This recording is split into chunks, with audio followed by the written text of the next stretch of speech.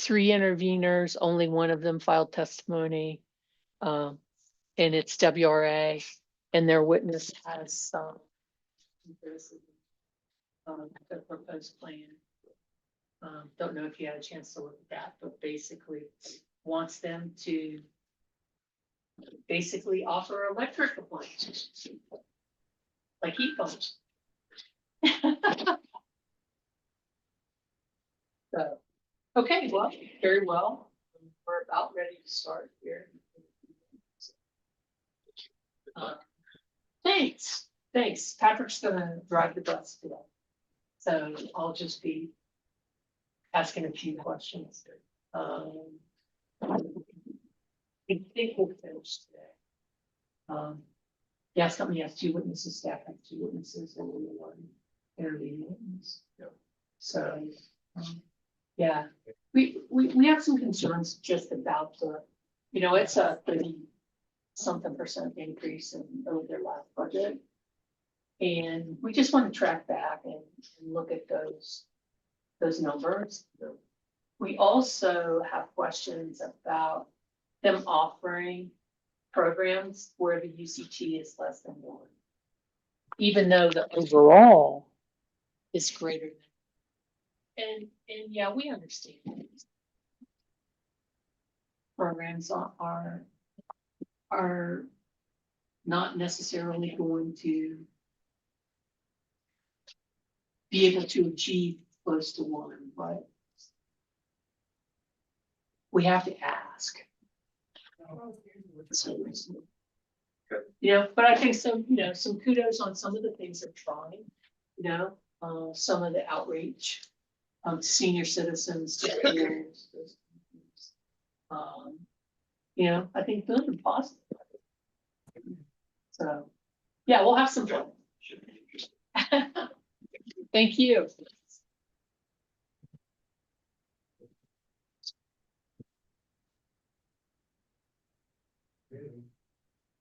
Yeah, so I already my concern, so there's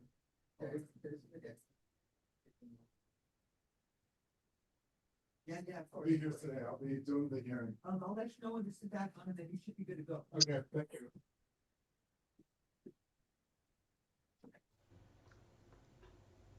Hi, Allison. Happy New Year. Happy New Year to you. How are you? Good to see you. Good to see you too. I've been creaky, but Patrick's trying to invigorate me to be less creaky.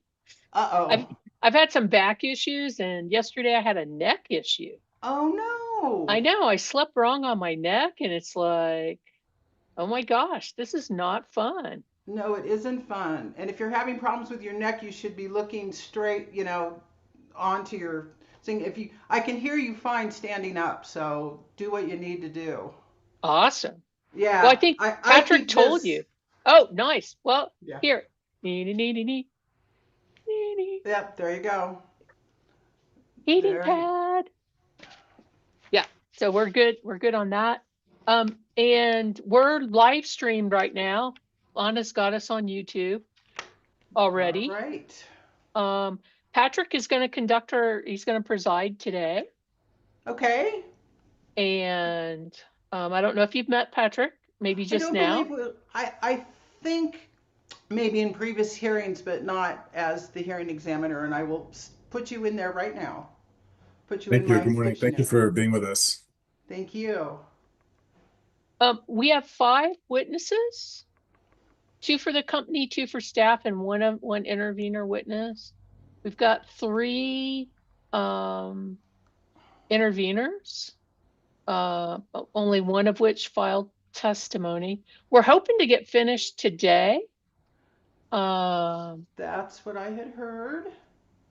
Interesting. We have, it's gas company. Patrick, are you the host?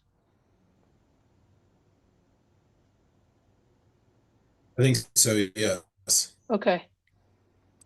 All right, so you can manage the.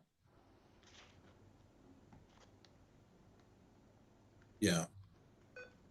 Your smile at me there. Send you a message. real quick, Elizabeth. I'll send you. Okay, it looks like your audio's freezing. I don't know if it's freezing on Allison's end, but it looks like it's freezing on my end. I'm hearing you all right. You want to say a few more words, Mr. Schaefer? Sure. Let's see. What could I talk about? Aren't there words that the court reporters use to test their transcription that I could say? I think you've just said enough. It's fine. I can hear you just fine. The rabbit runs rapidly round the rock. Uh, Absolutely. You know what? I just remembered I sent a real-time link to Ms. Hurst. Can we change it to Mr. Schaefer? You can change it to Mr. Schaefer because I actually forgot my iPad. All right. All right.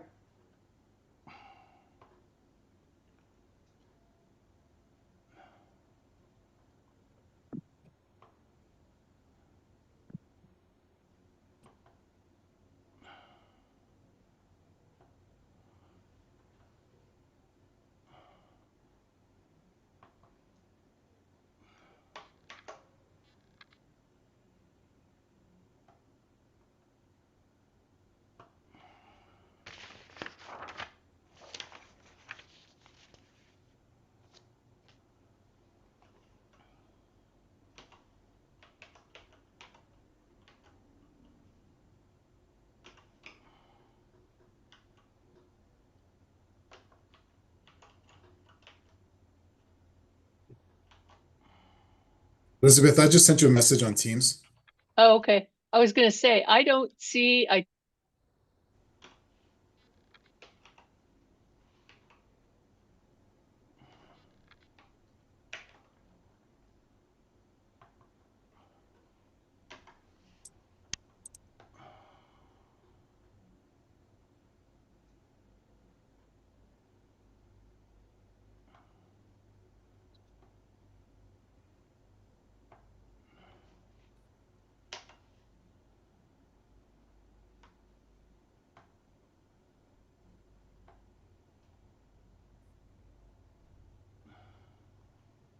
okay.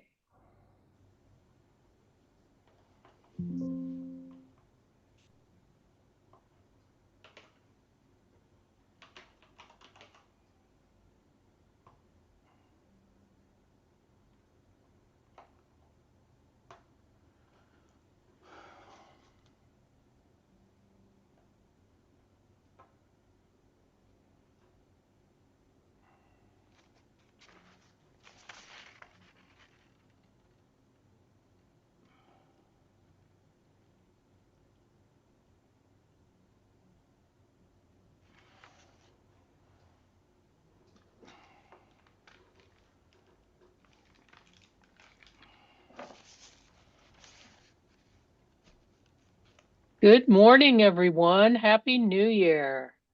Good morning. Good morning, Madam Hearing Examiner. Looks like you have a witness. Is that Mr. Sellis? Miss Salas, yes, she's Miss awake, Sellis. I believe, Okay. Madam Hearing Examiner. Okay. Hearing examiner Schaefer is going to preside over our hearing today.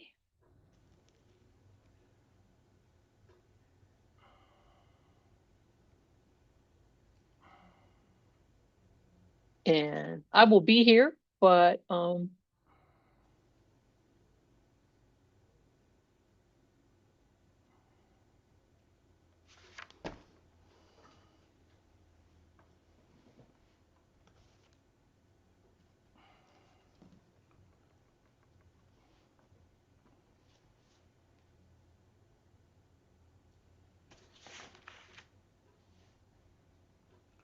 looks like we have a few minutes.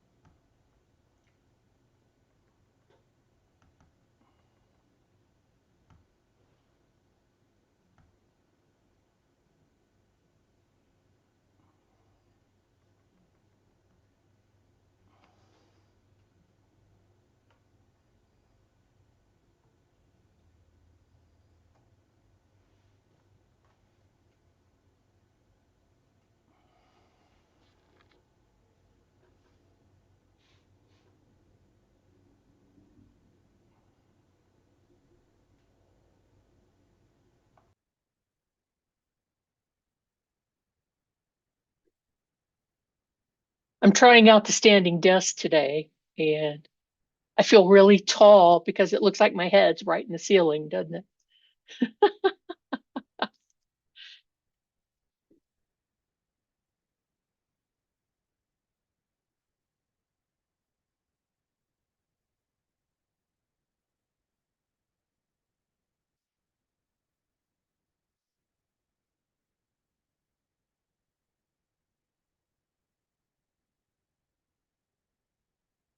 It's hard to handle the void of non-voices here for me. Um, is anybody going to have any procedural issues that they need to deal with?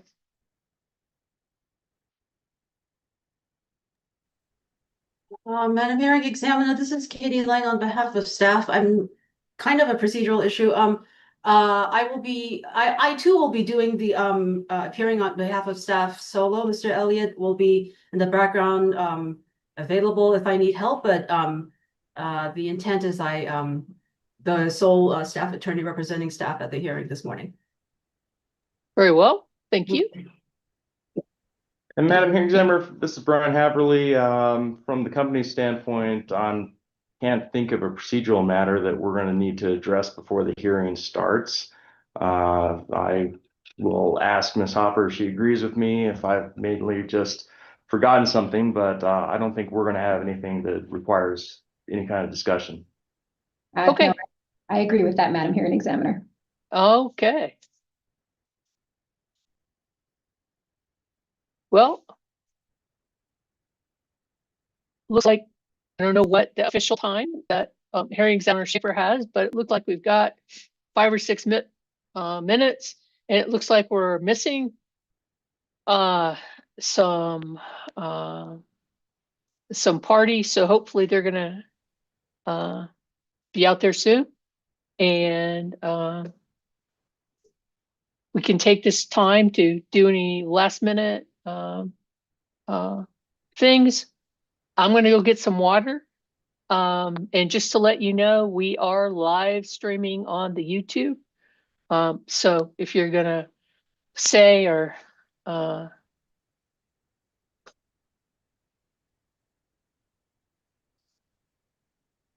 do a dance or whatever, it's gonna be on the live stream. Looks like that Commissioner Nyberg is there in the waiting room. And I think hearing examiner Schaefer just let him in.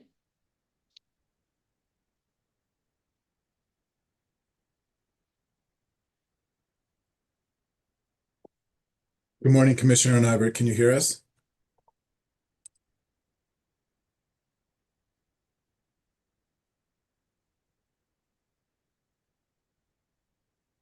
Okay, I'll be right back.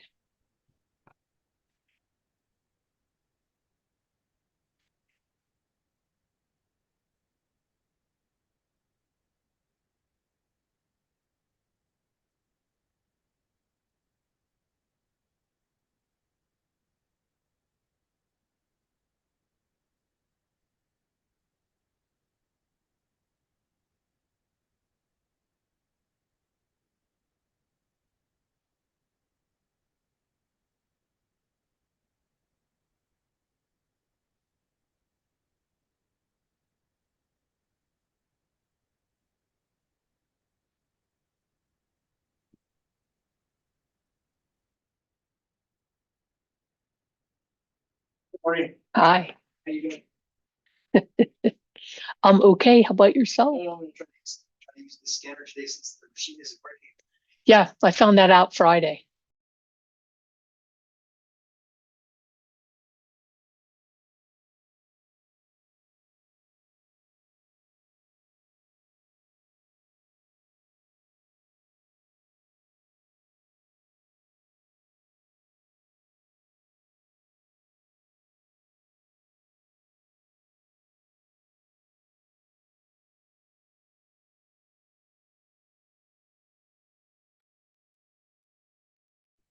Good morning, Ms. Beatles. Can you hear me?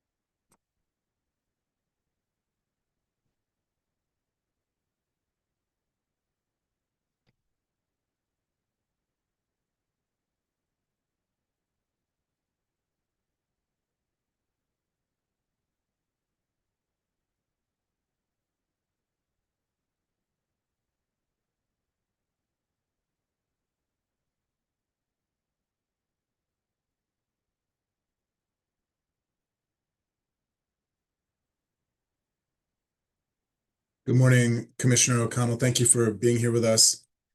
We're just going to give everybody a few more minutes before we start at 9 o'clock.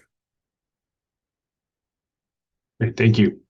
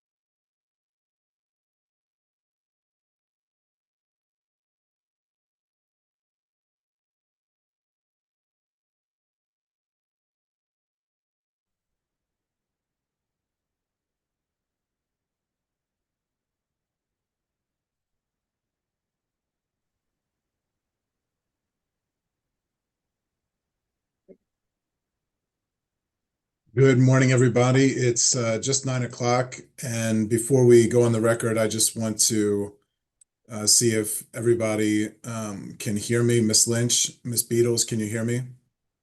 I can hear you. Thank you. Yes, I can hear you.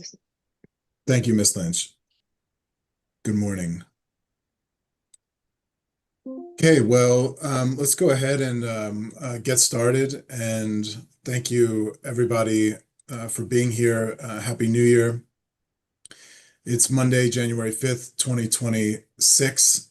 We're here for an evidentiary hearing in case number 25-00061. This is captioned in the matter of the application of New Mexico Gas Company Incorporated for the approval of its 2026 to 2028 Energy Efficiency Program plan pursuant to the New Mexico Public Utility and Efficient Use of Energy Act.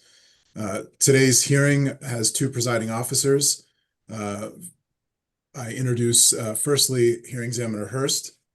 She was appointed by order of the commission on September 10th, 2025, and myself, Patrick Schaefer, was appointed in a separate order on November 25th, 2025.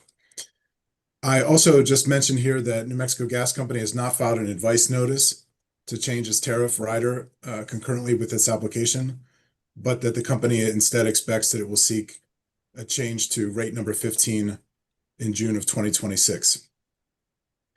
I want to start here with also mentioning the presence and assistance of our court reporter, Allison Hoyman, and we will be working with her today and are very grateful for her assistance and attention. We'll start with appearances by the parties and then discuss some procedural matters from the perspective of hearing examiner Hurst and myself, and as well as asking anybody if they have anything to discuss. We already did it off the record, but just in case anything came up in the last several minutes. Let's go ahead and get started with New Mexico Gas Company and get the appearances Thank of the you. attorneys. Yes, thank you, hearing examiner Schaefer, hearing examiner Hurst, commissioners Brian Haverly and Juliana Hopper with the Kelleher Law Firm for New Mexico Gas Company. With us today is Nicole Strausser, the general counsel of New Mexico Gas Company, as well as Dominic Martinez, who is in-house counsel for the company. Thank you, sir. Thank you, Mr. Haverly. Next, let's proceed with Western Resource Advocates. Good morning and happy new year, hearing examiners, commissioners, and colleagues. Sydney Beatles for Western Resource Advocates. Thank you, Ms. Beatles. for the Coalition for Clean Affordable Energy. Good morning, colleagues and hearing examiners. My name is Carol Lynch. I am the attorney for Coalition for Clean Affordable Energy. I also am representing Prosperity Works. Thank you. Thank you for that. And for our commission staff, Ms. Lang. Good morning, Katie Lang on behalf of commission staff. I will be representing staff at this hearing. With me also is Mr. Gideon Elliott, but he will be assisting me only in this hearing. Thank you. Thank you. Thank you, Ms. Lang. So just a couple housekeeping items here from the perspective of hearing examiner Hurst and I. We ask and require the parties to have their cameras on throughout today's hearing. That will make sure that we're all present and attentive to the proceedings. I also want to say that we like to frame the proceedings ahead of time and just give a bit of situational awareness.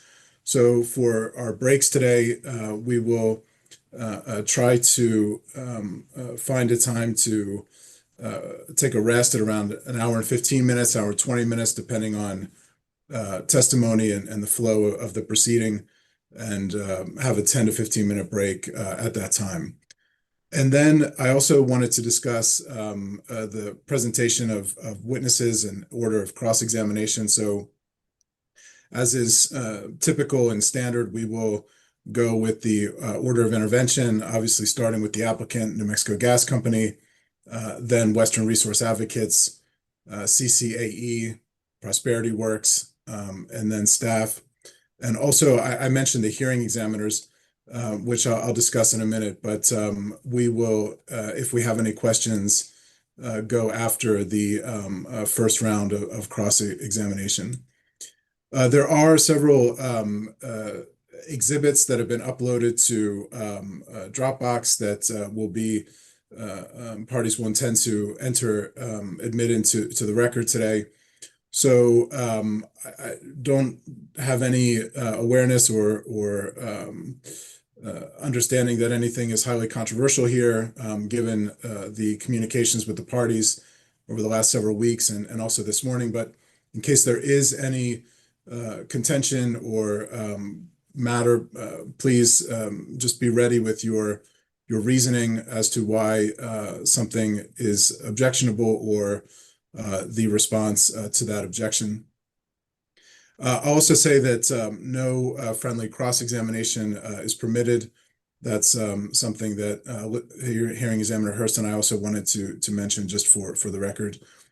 Also, I'll just say that from our perspective, hearing examiner Hurst and I wish to and strive to be fiduciaries of the proceeding and the case as a whole. That is to say that we really try to facilitate and promote efficient and meaningful discussion, and look forward to the cooperation of all the parties to that end. We also are representatives of the commission, commissioners, and just also many of you know, but we're joined today by Commissioner Nybert and Commissioner O'Connell.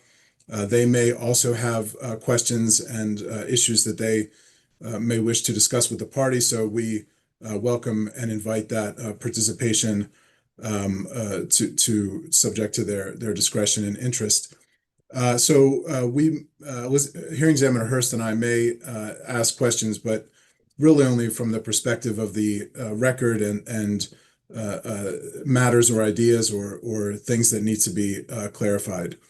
So are there any other procedural matters or issues that we need to discuss? I don't think so. We've asked that multiple times today, but just for, I guess, belts and suspenders, wanted to ask one last time. Well, I was not part of the discussion before the hearing started. I had stepped away from my desk. And there are several procedural matters that I would like to raise. Okay, thank you, Ms. Beatles. We also offered everybody the opportunity to send us an email with anything, but please tell us what your concerns are. Well, it's not really a concern. First, I would like to move that the commission take administrative notice of WRA exhibits 2, 3, and 4 right off the bat. I'm requesting administrative notice be taken pursuant to Rule 1.2.2.35. Don't know what the number, 35D, 1A, and 1D. And WRA exhibits 2 and 3 are the companies, New Mexico Gas Company's Energy Efficiency Program annual reports filed in their immediately preceding energy efficiency docket. That docket is 22-00232. And I am asking that administrative notice be taken of WRA Hearing Exhibit 2, which is their 2023 annual report, and 2024 annual report, which is hearing, did I mention that? Which is Hearing Exhibit 3. So it's Hearing Exhibits 2 and 3, the 2023 and 2024 annual energy efficiency reports, respectively. And the third document that I would like administrative notice be taken of is the New Mexico Technical Resource Manual for the calculation of energy efficiency savings for 2025 to 2026. I've labeled that as WRA Hearing Exhibit 4, and that is available through the Commission's website and is, clearly relevant to the issues and material in this case. Thank you, Ms. Beatles. Are there any objections to Western Resource Advocates' request to admit these under the administrative notice discretion of the commission? So this is Brian Haverly on behalf of the company. I don't know that we would have necessarily an objection to the admission of the company's 23 and 24 reports under the energy efficiency case. I recall that there might be something that needs to be determined under the administrative notice, but I can't find the site right off the top of my head. The TRM, we rely on it, so I don't have any objection to that coming into the record, Mr. Hearing Examiner. So I guess the answer is I don't think we have any objections to any of those documents coming into evidence. Okay, thank you. Well, then I will admit those documents, Ms. Beatles, under the parameters that you have described of administrative notice. Thank you. And then my second matter was that I sent an email on December 31st to you and Hearing Examiner Hurst and the parties to the case, asking that additional exhibits be uploaded, because I tried to do it myself and I guess you can't after your deadline.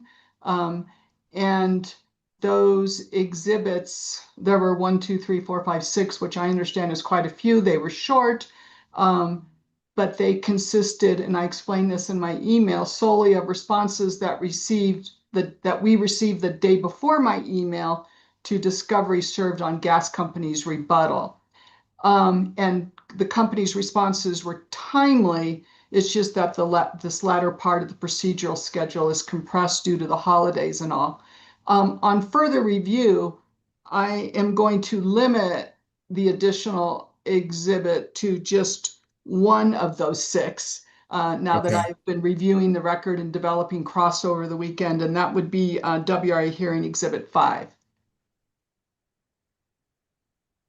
So I'm not going to move to admit that now, because I will have cross-examination of a witness about Hearing Exhibit 5.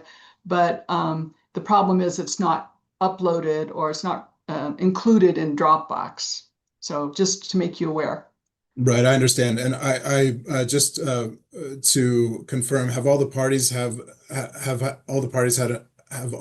had an opportunity to review the document. I guess we'll refer to this as WRA Hearing Exhibit 5. Is that correct, Ms. Beatles? That's correct. Have all the parties had a chance to review that exhibit from Western Resource Advocates? Mr. Hearing Examiner, this is Brian Haverly. It is our discovery responses, so we are familiar with those. All right, well, we'll work on the admission aspect of that, Ms. Beatles, when we get to that point. But thank you for raising that, and apologies for the trouble uploading that to Dropbox.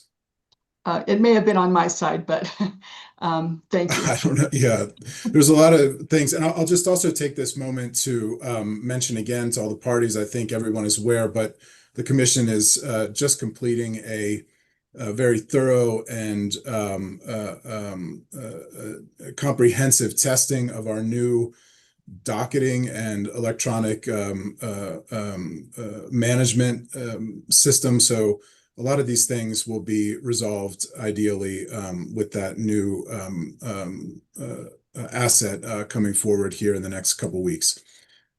Hearing Examiner Hurst, would you like to add anything, or should we go ahead and get started? Just wanted to let you know, Hearing Examiner Schaefer, Barty's Exhibit 5 is in the Dropbox and will be available if you need it up on the screen from WRA. Also, just wanted to let you know, and I don't know if he's still there, but Ms. Lang, you might want to let your witness know that he can listen to the proceedings on YouTube, that he's not going to be admitted in the Dropbox until it's his turn to testify. Yes, ma'am. I will boot him out right now. Very well. So no, sir, those are the only things that I wanted to report to you. Thank you. Excellent. Thank you. Well, then let's go ahead and get started. New Mexico Gas Company, would you like to call your first witness and have that witness sworn in by our court reporter? Yes, we would, Mr. Hearing Examiner. Good morning. The gas company calls Carrie Salas. Ms. Salas, would you raise your right hand for me, please?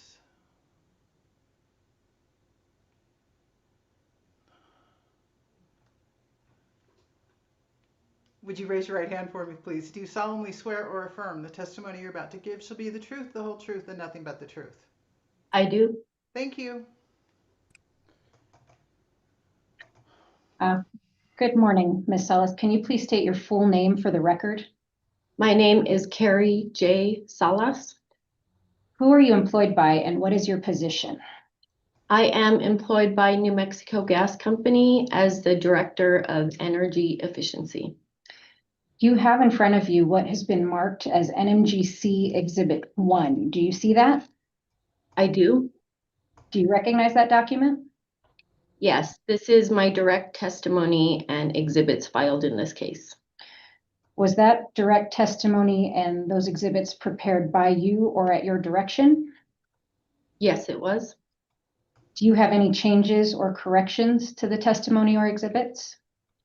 There was one correction that I believe was included in the exhibit that was uploaded to the Dropbox, and that correction is to my exhibit attached to that testimony, my exhibit 3. I believe page 66 which was an errata that was filed with the commission. If I asked you the same questions contained in that testimony today, would you provide the same answers as corrected by that errata? I would. And would those answers as corrected be true and correct to the best of your knowledge and belief? Yes, they would. Madam, or Mr. Hearing Examiner, sorry, I would move for the admission of NMGC Exhibit 1. Thank you. Are there any objections to admitting this exhibit? Hearing none, it is admitted. All right, Ms. Salas, I'm now going to move what has been marked as NMGC Exhibit 2. Do you have that? I do. Do you recognize that document? Yes, that is my rebuttal testimony that was filed in this case. Does that rebuttal testimony have any exhibits? No, it does not. Was that rebuttal testimony prepared by you or at your direction? Yes, it was. Do you have any changes or corrections to that rebuttal testimony? No, I do not. If I asked you the same questions contained in that testimony, would you provide the same answers? Yes, I would. And would those answers be true and correct to the best of your knowledge and belief? Yes, they are. With that, Mr. Hearing Examiner, I would move for the admission of NMGC Exhibit 2. Thank you. Are there any objections to admitting this into the record? Hearing none, it is admitted. And with that, Mr. Hearing Examiner, I would tender the witness for cross-examination. Thank you. First on our order of cross-examination is Western Resource Advocates. Ms. Beatles, are you ready to proceed? Yes, thank you. Go ahead. Good morning, Ms. Salas. We know each other, and congratulations on this position. Good morning, Ms. Beatles. And let's start by me referring you to WRA Hearing Exhibit 3. This is New Mexico Gas Company's Energy Efficiency Annual Report for 2024. Okay. And please turn to page 54.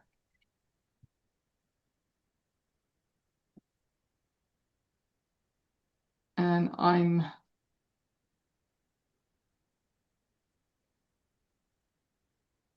Okay, I am on page 54. And for the benefit of people looking at the PDF, that would be PDF page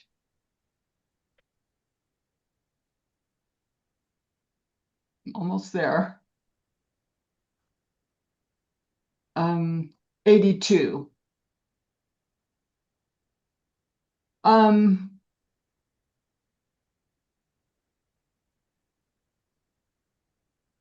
make sure I'm at the right place. Turn to page 54. I'm sorry, I don't know that I'm. Yes. Okay. Do you see at the top, and your M&V consultant, I'm sorry, your M&V consultant is Ecometric, is that the M&V consultant is Ecometric, is that correct? That's correct. And they're the ones who prepared this report, is that correct? That's correct. And at the top of this page 54, do you see that Ecometric found a free ridership rate of 0.4512 for the water heating program? 5, 1, 2, 4.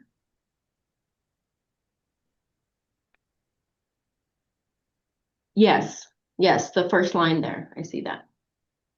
Now please refer to page 7 of your rebuttal, lines 13 through 16.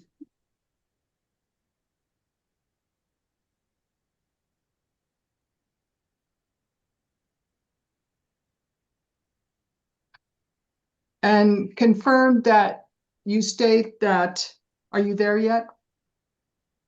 So page 7 of my rebuttal. Yes, lines 13 through 16. Okay, I'm there. And please confirm that you state it is clear from the 2024 M&V report that the current rebate amounts are not influencing customer behavior. Is that your testimony? Yes, it is. One second, Ms. Beatles. I'm trying to share the screen of these documents. What page are you on in the rebuttal? Page 7. Page 7, lines 13 through 16. Yes. Yep.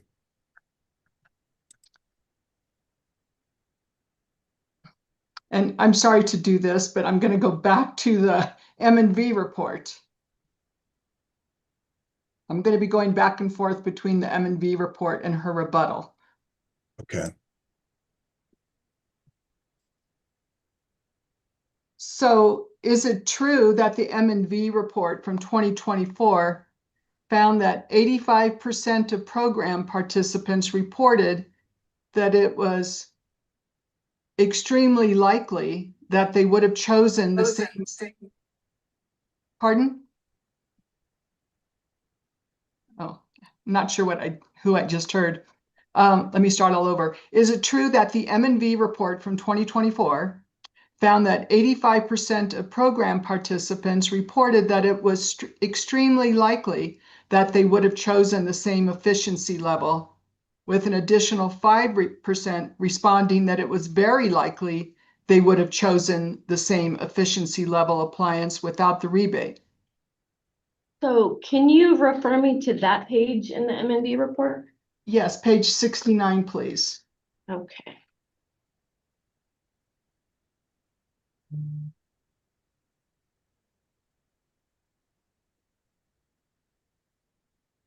Yes, that's correct. And then back to your rebuttal. Same page 7, lines 15 through 16. That sentence continues and confirm that you state that the current rebate amounts should be increased to incentivize customers to purchase an efficient natural gas water heater who would have otherwise chosen a less efficient appliance. Is that your testimony? Yes, that's my testimony. And so all this is leading up to this question. Could you explain, please, how increasing rebate amounts will decrease free ridership? Yes, so I think it's pretty clear from the M&B report, specifically the page that you cited, that our rebate amounts aren't working in this program. They are not incentivizing customers to participate in this program. And this is one of the primary reasons that we've decided to make some changes to this program, which includes increasing the rebate amounts, which also includes having a customer rebate tool so they can obtain rebates mobile. It also includes adding an HVAC contractor portal. It also includes adding a school and senior kits to this program. So all of these things we are trying to do to change this program to, and again, it includes increasing rebate amounts, but overall we are hoping that the changes to this program is going to increase the net growth ratio in this program. Does the company have any evidence that customers were unable to purchase higher efficiency appliances because the company's incentives were insufficient? I think the M&B report sort of speaks for itself when it explains that the rebates weren't enticing customers. And so that's why we are increasing rebates so that we can encourage more customers to participate in this program. So can you point me to some specific evidence in the M&B report that tells you that customers were unable to purchase higher efficiency appliances because the incentives were insufficient? Like, what specifically are you relying on or pointing to? So I don't have a specific document to point to, but increasing rebates is obviously going to increase affordability for these measures in these programs. And so increasing rebates is going to bridge the gap of the cost differential between an inefficient appliance and an efficient appliance. So do you agree that on page 66 of that report, Ecometric says that 50% of water heating respondents and 45% of space heating respondents rated the rebate amount as not at all influential. Yes, I agree. That's what the M&V report said. Our current rebates are not influential, and this is why we feel like we need to increase them. Other than proposing to increase the rebate amounts, has gas company made any efforts to reduce free ridership in the space or water heating program? Yes, so there were some other suggestions that were made by M&V in this report, and I believe the prior report, some were regarding trying to make sure that our customers understood which appliances were available for rebates. And so one thing that we've done there is we actually provide appliance lists to our contractors. We provide appliance lists so that customers are able to select participating appliance. We've also worked on our marketing for these programs. Some feedback that we got from M&V, and I couldn't tell you what report it was in, but it was basically that we needed to start making sure that customers understood that we had a program and rebates were available before they got to the point to where a water heater or space heater failed. And so we've increased marketing, increased social media. And so those are some things that we've done thus far to try to improve the net to gross ratios and the free riderships in these programs. You refer to appliance lists that you provide your contractors. That would be specific to the new homes program, correct? No, so actual appliance lists for appliances that are available to rebates, we provide to participating contractors that participate in our space and water heatings program. As opposed to the new homes program? As opposed to the new homes program, correct. And can you give me an example of like a marketing or social media effort that you have implemented? Yeah, so our marketing or social media, we have several Facebook, I believe Instagram. Honestly, I couldn't tell you all the social media venues we use, but that basically there's posts about rebates being available for furnaces, rebates being available for water heaters when they fail. However, the M&V report establishes that your current rebate programs appear to have limited impact on ratepayer appliance purchasing decisions. Is that correct? Yes, I agree. Our M&V report does say that our rebate programs, our rebates aren't enticing customers, and that is exactly why we are proposing in this case to increase rebates. Do you believe that ratepayers are well served by Do you believe that ratepayers are well served by rebate programs that appear to have limited impact on ratepayer appliance purchasing decisions? I believe that ratepayers are going to benefit from the increased rebates of this program. But what about your existing rebate programs? So our existing programs, our water heater program. Oh, I'm sorry, did somebody talk? So our existing water heater and space heater programs both have achieved a UCT of greater than 1. And so, yes, I believe that ratepayers have benefited from these programs. I'm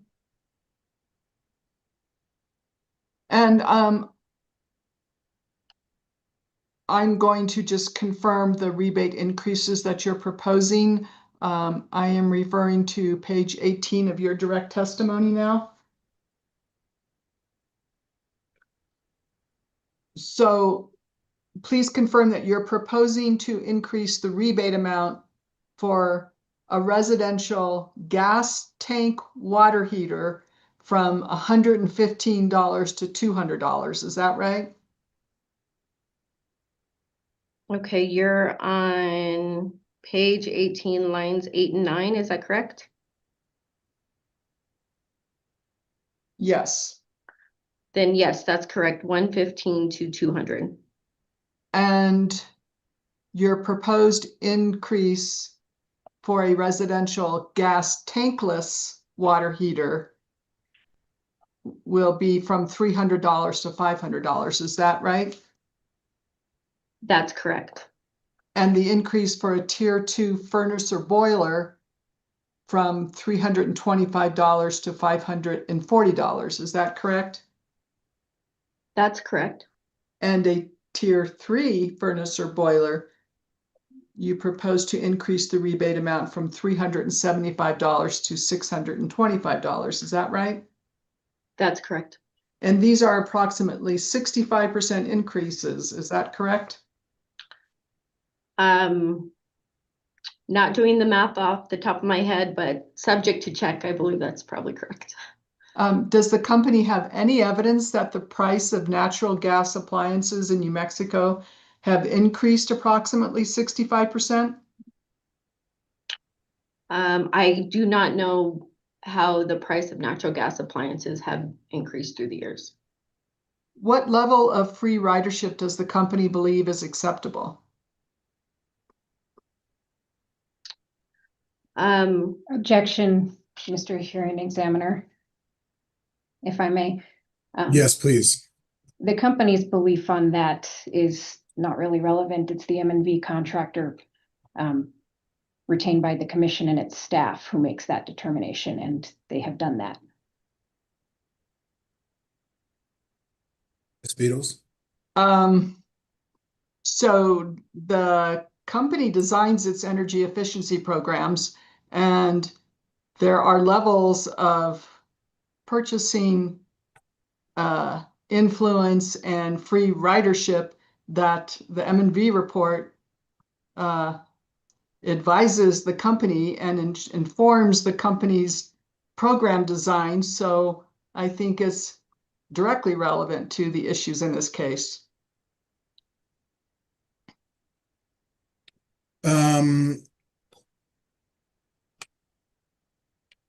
Can you restate your question, Ms. Beatles? What level of free ridership does the company believe is acceptable? Yes, I'm going to rule that Ms. Beatles, you can ask that question. And if the witness knows, she may respond. Okay, can I answer? Yes. Yes. Okay, as far as level of free ridership, obviously I am designing programs and I want the least amount of free ridership in all of my programs. That is my goal. That is what we strive for. So I don't have a specific number where this is a good free ridership or this is a bad free ridership.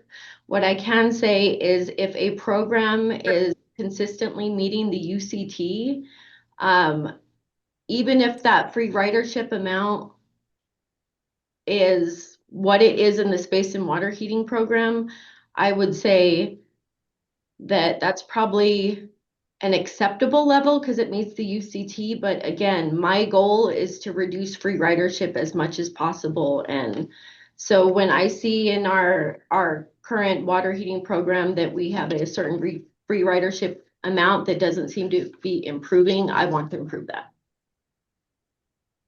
I'm going to move on to a different subtopic now. What role does energy efficiency programming play in New Mexico Gas Company's resource planning? We don't play a role in resource planning. Do you mean, when you say we don't play a role, do you mean that your staff, like you and your staff, doesn't play a role in New Mexico Gas Company's resource planning? Yes, our department is specifically designed to implement natural gas energy efficiency programs. Mm-hmm. So would you accept, subject to check, that the Efficient Use of Energy Act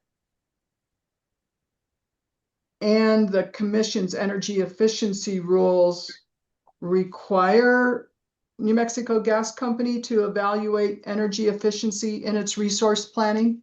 Objection, Mr. Hearing Examiner. I believe that calls for a legal conclusion, and this witness is not a lawyer. This witness is a regulatory expert and is well versed in the statutes and rules and regs and commission and orders of the commission. So I asked her to accept subject to check, but I guess I'm asking whether she's aware or knows that the law requires integrated resource plans to evaluate energy efficiency. Yes, I'm going to allow the question. I think the witness has also, in her direct testimony, referred to the laws and rules regarding the energy efficiency program. So please answer the question, Ms. Salas, if you know. Yes, so I understand in resource planning that the resource planning folks are supposed to take into account energy efficiency. But I do want to make it clear that I am not a resource planner. I am a director of energy efficiency in this role. The company is committed to customer choice in energy supply. Is that correct? Yes.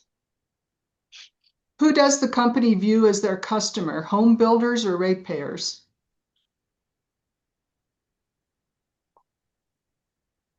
I would say anybody that is taking natural gas services or working with the company on a project, I would consider a customer.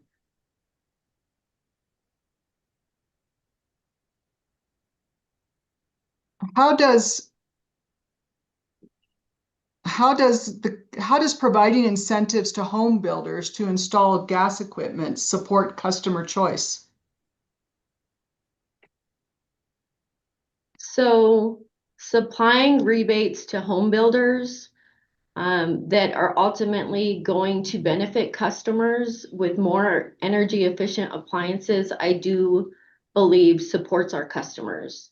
In my point of view, I'm not going to promote, prohibit, or dictate any type of energy that a customer is going to utilize. However, if a customer does choose natural gas, then I want them to utilize their natural gas as efficiently as possible.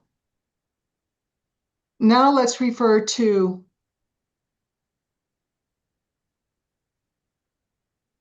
let me just take a look at this.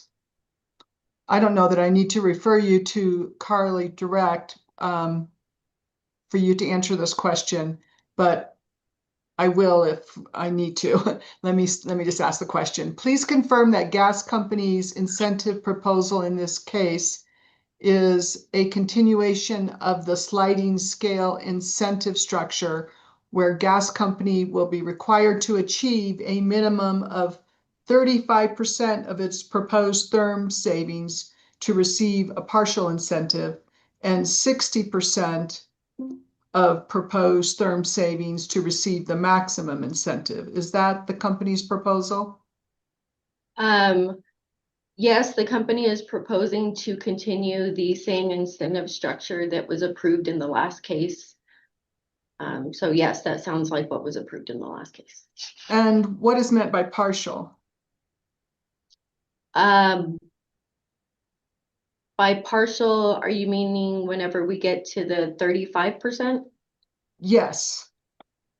So I would have to look at the incentive structure that staff provided in the last case to let you know what partial, but again, we're agreeing to go with the same percentage that staff reported in the last case. The same percentage, you mean 35% and 60%? What do you mean by same percentage? So whenever we were going, my understanding of the sliding scale is once we achieved 35% of savings, then we got a portion of our incentive. And once we received 65% of our savings, then we got the full incentive. But I know that there was only a specific portion assigned to that 35%, and I don't remember it off the top of my head. So you're referring to a portion of the incentive, Yes. not of savings. I understand. Thank you. Why should gas company begin receiving a performance incentive for achieving only 35% of its goals when other utilities in the state must achieve 84% before they begin to receive an incentive? So when you're referring to other utilities, I think you're probably referring to other electric utilities.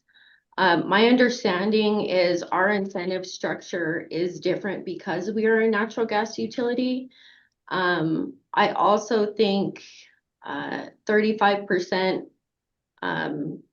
it is a fair level to achieve a portion of the incentive. And why is that? Like I stated, natural gas utilities and natural gas energy efficiency programs are different than electric energy efficiency programs. We're rather limited in the amount of measures and programs that we can provide. And it's a little bit more difficult for us to achieve our savings. And so I believe that having a 35% minimum is reasonable.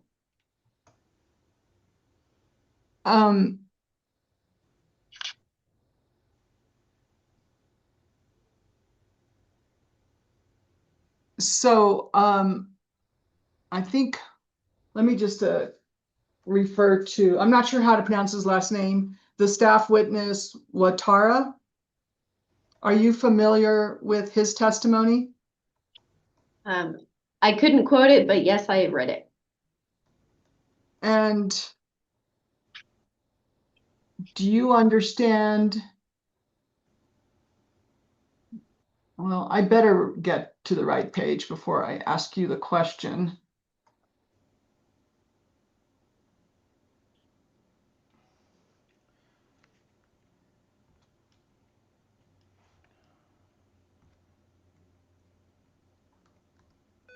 Yes, I'm referring to page 6 of Mr. Watara's testimony, lines 14 through 17. Do you understand his testimony to say that while New Mexico Gas Company is a gas utility, he believes it's reasonable to evaluate your performance in a manner comparable to the 3 electric utilities? Yes, and I believe that what he's proposing under staff's incentive or staff's proposal on when New Mexico Gas Company becomes eligible for incentives is a consistent proposal. Even though you start to earn an incentive when you achieve only 35% of your goals and P&M must achieve 84%. Yes. How is that comparable? Yes, like I explained, it's because we are natural gas utilities and P&M is an electric utility. Are you aware of any other examples where a program that achieves 60% of its goals would be considered as a success and awarded a full incentive on the basis of performance?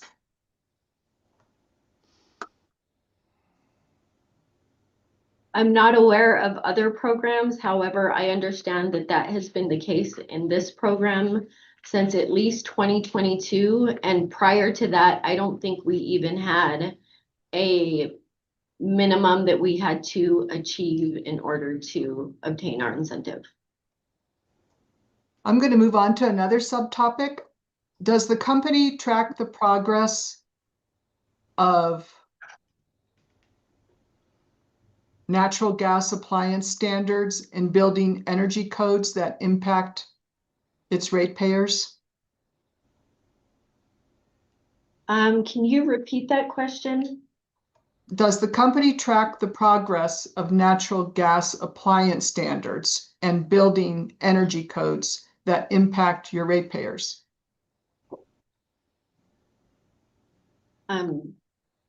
Generally, not to my knowledge. Does the company track changes in Energy Star appliance ratings?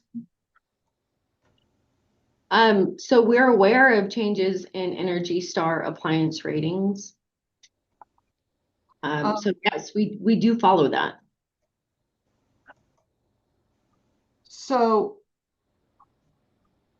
let me drill down a bit by referring to an exhibit to your direct testimony, exhibit CJS-3. Okay. And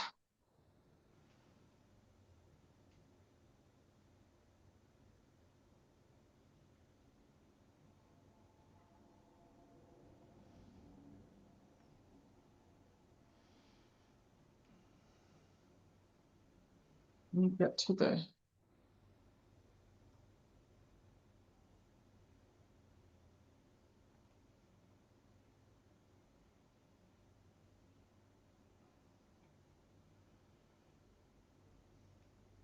oops, need to get to the right page myself.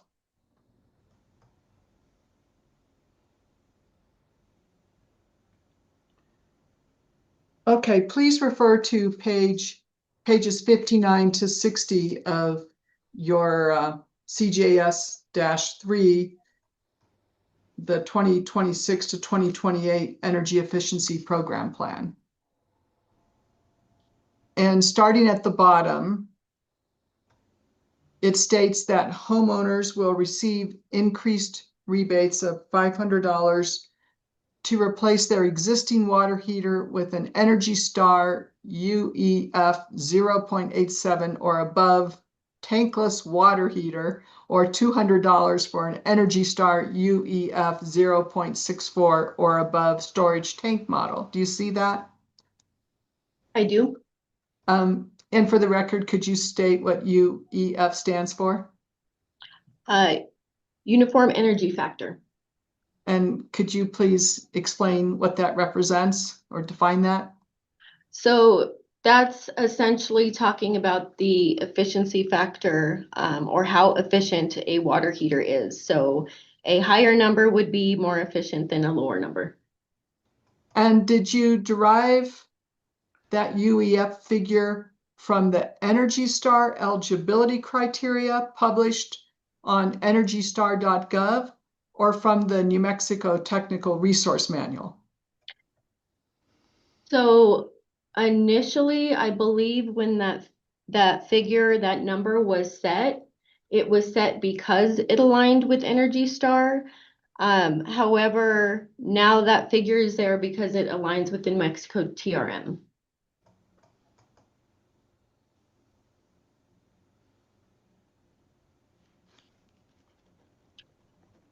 Please refer to WRA Hearing Exhibit 1, Carly Direct, page 8.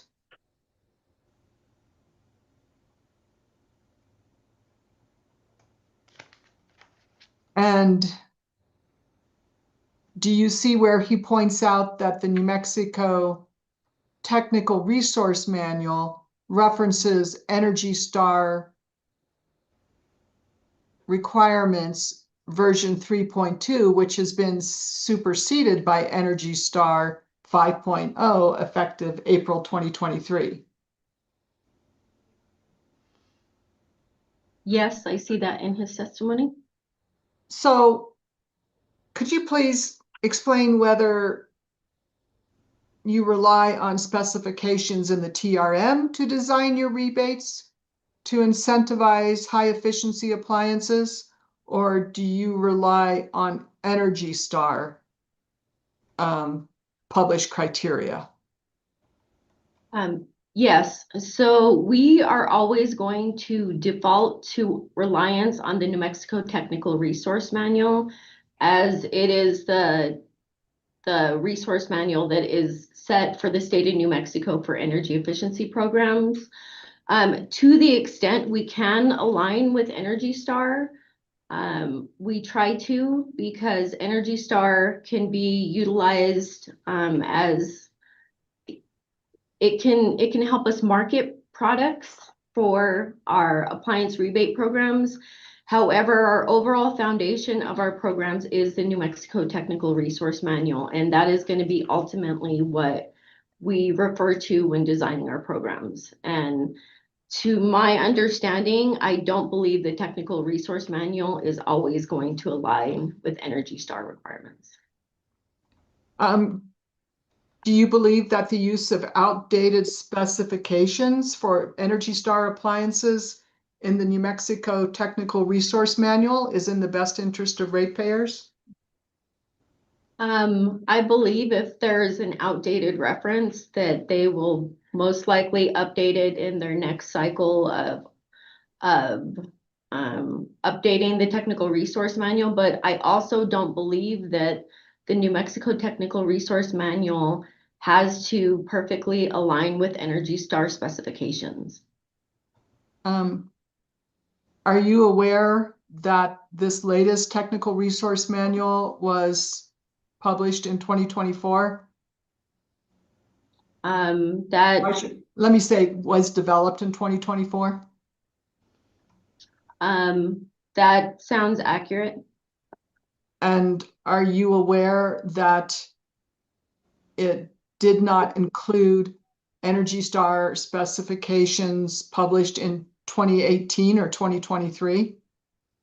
Again, that doesn't surprise me, as I don't believe the New Mexico Technical Resource Manual completely 100% always aligns with Energy Star.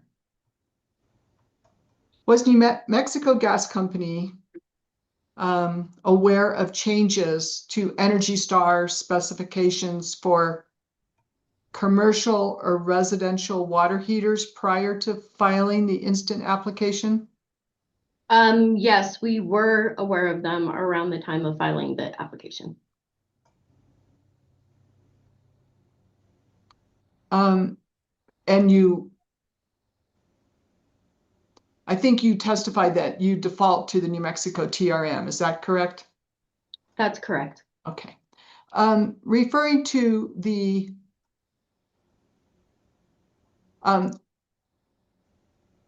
errata that you filed on December 22nd, 2025, changing the reference to the International Energy Conservation Code, IECC, from 2018 to 2021, that's the change that errata made, right? Yes, that's correct. Was Gas Company aware that New Mexico adopted the 2021 version of the code in January 2024 prior to filing the instant application? So we were aware that it had changed, and by we, I mean our program implementers that implement our new homes program. Yes, they were aware of this, and they have been complying with the current IECC code since it went into effect. Unfortunately, I did not update that line in my program plan accurately prior to filing this case. Does New Mexico Gas Company rely at all on membership in industry associations to follow appliance standards or building energy codes? So yes, we do. We do have some memberships in, for example, the Consortium for Energy Efficiency. We pay attention to the American Gas Association has an energy efficiency group that we participate in, and also AESP. What was that last one? AESP, which I believe stands for the Association of Energy Service Professionals. They often have work groups and conferences in regards to energy efficiency for the United States. And you also referred to CEE, which is the Consortium for Energy Efficiency, correct? That's correct. Does that offer memberships? Yes, and we do have a membership, and we do also participate in work groups that they have periodically. And of course, we attend along with the membership comes attendance to a couple of their conferences a year, and we attend those as well. Moving on, what does the net to gross ratio represent? Or in other words, what does it measure?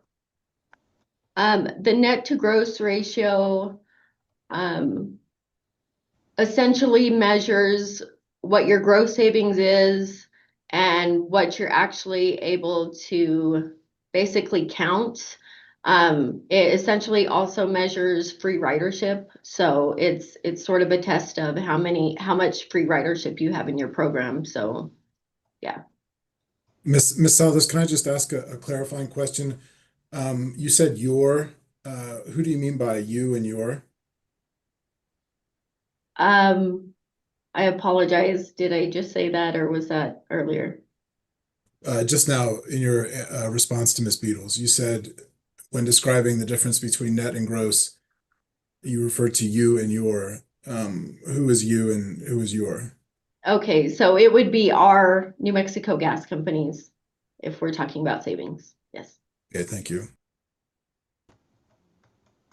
I'm going to recapture or attempt to capture or restate what you just said, and please tell me if I'm getting it right. So the net to gross ratio of a program measures what percentage of total gross savings actually happened because of that program, reflecting the true additional impact of policies and planning. Is that right? So yeah, I'll take that. I agree with that. And it factors out the effects of free ridership. Is that right? That's correct.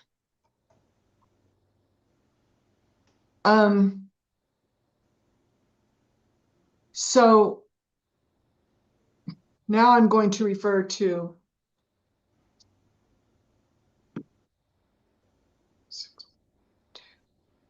WI hearing exhibit 5 that I believe the hearing examiners uploaded into Dropbox.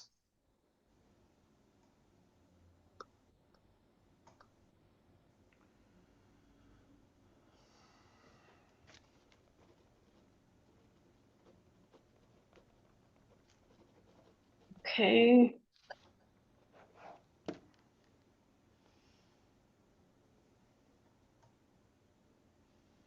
And is this the response to WRA interrogatory 6-2? Yes, thank you. And is it correct that if the 2024 net to gross ratio were applied to New Mexico Gas Company's proposed water heating program, the UCT would be less than 1.0?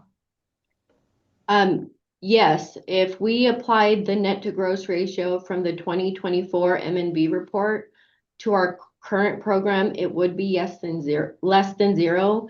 However, I do want to point out that the program we are proposing is different than the program that is currently in effect. So the program we are proposing, again, is going to have increased rebates. It's going to have a customer rebate tool that they'll be able to obtain rebates on their mobile device. It's going to have the HVAC contractor portal, and it's also going to include the school and senior kits. And that's why we utilized a net to gross ratio that was different than that was provided in the 2024 M&B report. And utilizing a different net to gross ratio results in UCT of over 1. So on page 7 of your rebuttal, lines 1 through 3, you state that the water heating program would achieve a UCT ratio greater than 1.0. Is that correct? In my rebuttal, which page?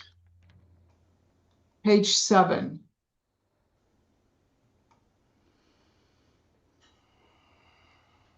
Let me make sure I'm getting that page right.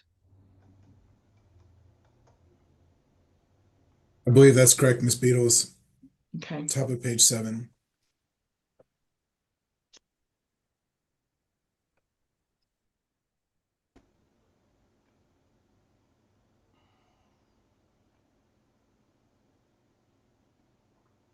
So I believe we're going to continue to achieve a UCT of greater than 1 if the enhancements to the water heating are implemented.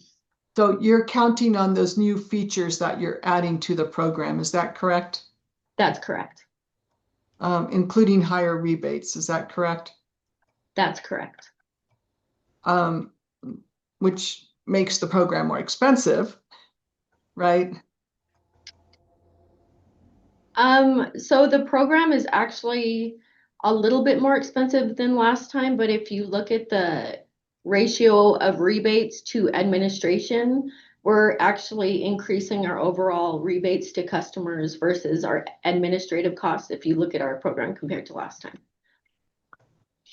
So more money will go to the customers in comparison to our current program.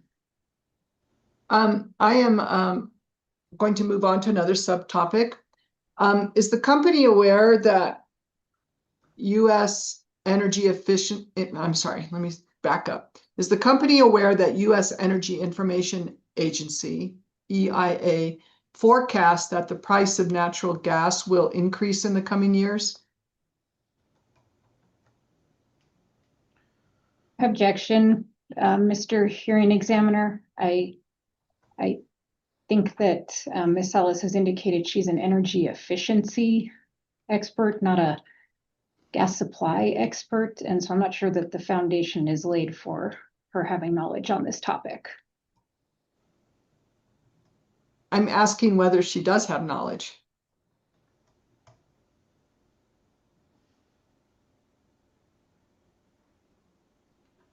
I believe you're on mute, Mr. Hearing Examiner. Sorry about that. Before you answer, Ms. Salas, Ms. Beatles, could you rephrase your question to ask what you just articulated? I'll ask, are you aware that the U.S. Energy Information Agency forecasts that the price of natural gas will increase in the coming years? I'm not aware of the forecasts for the Energy Administration.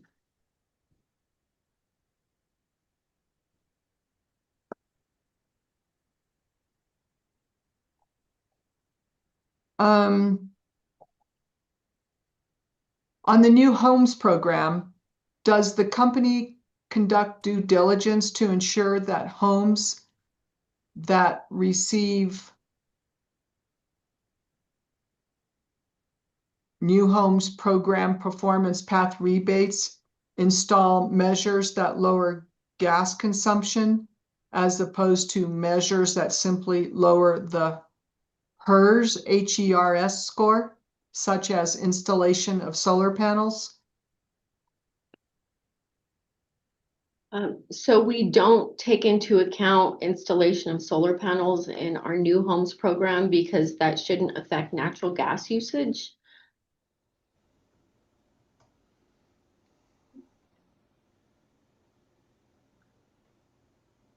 And I'm moving on to my last line of questioning. And I'm going to read just a few sentences from a record in the energy efficiency application of Raton Natural Gas Company in 2300297. And from the minutes of a public advisory meeting, quoting Steve Casey of New Mexico Gas Company. Is Steve Casey who you replaced?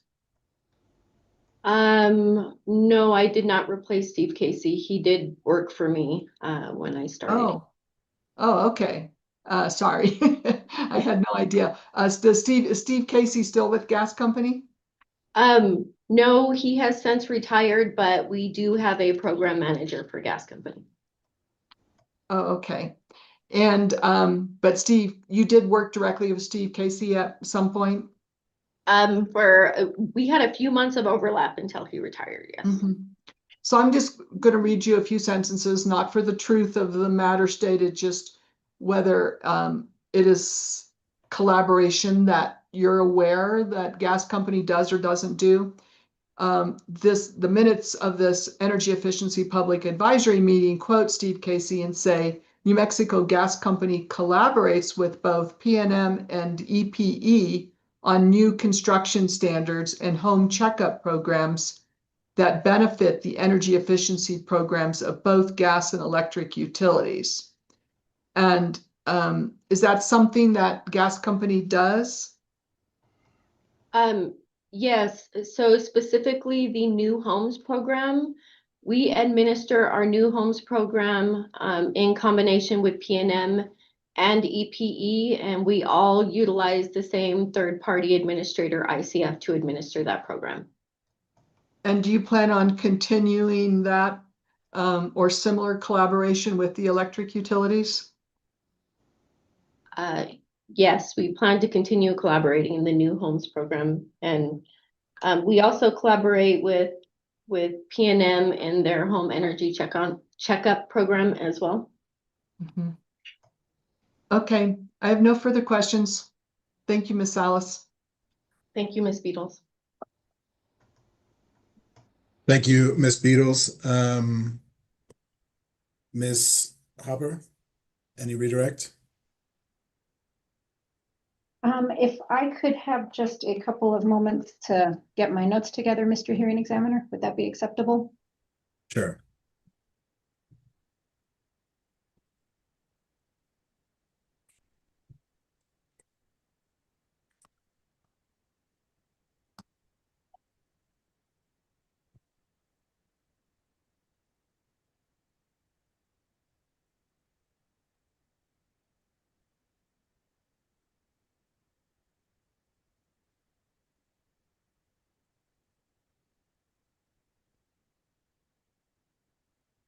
Okay, Ms. Salas, I would like to start with WRA. Well, one second, Ms. Hopper, just 1 second.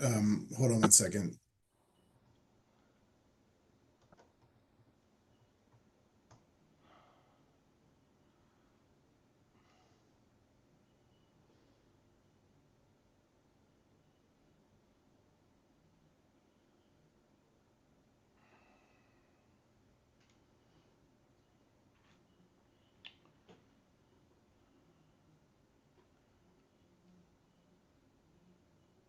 Okay, Ms. Hopper, actually, I think we'll do redirect after the other parties have had their opportunity to cross, just to avoid any cumulative testimony. So just in order of our cross-examination, I ask if CCAE or Prosperity Works have any questions for this witness. Yes, hearing examiner, I do. Go ahead, Ms. Lynch. Thank you. Good morning, Ms. Salas. Good morning, Ms. Lynch. Most of the questions that I have for you will be from your direct testimony. If you want to turn to that, and then I should be able to point you to specific page numbers and hopefully lines where those have been identified. Otherwise, we'll have to do that together. Do you have your direct testimony? I do. Okay, could you please turn to pages 18 through 19 of that testimony?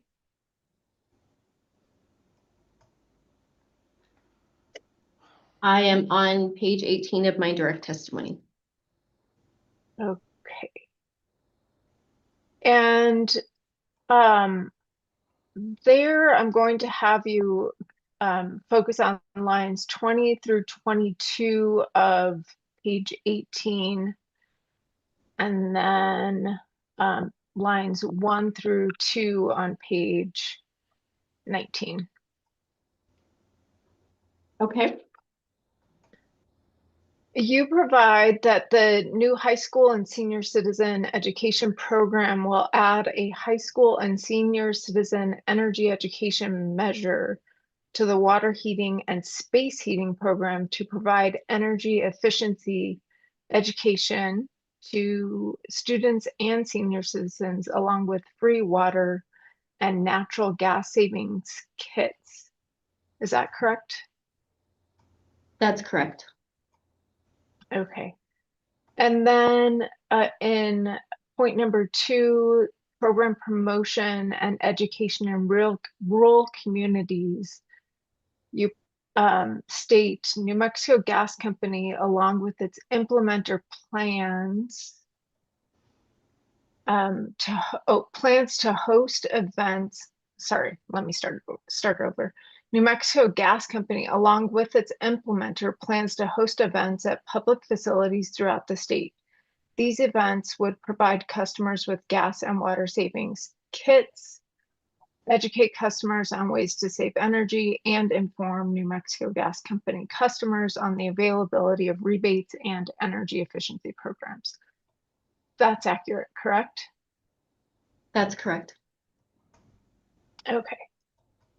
New Mexico Gas Company has handed out energy efficiency kits historically, correct?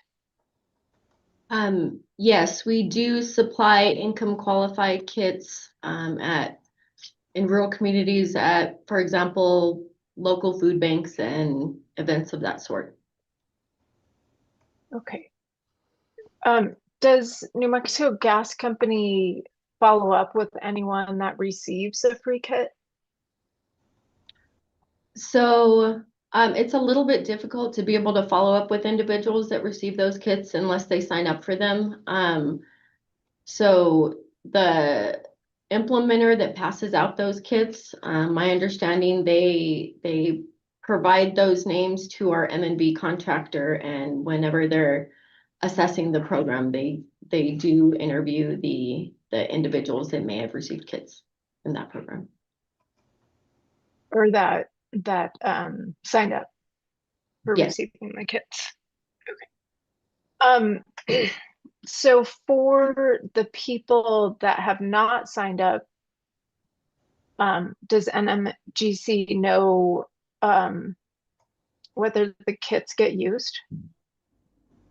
So M&B does interview participants that receive the kits, and they assess the kits, and they assess our therm savings in those kits based on if those kits are being utilized or not.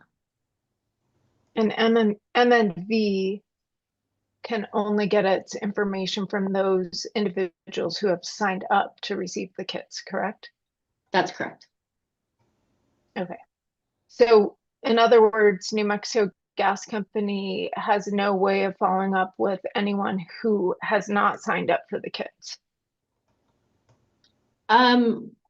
I would say the majority of kits that we pass out, yes, we have a name, address, to where that kit is being provided to.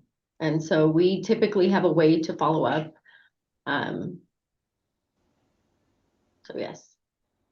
What do you mean by a majority of the kits that NMGC distributes results in NMGC follow-up?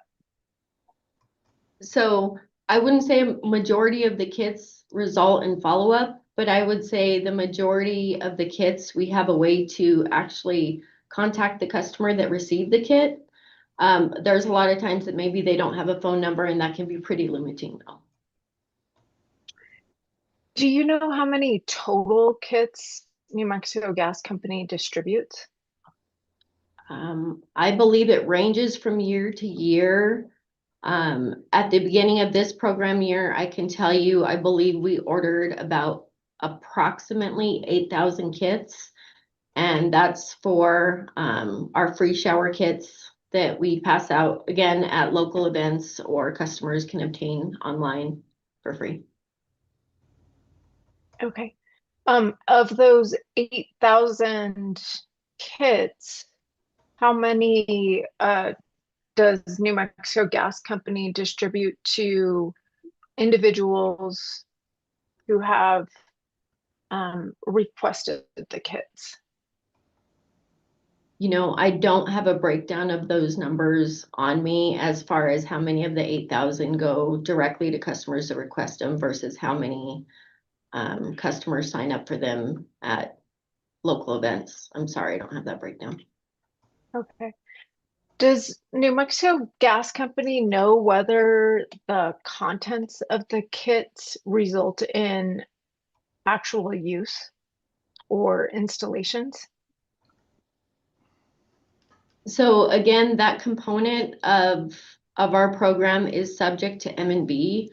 I believe in our prior M&B report, we actually had a pretty high net to gross ratio in that aspect of our water and space heating programs. So with that in mind, I would say yes, that we are getting significant amount of therm savings and those kits are being utilized. What do you mean that you're getting significant therm savings? So subject to check, I don't have the page of the report open to me right now. But I believe that there's an engineering factoring adjustment that goes into the therm savings for that program.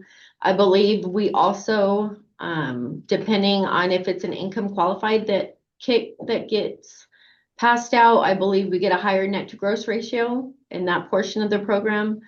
But overall, we're receiving, and again, this is subject to check, but I believe we actually get an adder for that program. And so our therm savings is actually higher than what we count in that program because it's a higher net to gross ratio because we actually have income qualified portion of that program. So when it comes to actual therm savings for that program, it's a very effective program. It's very cost effective.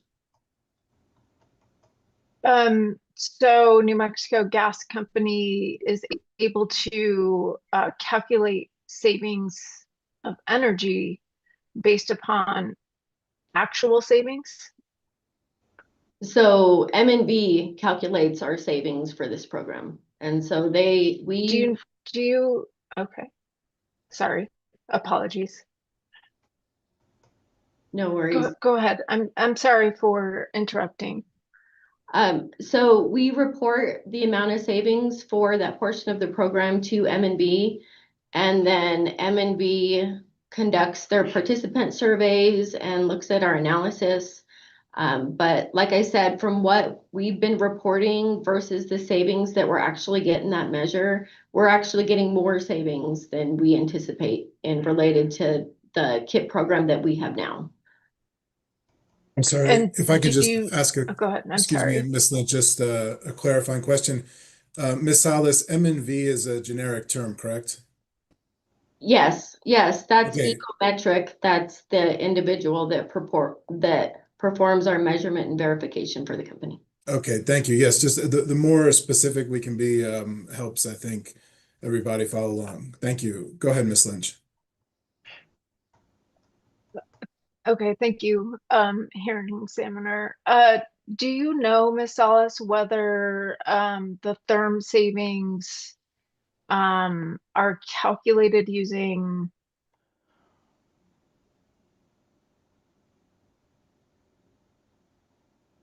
apologies, I was muted. Ms. Salas, do you know whether those therm savings are based upon predicted potential savings, or are they the actual savings? I don't understand your question. Do you mean the therm savings that we report to M&B or the therm savings that M&B provides us? The therm savings that MMV used in its reports, do you know whether those are predicted savings or are they actual savings? So I believe what MMB provides us are the actual savings that have been determined in that program. Okay, thank you. Is it true, or am I understanding correctly that ratepayers pay for each kit New Mexico Gas Company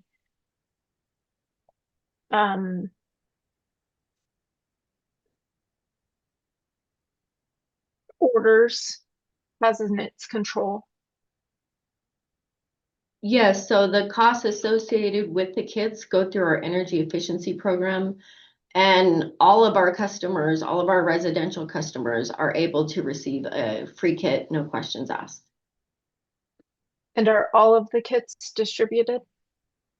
As far as I understand, I don't think we've had a year where we've had kits that have not been distributed. Okay. Excuse me just a minute, Miss Lynch. Because I have a question on that.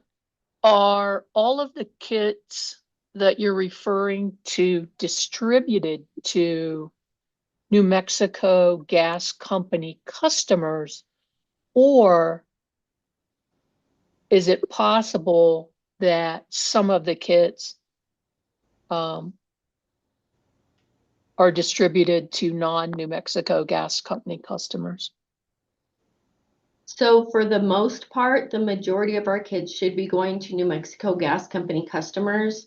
However, in situations where we are providing income qualified kits, say at an income qualified program in a small New Mexico town, obviously that town is going to be primarily, served by New Mexico Gas Company. But to the extent somebody came from out of town, there's potential that somebody from maybe outside of the city could have obtained a kit. My understanding is these are things that M&V would look at and determine if there's, a high level of individuals that are obtaining the kits that aren't New Mexico Gas Company customers. But for the most part, I would say our kits are going to New Mexico Gas Company customers. Is there some kind of requirement? I understand you said any customer could request one. So I guess that there would be a verification then by gas company that they're a customer before you send it out, correct? Yes, so they actually go to the website and they have to type in their account number and address, and they can get a kit sent to them directly. So at these other events though, if you leave the kits at the food bank or you have these other type of meeting or whatever, is the procedure such that the person has to produce a gas company account number or a copy of a bill in order to receive a kit? No, but our third-party implementer will have a laptop available at those programs. And for most of the programs, they're able to validate the address and make sure it gets sent out. For certain programs, like I'm referring to food banks because those are probably the least structured of the events where we give out kits. We get a name and address, and our implementer will actually go in. And if there's kits that we provided where we can't find that there's an address in New Mexico Gas Company service territory, then we can't claim the savings for that kit. But like I mentioned, that's few and far between. Thank you. Go ahead, Ms. Lynch. Thank you. If you could please turn to page 25 of your testimony.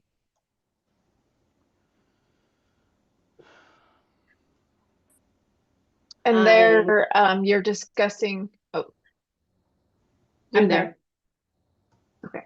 And there you're discussing the single family low income. Oh, wait, sorry. Yeah, you're discussing the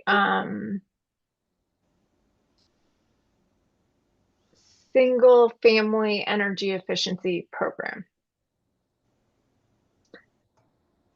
If you could take a look at lines 6 through 8. You state New Mexico Gas Company's single-family energy efficiency program will be provided to customers upon request and will allow New Mexico Gas Company to provide services to low-income customers that MFA is unable to reach quickly. That's what you wrote, correct? Okay. Yes, that's correct. Do customers or how will New Mexico Gas Company identify the customers that will participate in this program? Well, for one, if a customer calls in and is interested in participating in this program, then we will sign them up. But what we're planning on doing to start this program off, once we're sure that it's approved, is we're actually planning to go out to different low-income communities and basically kind of have a program kickoff and try to get customers signed up in those communities for this program. And so customers should be able to sign up just by calling us, but we're also going to go and try to recruit customers to sign up for this program.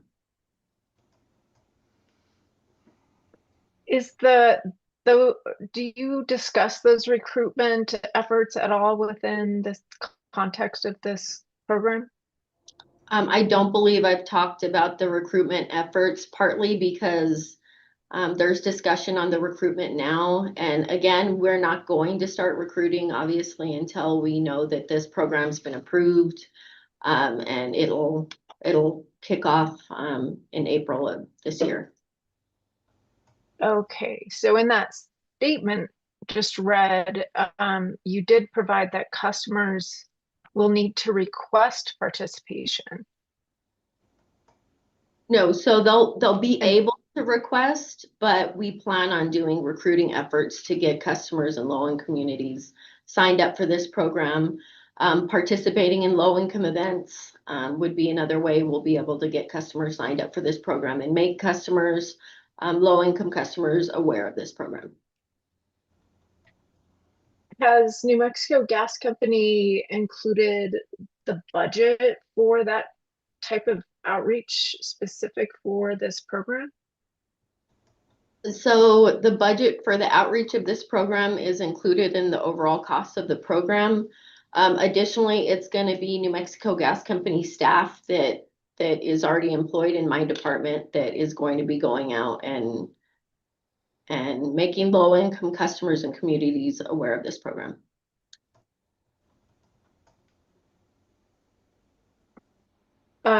And at those events, will you also be providing information about how the customer will request participation in the program?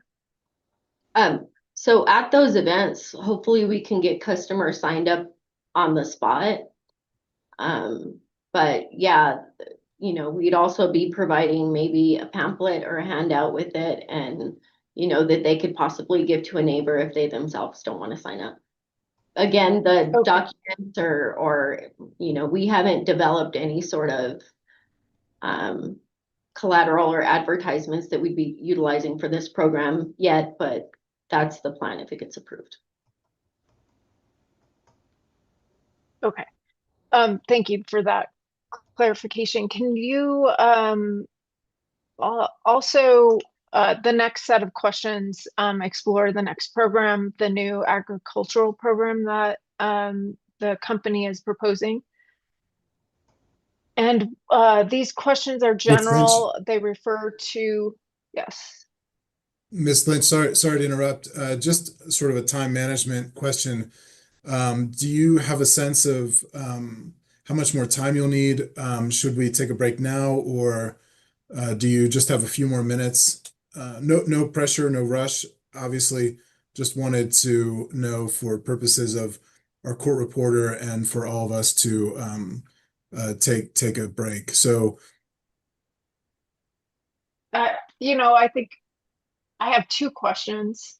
okay. Estimated 5-minute response, possibly.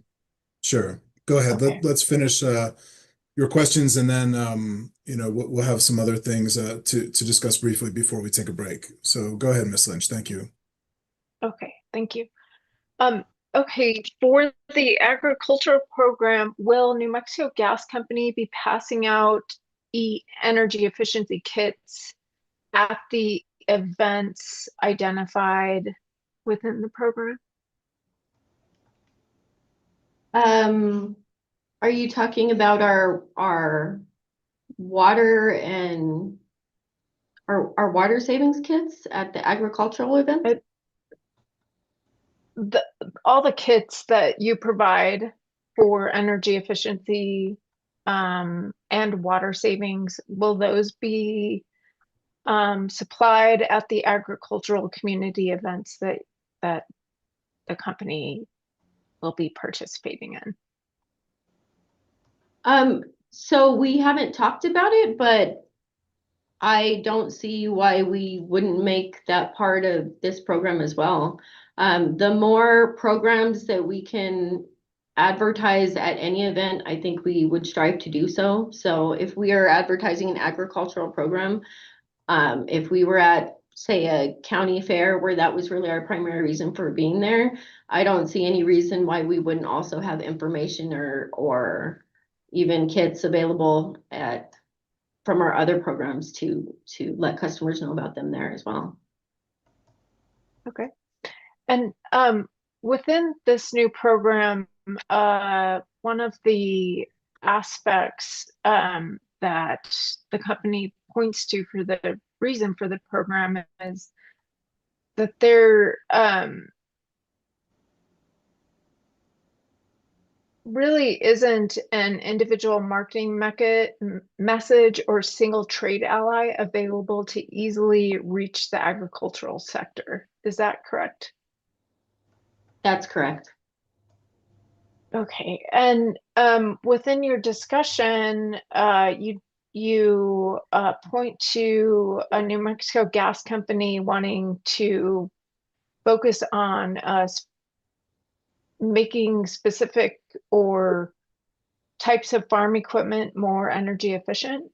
I'm wondering, what farm equipment is the company wanting to target through this program? Okay, so if you turn to my exhibit CJS 2, page 15, there is actually a list of all the equipment that would be eligible in this program. CJS 2, page 15. Yes. Would you mind naming some of those pieces of equipment that the company is wanting to make more efficient? Yes, so it'd be equipment related to greenhouses. It would be equipment related to grain drying. And by grain drying, it's just basically any sort of equipment that would do any drying of any sort of agricultural program. It's not really limited to grain. Then there's also equipment related to dairies, such as milk pre-coolers and recovery water heaters, things like that. Okay. Thank you so much. I appreciate your time. I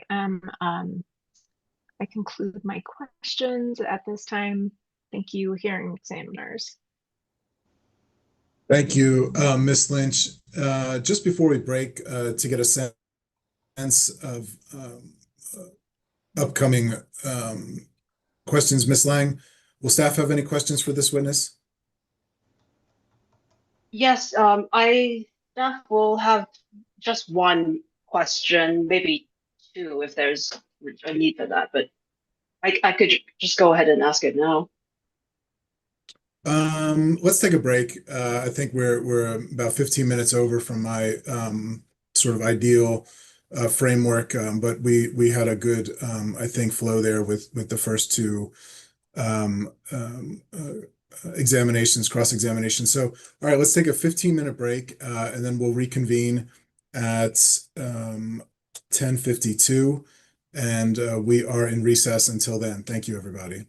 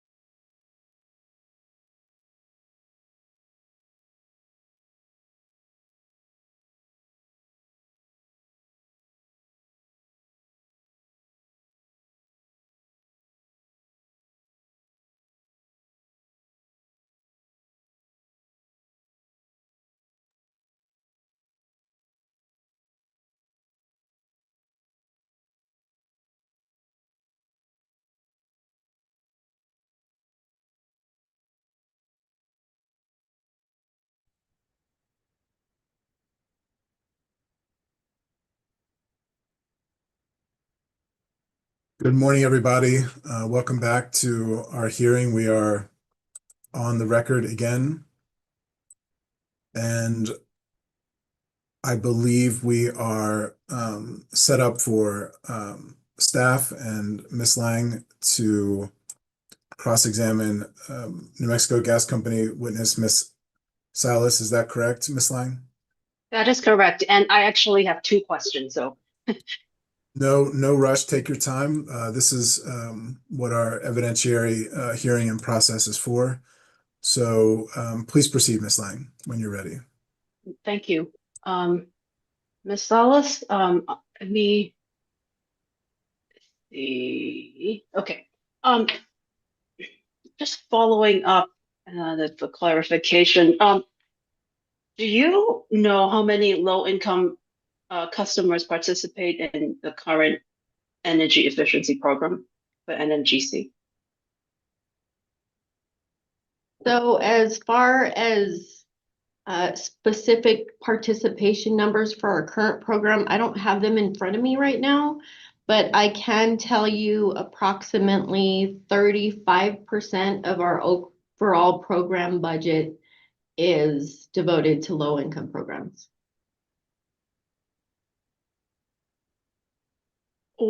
When you say 35% of the budget is dedicated to low-income programs, how do you how is that distinction made then? You know what I'm saying? Like how, if it's 35% of the budget and it has to go to low income, how do you identify that it is going to low income customers? Because the programs that we have for income qualified are designed specifically for low income customers.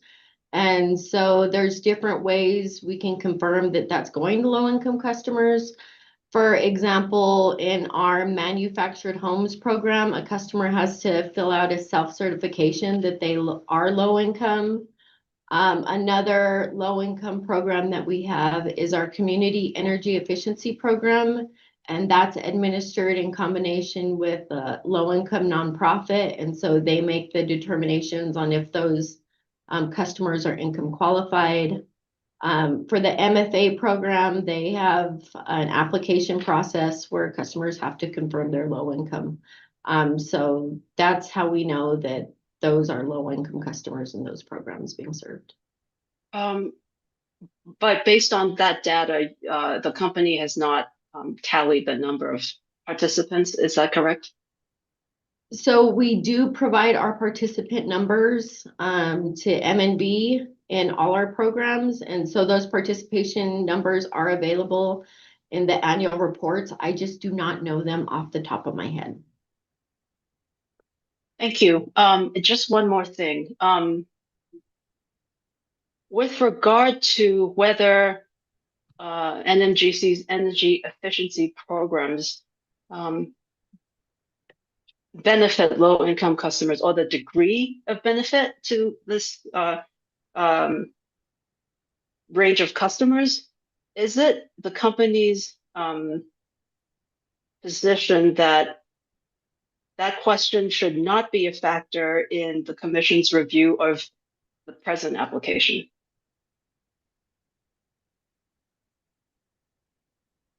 Can you repeat your question? I'm not. Sure. I had a hard time writing that question down myself. So in the current application before the commission, when the commission considers whether or not to approve your NMGC's application, should the commission weigh or ask the question as to the effectiveness or the degree of effectiveness of of NMGC's EEP with regard to low-income customers? Yes, I believe that the commission should take into account how effective our programs are for low-income customers. I believe the statute requires us to have a certain percentage of our programs devoted to low-income customers. And though our low-income programs have a UCT generally of under one that's pretty typical for low-income programs or low-income energy efficiency programs in general. And that is all I have. Thank you so much for your time. Thank you, Ms. Lang. So before we proceed to redirect, I would just like to ask if Commissioner O'Connell or Commissioner Nybert has any questions, and then we can proceed to hearing examiner questions. Yeah, thank you for the opportunity, but I don't have any questions. I'm just trying to learn by watching. Thank you. Hearing examiner Hurst, do you have any questions for the witness? Hearing examiner Schaefer, I actually do have a few questions for the witness. Good morning, Ms. Salas. In reviewing your testimony, my understanding is that the program that gas company is seeking in this particular case is approximately $5.7 million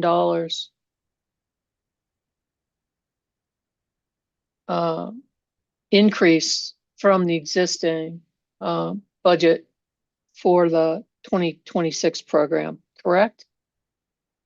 Yes, that's correct. And you indicate all 7 programs or that the proposal is for 7 programs plus 2 new ones. Is that correct? That's correct. And of the existing programs, you are proposing enhancements, I believe you refer to them, to 4 of the programs. Is that correct?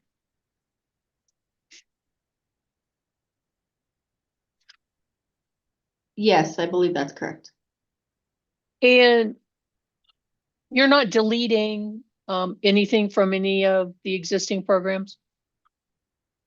No, we're not. And on page 3 of your testimony, your direct testimony, where you are referring to your exhibits that are attached to your testimony, and I don't recall the exhibits that were attached to your testimony, Ms. Salas. Were those prepared by you or under your direction and control? Yes, they were.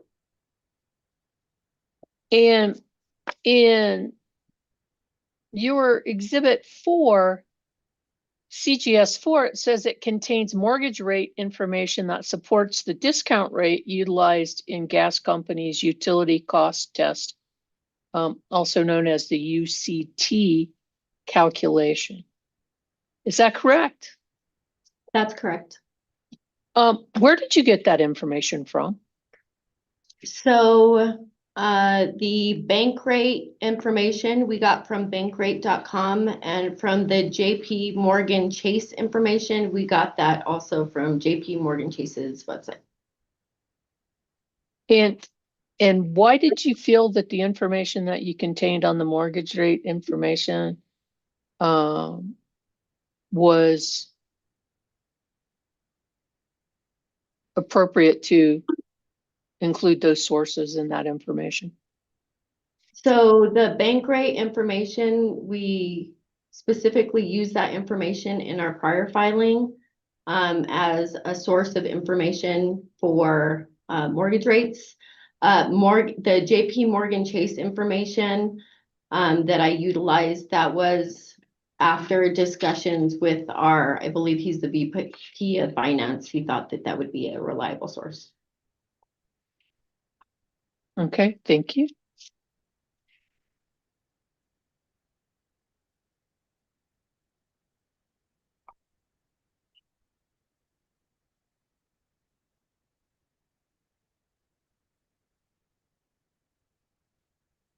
Page 8 of your direct testimony, you testify that gas companies proposed 15.3 million dollar increase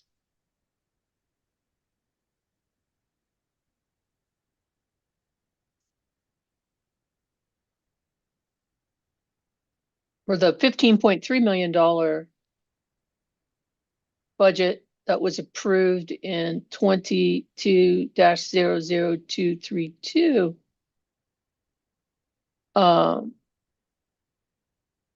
now proposed to be 20.9 and 21.7 through the program years. You testify that the increased budget is in alignment with the 2019 change to the EUEA, which permits funding for gas utility energy efficiency programs of up to 5% of total annual revenues. That's your testimony? Yes, it is. And then you say that gas company estimates that 5% of its total revenues based on a 3-year historical average is 24.3 million, correct? That's correct.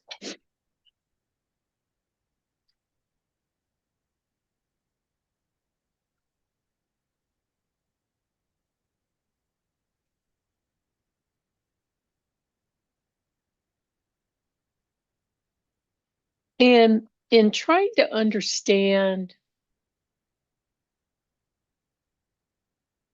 how you formulate your new plans,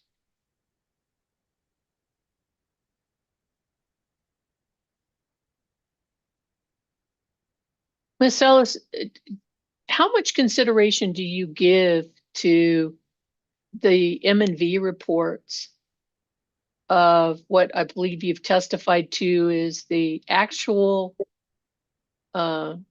savings that the program has incurred as determined by the M&V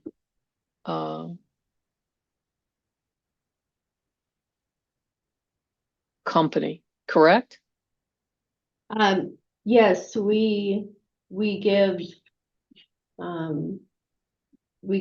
a lot of cadence to the M&V report. We rely on it.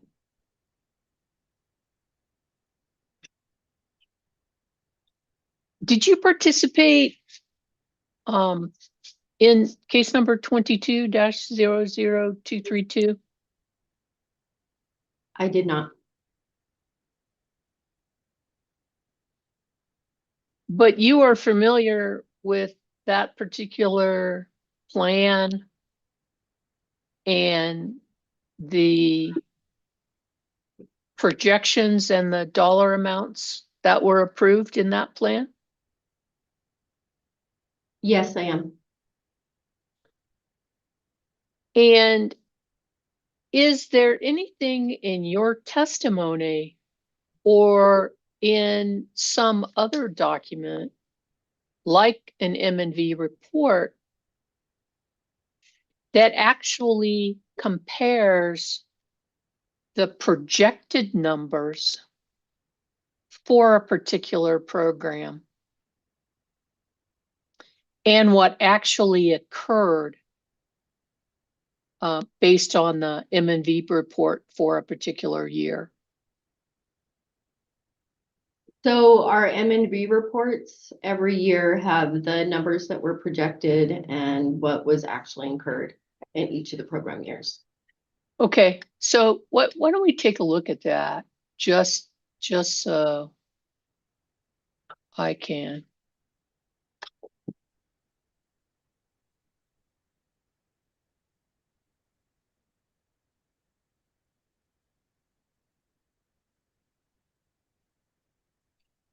So for example, if we wanted to look at the WRA Exhibit 2,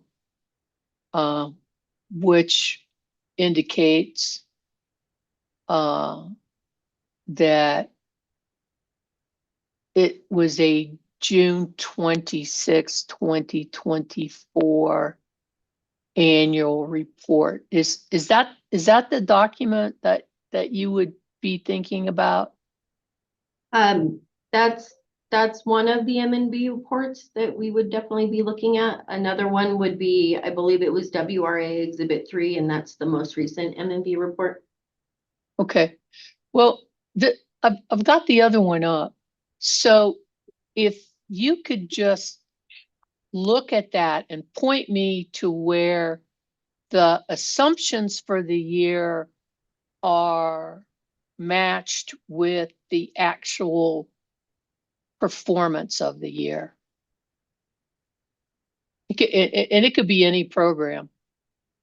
Yeah, give me just a second. Okay, what page are you on?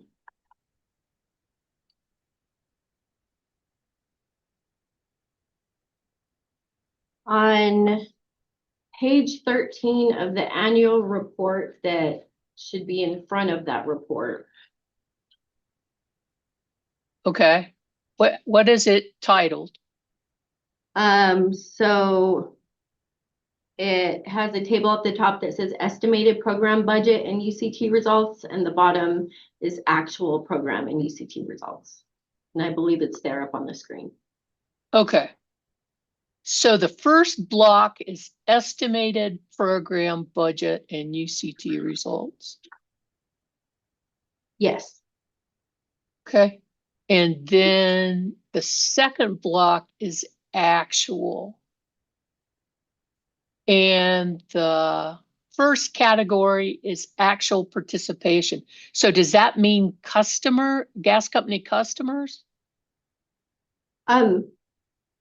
Typically it does mean customers, but for example, say in a space heating program, one customer could have got a furnace and done installation, or one customer could have got a furnace and an energy saving kit. And so the participation numbers, for the most part, typically it is a customer, but more customer can get more than one item in a single program, if that makes sense.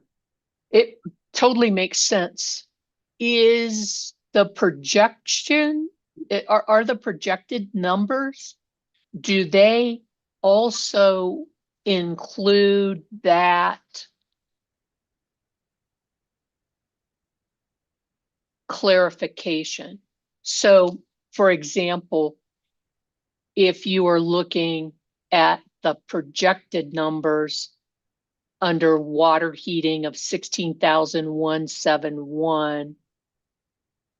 Well, no, let's do the space heating of the 2,688. Is the assumption in that numbers also that it relates to actual, for purposes of this question, space heating devices and not customers? Yes, exactly.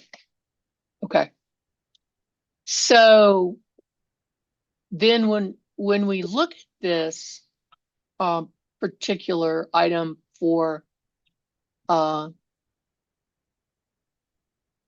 just as a check between what was projected and what the actual results for this particular year are, just generally, do the actual results compared to the projected results, how are they interpreted by you? So what's the easiest way? Do you kind of want to go program by program here? Well, just tell me overall. So if I was looking at this and I was gonna give you kind of an overall summary. I would say overall, our overall UCT ended up being higher than what we projected.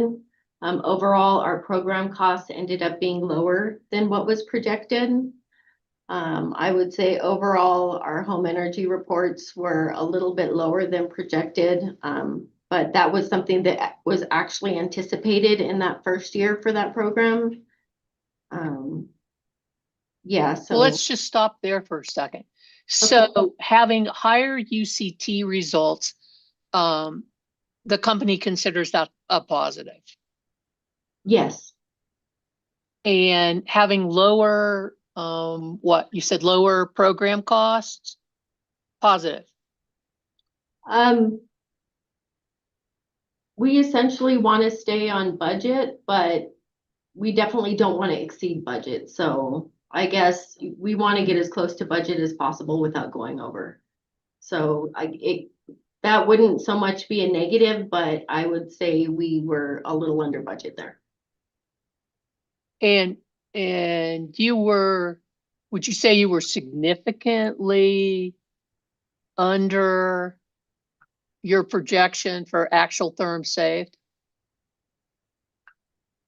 I wouldn't say significantly, again, because this specific program year, if you look at our home energy report, actual therm savings versus what we thought we were actually going to get that year, that's where the therm savings differential really occurred in that year.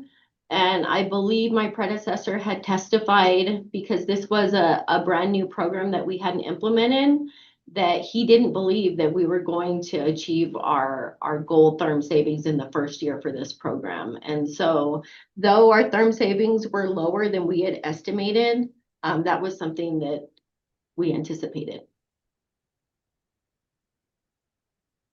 But not something that could be ameliorated during the first year. For that specific program, no, it was anticipated that we were going to have a difficult first year in that program. We probably wouldn't achieve our estimated savings until years 2 or 3. And I can tell you this past year, we did achieve our therm savings in that program and our overall estimated annual therm savings for our entire program.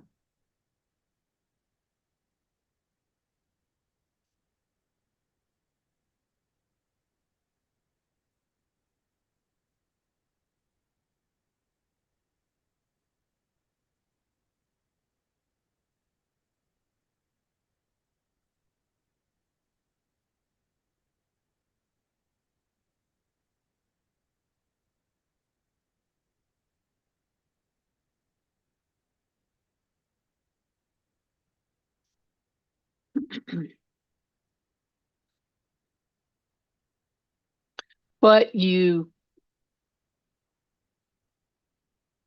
don't think you overestimated the new homes program?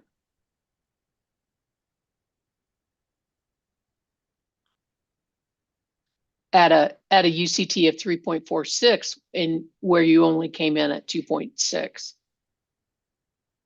So that specific program, I'm not sure what the differential was in that program. I agree, we did estimate a UCT of 3.46, and ended up with, I'm having a hard, UCT of 2.6. I can tell you that even though that estimation was lower than what we anticipated, a UCT of 2.6 is a really good UCT. It's far above the UCT of 1 that's required. And for example, in your efficient buildings, you were higher at 2.25, where you estimated 1.85, correct? That's correct.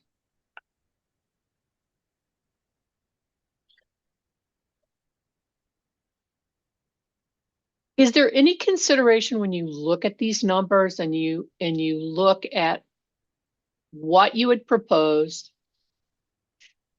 and what you actually achieved,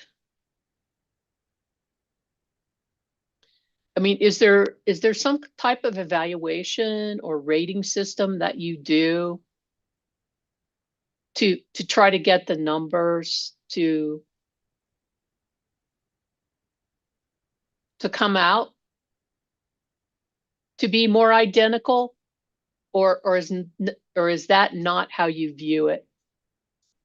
So I think our overall goal is to, yes, we want to meet our estimated goals. We want to exceed our estimated goals.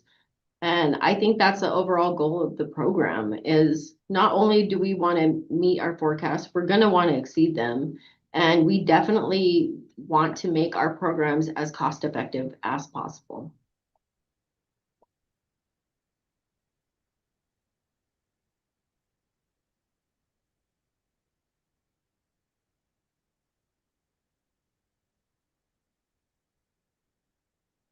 And did you say you had a similar comparison for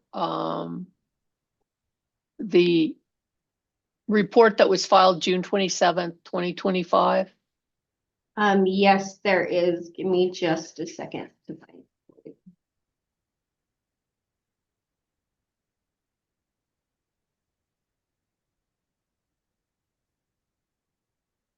Page 10. Yep, you found it. And just briefly looking at that, and the projections are from the initial approved program, right? I mean, you didn't go back and tweak the projections based on what happened in 2023, did you? No, the projections are the ones that we filed with the case in 2022. Okay. And so just in viewing, again, generally, what does gas company find significant or important about where they were in their projections to what was actually achieved? So when you look at our overall projections, we had projected 4.5 million in therm savings. Our actual therm savings for this last program year were 4.9 million savings. And we ended up slightly under budget. So overall, from a high level view of what we proposed as an overall portfolio to what we achieved, I would say that that's positive. Something else that we would look at there is where our UCTs coming in versus where we thought they would be. And so we would, go through those and compare them. For example, our budgeted UCT for home energy reports, we had at 1.10. It ended up being much better than that at 1.74. So looking at that, that's definitely a program that, is working well and we want to continue. Another thing I look at here that's very significant is the efficient buildings program and the amount of therm savings that we're getting from our efficient buildings program in comparison to our overall therm savings. That program really, it's really providing a lot of value to customers. But you still haven't met that 3.46 in your new homes program. We haven't, but again, the UCT that we have there is 2.52, which is a really great UCT overall. I mean, you're talking, you need a UCT of 1, that's 2.52. So yes, it was lower than the new homes program that we projected in the initial case. I think we've since then kind of cleaned up our projections. We are not projecting that high in this case. So, I mean, yeah. Okay. And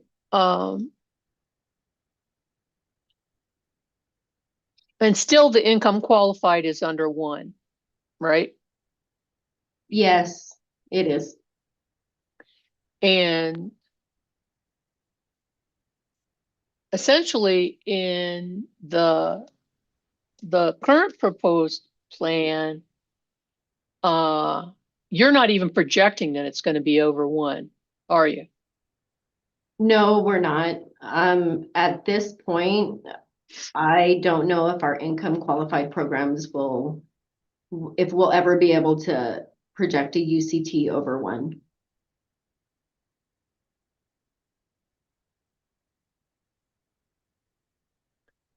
How do you account for the almost 1, the 0.97?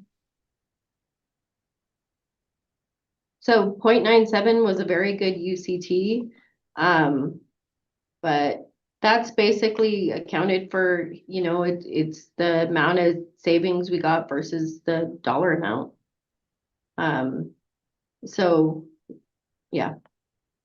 No, I just wondered, because it looked like it was an improvement over the year before, wasn't it? I have to check the year before.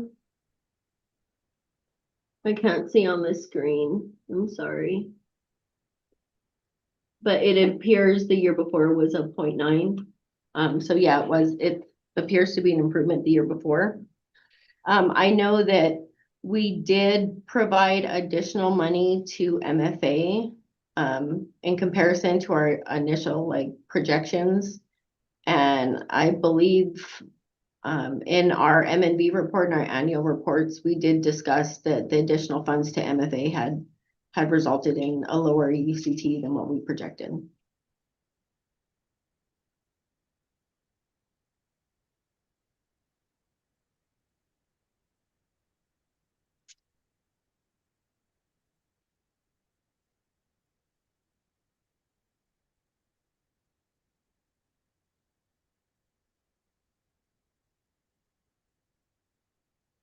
So then, just in comparing the two, well, have you got any thoughts on what the commission's going to see in June on this next plan year, on the 2025 plan year? Are you expecting similar numbers? Yes, we are expecting similar numbers in this next plan year. And right now I'm anticipating an actual higher net therm savings that we reported in comparison to the prior plan year, but we do get the majority of our savings in our programs during the winter heating months. And so it's hard to kind of predict overall. Okay. And you're in the winter heating months now, correct? Correct. And it hasn't been real cold yet, has it? It hasn't.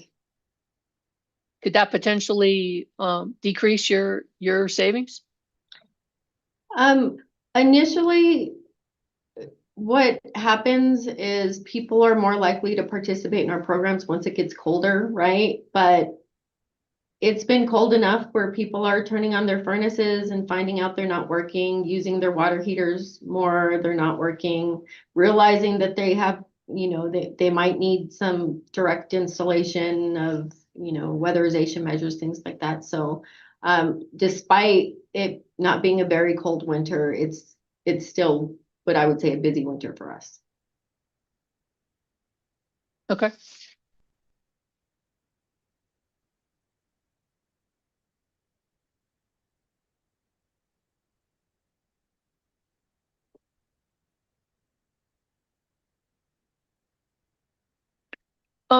Just with regard to selection of implementers,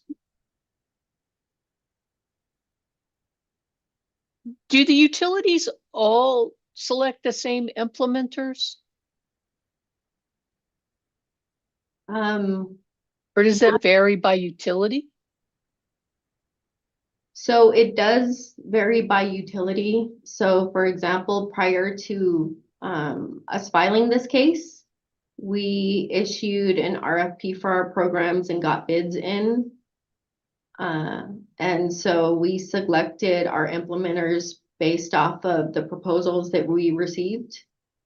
So that's how we select our implementers. Now, if there is a program that one utility is leading and another utility is kind of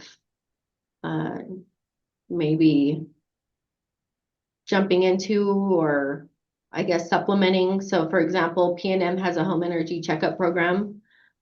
They lead it and they select the implementer for that program, but we piggyback on that program and we provide some funds so they can install shower heads and faucet aerators in addition with the electric energy saving measures. But it's up to the specific utility how they pick their implementers. And like I said, in the instances, like if P&M was, you know, selecting a new implementer for a program that we both work together on, we would be aware of it. We wouldn't be involved in the selection process.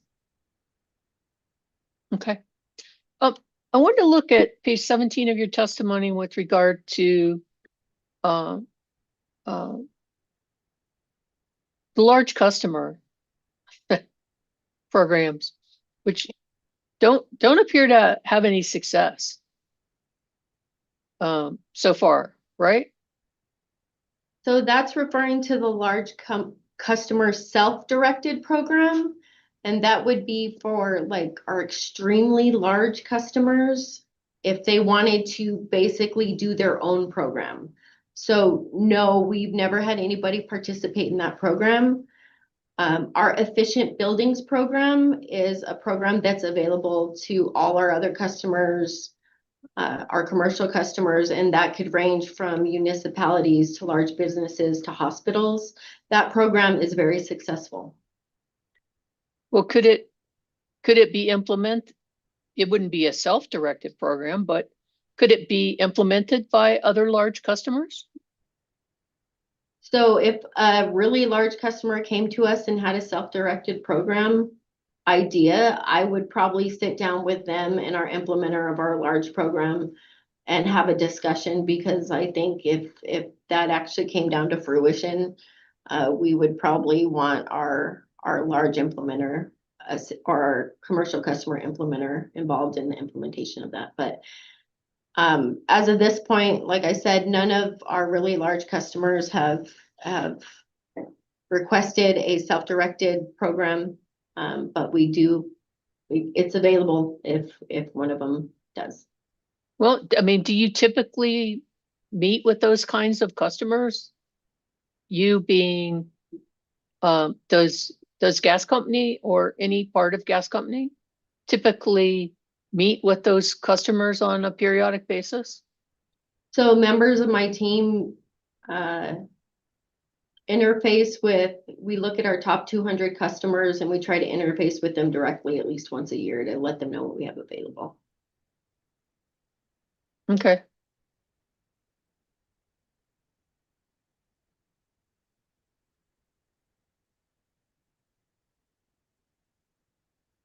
Might want to invite them to the events that you have. Take them out to lunch. I don't know. It's unfortunate that we can't seem to reach that particular group, because it seems like there might be some savings there, don't you think? There may be. Who's Franklin Energy? So Franklin Energy is the implementer that we have selected for our space and water heating programs for this upcoming program fund, years 2026 to 2028.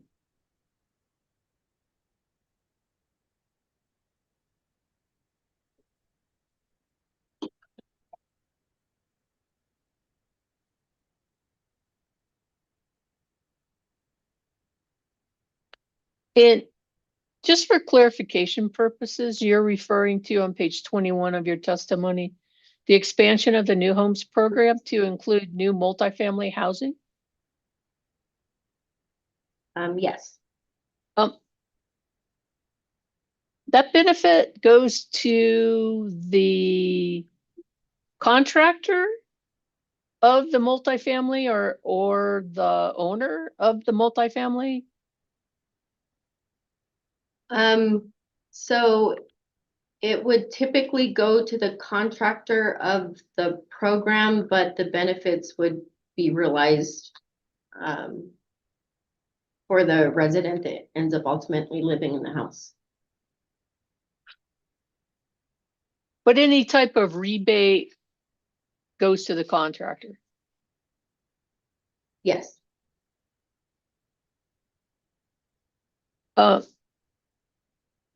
On page 22, you refer to Bidgley. Yes. Who is Bidgley? So Bidgley is the contractor that we have chosen to implement our home energy reports program for this upcoming program cycle. They are also the contractor that I believe P&M utilizes for its home energy report program as well.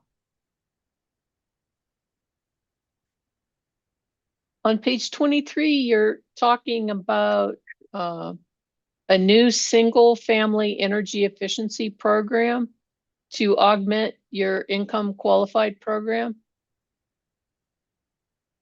Is that correct? That's correct. Why now are you offering this particular program? So there's a couple of reasons. So for example, in our last proceeding, I understand there was a lot of discussion about the waiting list that exists in our weatherization assistance program that is administered by MFA. And as part of the last case, we actually contributed additional funds to MFA to attempt to help with that waiting list. Unfortunately, providing more money to MFA to help with that waiting list hasn't been successful. And so proposing this new program, we are hoping that individuals that would normally basically end up stuck on the waiting list for the MFA program will instead be able to take advantage of this program. And how will this program be marketed or announced, either in the same way that the other program is or differently? So I don't believe there's actually a lot of marketing for the MFA program because of the large list and backlog they have.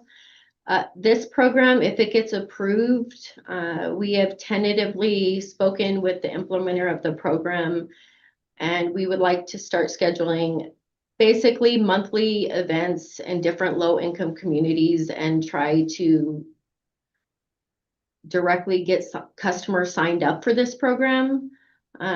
There would also be other advertising we do, like we do for our normal programs, social media, our website, etc. But we're planning on going out to the community and trying to meet customers in their communities and get them signed up for these programs. With regard to your testimony on page 25 about the agricultural program, you indicate that gas companies proposing launching an agricultural program directed to gas company customers, such as dairy farms, indoor agriculture, and greenhouses and crop farms. That's correct? That's correct. Are these big gas users? They can be. So in what way? So for example, if an agricultural customer is using a grain dryer, which is basically a piece of machinery that's utilized to dry agricultural products, it doesn't essentially have to be grain. That's a high use, that's a very high natural gas using product. Also, dairy farms, have lots of equipment to keep boilers and sterilization of milk. And so that's a high using natural gas appliance. Those are Okay. the ones I could think off the top of my head. In my exhibit CGS2, there's actually an entire list of the equipment on page 15 that we would be incentivizing for the agricultural program. Yeah, I was real happy with Ms. Lynch's asking that questions and you're identifying that, because I was just having a little difficulty conceptualizing that, because I didn't think that you were going to put a high efficiency gas furnace into the barn to keep the cows warm. So I was just sort of trying to figure out what the purpose was going to be. So that's helpful.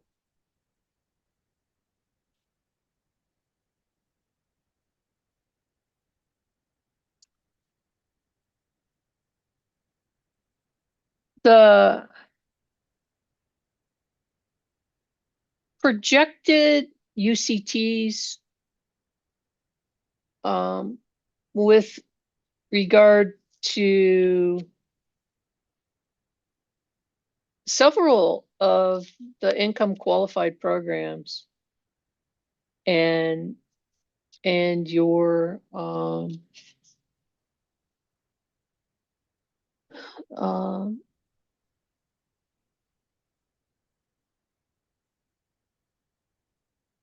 and a couple of the others, including the home energy report and the school and senior kids program, are being projected at least for some of the years, and some for all of the years, as below the one UCT.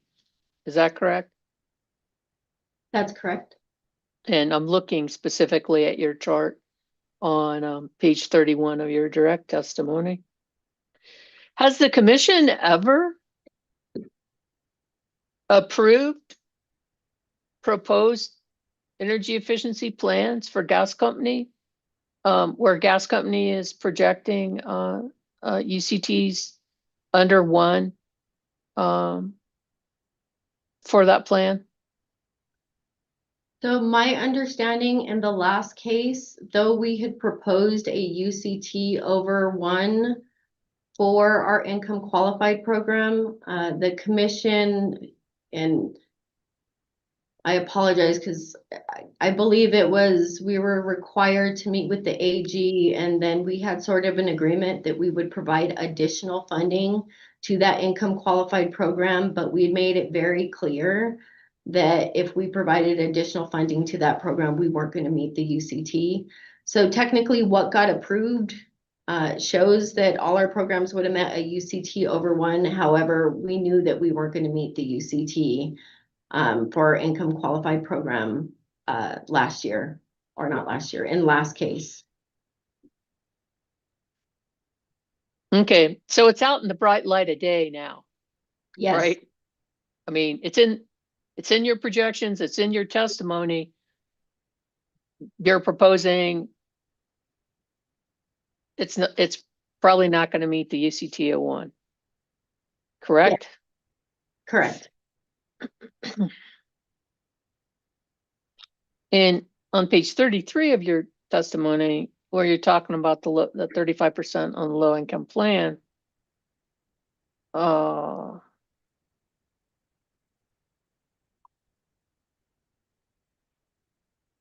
in order for gas company to dedicate a similar amount of its program funding to low income programs for the 2026 through 2028 program years, New Mexico Gas Company has to increase its other offerings in paren, such as other commercial and residential programs in paren, that have UCTs over 1 to offset the lower UCTs expected in gas companies' low income programs. That's your testimony, Ms. Alice? Yes, that's correct.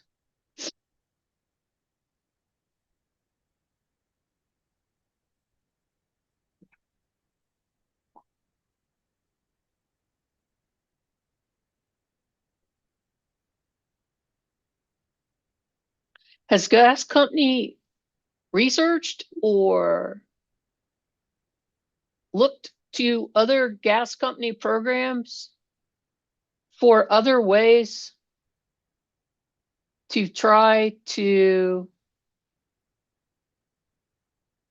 either increase the UCT for the income qualified programs, or at least not to have to increase other offerings in order to carry those programs? Yes, that has been a topic of conversation that gas company has been discussing since prior to my tenure here. I've also talked to other utilities at conferences, etc.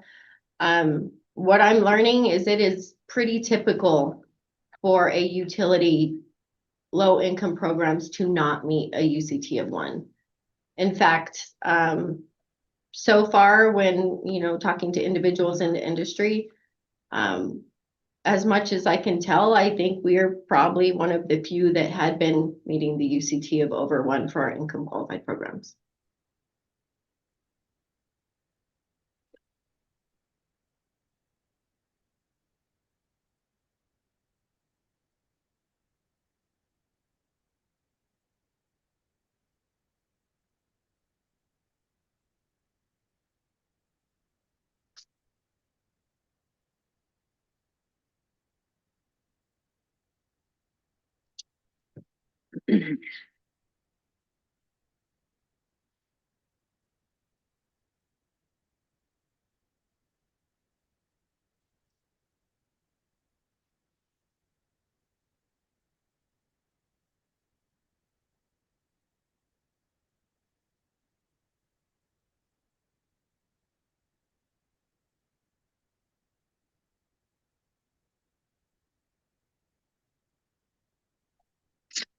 On page 40 of your testimony, you're answering the question posed at line 17.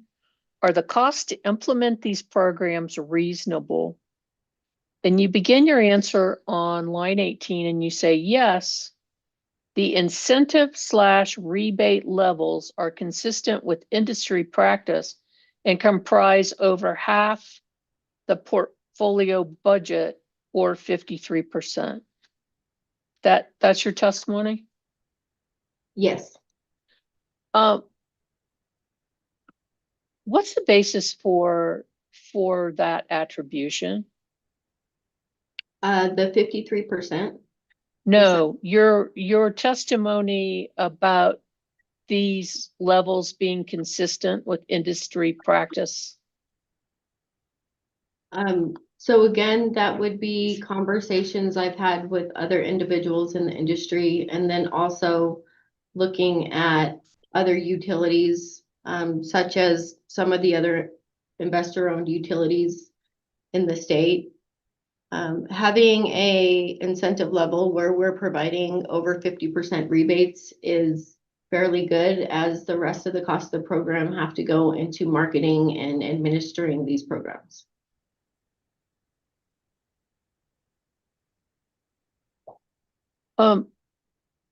On page 49 of your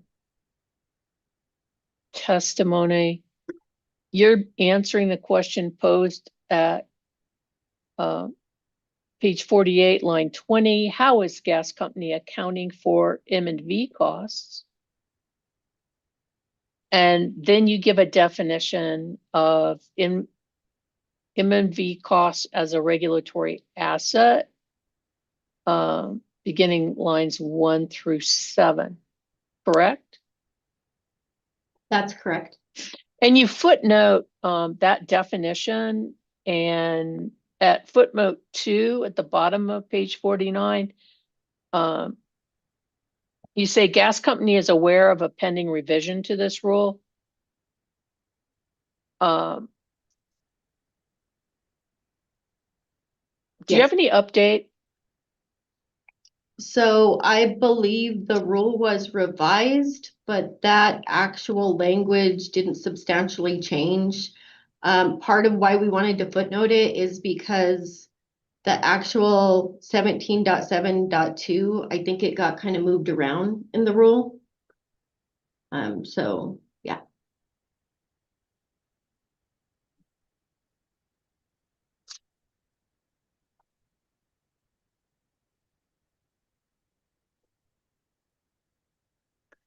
With regard to your testimony at page 50 and M&V in New Mexico,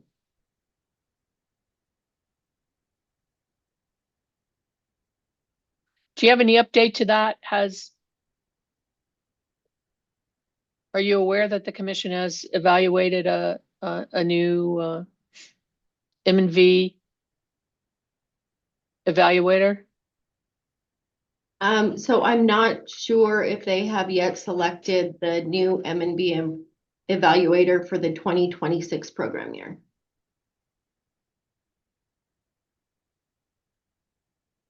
On page 51 of your testimony,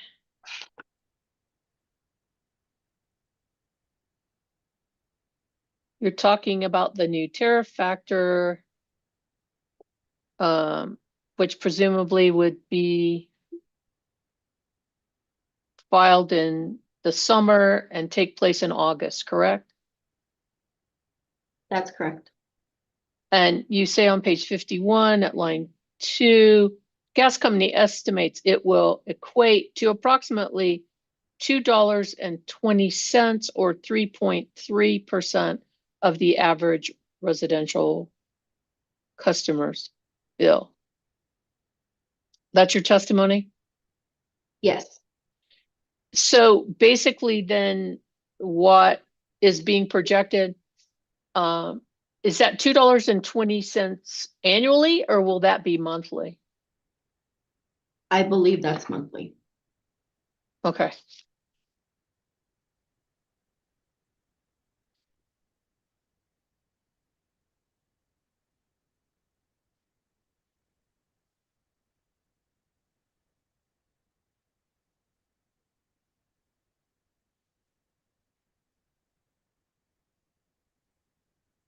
And I just had a couple of questions on your rebuttal,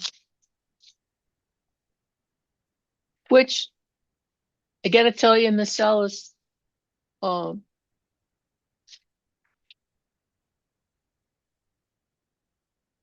my humble opinion, I do not believe that pages 1 through the middle of page 4, I do not believe are appropriate rebuttal testimony. According to the commission rule, rebuttal testimony is supposed to counteract or rebut testimony of somebody else, but that's not what your testimony does, is it? Doesn't basically your testimony from the bottom of page 1 through the middle of page 4, doesn't it actually just agree with everything that staff recommended in this case? It does. I think it just helps us notify on record what our position was on staff's recommendations. Yeah, that's called supplemental testimony. So in the latter part of your testimony, you take issue with WRA's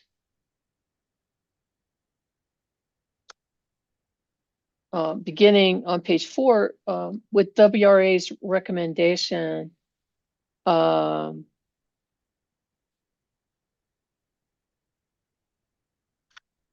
regarding the sunsetting or elimination of some of gas companies' energy efficiency programs, correct? That's correct. And I believe Ms. Beatles has already ask you, and I think I understand your answers. And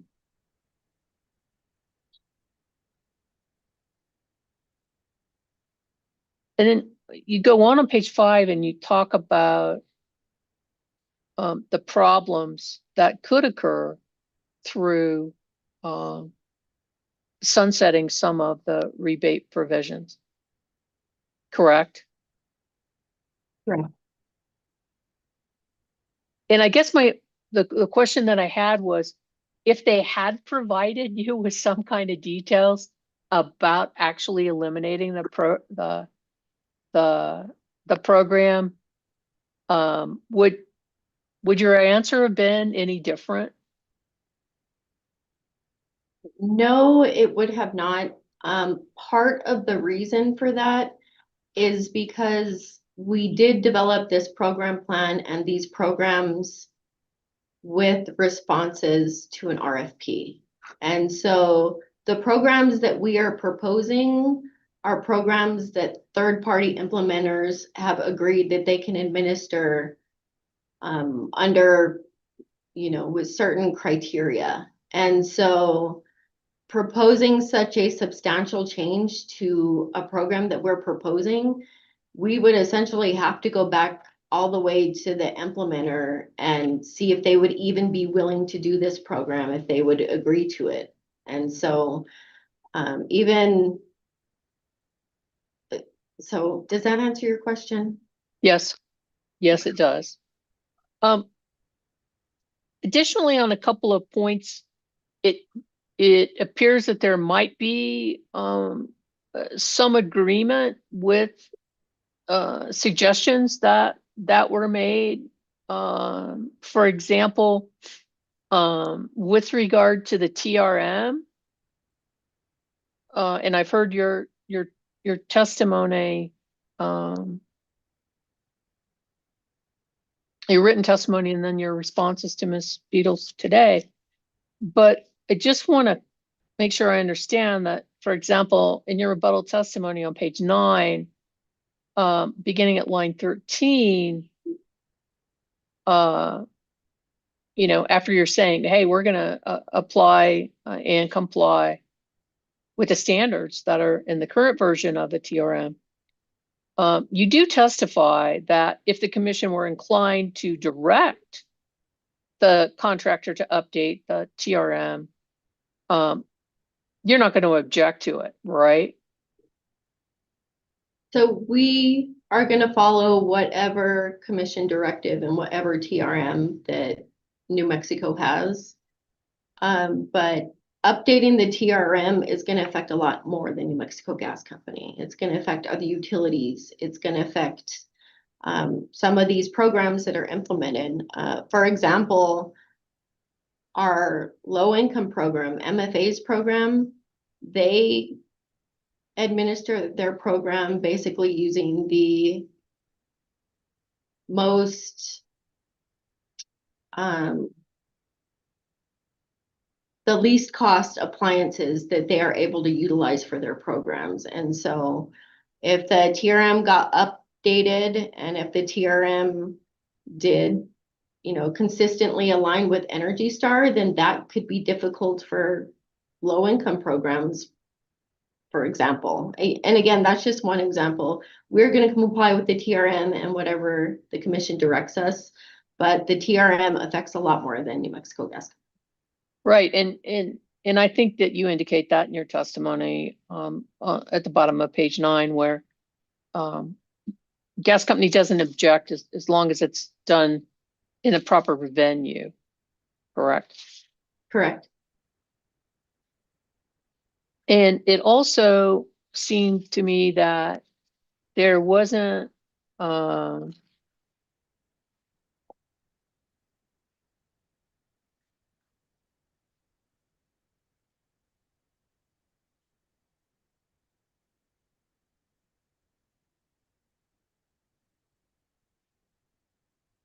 I just lost it.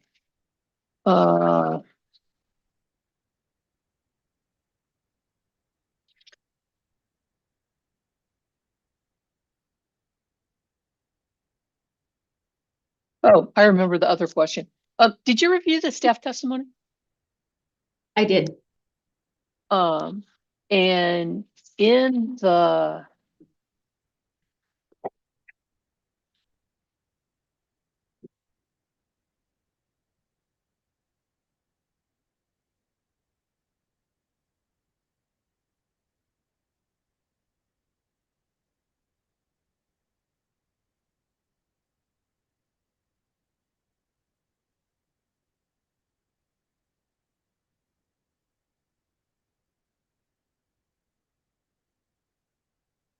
and subject to this exhibit being admitted, did you see the staff exhibit to the rebuttal testimony of Dr. Jimenez? Specifically, which one?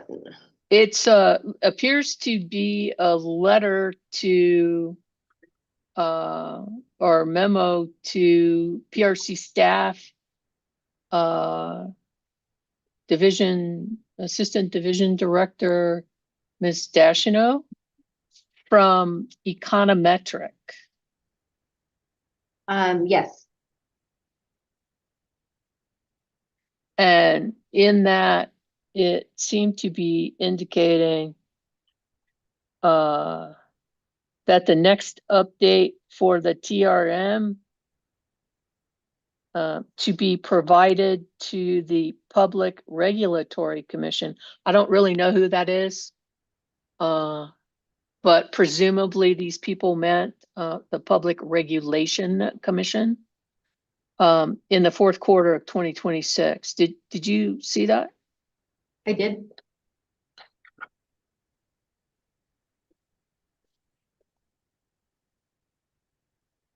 And this Econometric, it's the M&V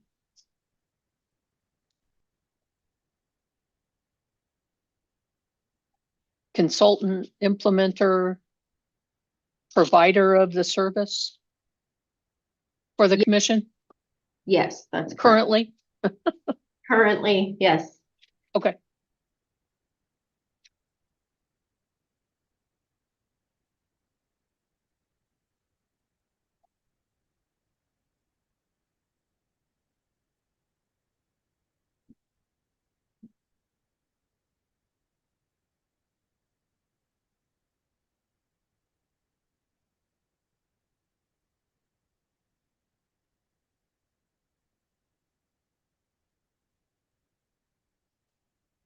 So that's all the questions I have for you. Thank you very much.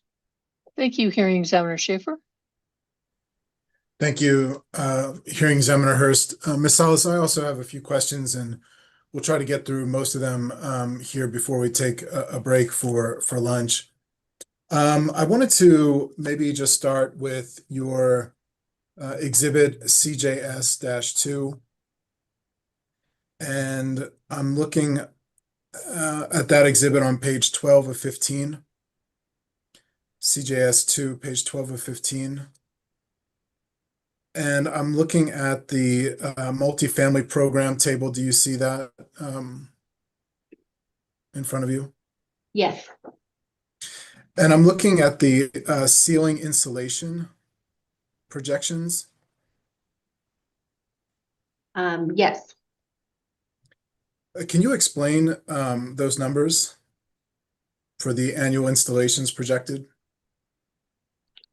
So for the annual installations projected, that's actually going to be a measure of the actual cubic feet of ceiling installation that's going to be projected. And so that's why those numbers appear to be incredibly high. So yes. Okay, so there's an error in the table. No, there's not an error in the table. Well, how does the reader know that it's supposed to be cubic feet? There probably should have been a footnote in the table, but some of the annual installations or the way we measure some of our measures are by things like cubic feet or are by things like, for example, when we're doing when we're doing our bay door installation ceiling in our efficient buildings program, we actually estimate the number of feet of installation that we're going to be insulating. But I see what you mean. It is confusing, and going forward, we should probably be footnoting, especially those measures where we're using cubic feet versus numbers of equipment. I'm also looking at page 6 of 15 of your exhibit CJS2. Okay. Or I'm looking at the entry, I believe it's multi-family custom dollars per therm. And if I'm not mistaken, I'm not sure, this is for the thermostat. No, it's not for the thermostat. What is that entry for? It looks like the entry is just for multi-family custom dollars per therm in that line. Am I missing something? No, you're not missing something. So what that is expected to take into account is the implementer is estimating that they're going to have 8,000 therm savings due to multifamily custom projects in that program. Okay, so what is that line? So what is being installed in that what this table? I'm just trying to get a sense of what the table is trying to articulate, and could you help me understand what is being installed exactly? So because that's a multifamily and it would be a custom, we don't know essentially what it is that's going to be installed. It could be anything from, it could be a custom boiler.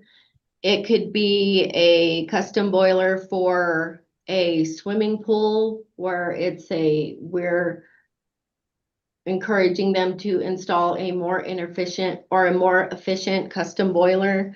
It would be a very custom type of installation or appliance that would be accounted under that measure. Okay, so multifamily custom, so there's no, I guess, noun in that line item. Multifamily custom items or miscellaneous items. I mean, if do you understand my confusion? Maybe you can help me understand more clearly what exactly these things are being proposed or assumed to be installed. Yeah, so miscellaneous is probably a good way to explain it. What we're trying to portray here is this is the amount of multifamily custom therm savings we would get in 2026, 2027, and 2028 under the program. And again, because because custom projects or custom measures are very specific to the actual job that's being done there. Like I said, it could range from a really custom boiler to sort of custom equipment that might be installed in a multifamily unit. And the 8,000, 10,000, 12,000, those refer to specific items within those category of items that may be installed in a multifamily housing development. Is that correct? It's more, we believe we're going to get 8,000, 10,000, or 12,000 therms during each of those years by installing multifamily custom projects. Okay, so you would agree that that's another error in this table, that those numbers 8,000, 10,000, and 12,000 don't refer to things installed, but rather to therms that are saved. So it is, again, it's something that we probably should have done a footnote and explained that a little bit clearer. Okay. So, Ms. Salas, are you, to what extent are you familiar with the methods of calculating the figures in CJS 2, New Mexico Gas Company Exhibit CJS 2? I'm familiar with calculating some of the stuff in CJS2. A lot of these numbers that we have obtained in here come directly from our program implementers that are going to be implementing the program. And so this is basically a list of all of the measures that they're going to be installing, the gas therm savings, and the amount of installations and rebate that they intend to install under that program. And have you reviewed the equations that the implementers use to calculate the assumptions in CJS 2? Yes, and we had discussions with them whenever they provided us this information, and to ensure that they were providing information that was in line with the TRM or was in line with assumptions that had been utilized by the company previously. Okay, so is this an econometric model that's being used? So the information in CJS2 are actually the items that are implemented into our utility cost test model. So these are actually derivatives from our utility cost test model. They're not entirely from M&V. For example, Wait 1 second, Miss Salas. If I understand correctly, the UCT is a ratio of net present cost and net present value. Is that correct? that's correct. So what I'm asking about are the assumptions here of annual installations. And if you're familiar with the economic model or the mathematical model that created these values. So the assumptions for annual installations, those assumptions are coming from our third-party implementers, and they are telling us how many installations they can do for each of those measures in our program if, again, the program's approved and they are approved to be our implementer for that program. So you're saying that they reverse engineer the assumptions to fit a ratio that is demonstrated with the UCT calculation? I don't believe they reverse engineer their assumptions. What they provide us is, it's basically a breakdown of whenever they give us their proposal, they're going to propose, this is the program I want to do for you guys. This is the dollar amount we can do it for. This is the amount of rebates, and this is the amount of therms that we can save you in this program. This on my exhibit is a breakdown of what feeds into the proposal that they have given to the company. Okay, so but just I'm not sure if we answered this question, and if we did, I apologize, but are you aware of the type of mathematical model used to create these assumptions? So the assumptions that they're utilizing, for example, the gas savings that they're utilizing, they should be, or they are using the New Mexico Technical Resource Manual, or if the New Mexico Technical Resource Manual doesn't line it up, they'll use some other industry manual to come up with their assumptions, as well as their experience in the field. Okay, I maybe I'm just confused here. I believe in your testimony, and I don't have the exact citation for it at the moment, but I believe you mentioned that the implementers used software to come up with these assumptions. Am I mistaken, or is that correct? They all, yes, they all have their own types of software to, and I wouldn't say these assumptions specifically. When you're talking about software in my testimony, it might have been referring to the New Homes program and how they evaluate the home energy rating system. Okay. Okay. All right. So what is the I guess I want to go back a second to some of the things that Hearing Examiner Hurst asked about. And that is, do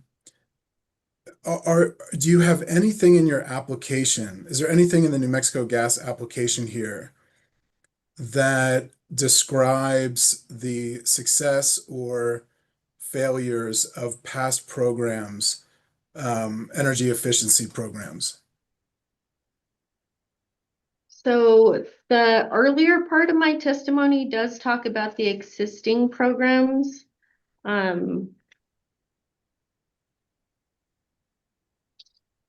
But as far as, do we have any tables where we are comparing our past success to our program application that, like our actuals and what's budgeted? No. I don't believe that's in the testimony, but that's something that gets filed every year in our M&B report, in our annual report, which will also get filed. Like, for example, in this docket, if this program plan were to be approved, we would be filing the annual reports over the next 3 years in this docket. Do you think it would be helpful for the commission to understand the success or failures of past programs vis-a-vis the instant application? Yes, one thing that I can tell you is we have met our overall UCT, and our overall program portfolio has been cost effective since this program's inception. And so I believe that was either 2005 or 2008.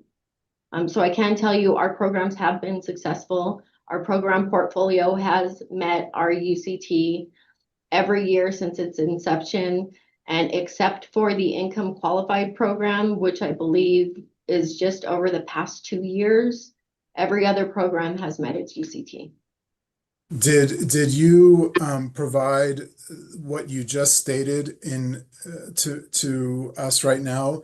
Did you provide any description of that in the application, the present application? I don't believe I went into those details. Why not? Hindsight 2020, it seems like it would have been a good idea. Partly because that information is public, because it is filed with the commission, and we are subject to public annual measurement and verification reports. I want to ask now, I'm just going to ask general questions because as I mentioned at the beginning of the hearing, the hearing examiners in many ways are fiduciaries of the proceeding and the inquiry. So I'll just ask some general things, and then we can maybe move to some more specific details. Now, this energy efficiency program, do you believe that the New Mexico Natural Gas Company is incentivized to have ever larger program budgets?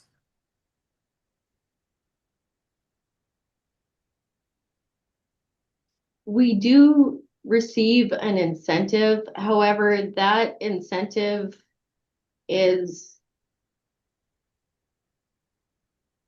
I don't think it's anything that is making New Mexico Gas Company say we want more or a greater amount of programs. When I was designing this specific program plan, one of the things I was really trying to do here was keep the same amount of low-income programs available in our portfolio. And to do that, we have to grow some of our commercial programs to be able to keep that same percentage of low income to other programs available to customers. The proposed budget for program year 2026 versus 2025, you write in your exhibit CJS-3, this is page 4, at the middle of the page, that the projected budget is a 37% increase. Is that correct? That is correct. And then in the next paragraph, you mention that the savings or the proposed or assumed savings in 2020 from 2025 to 2026 will be 27%. Is that correct? That's correct. Can you explain how that is working? Why there's almost a 40% increase in cost, but only around a 30% increase in savings? Well, one reason for that is the just overall cost of providing these programs in general. So I mentioned early on in my direct testimony that our overall cost of programs have increased in general.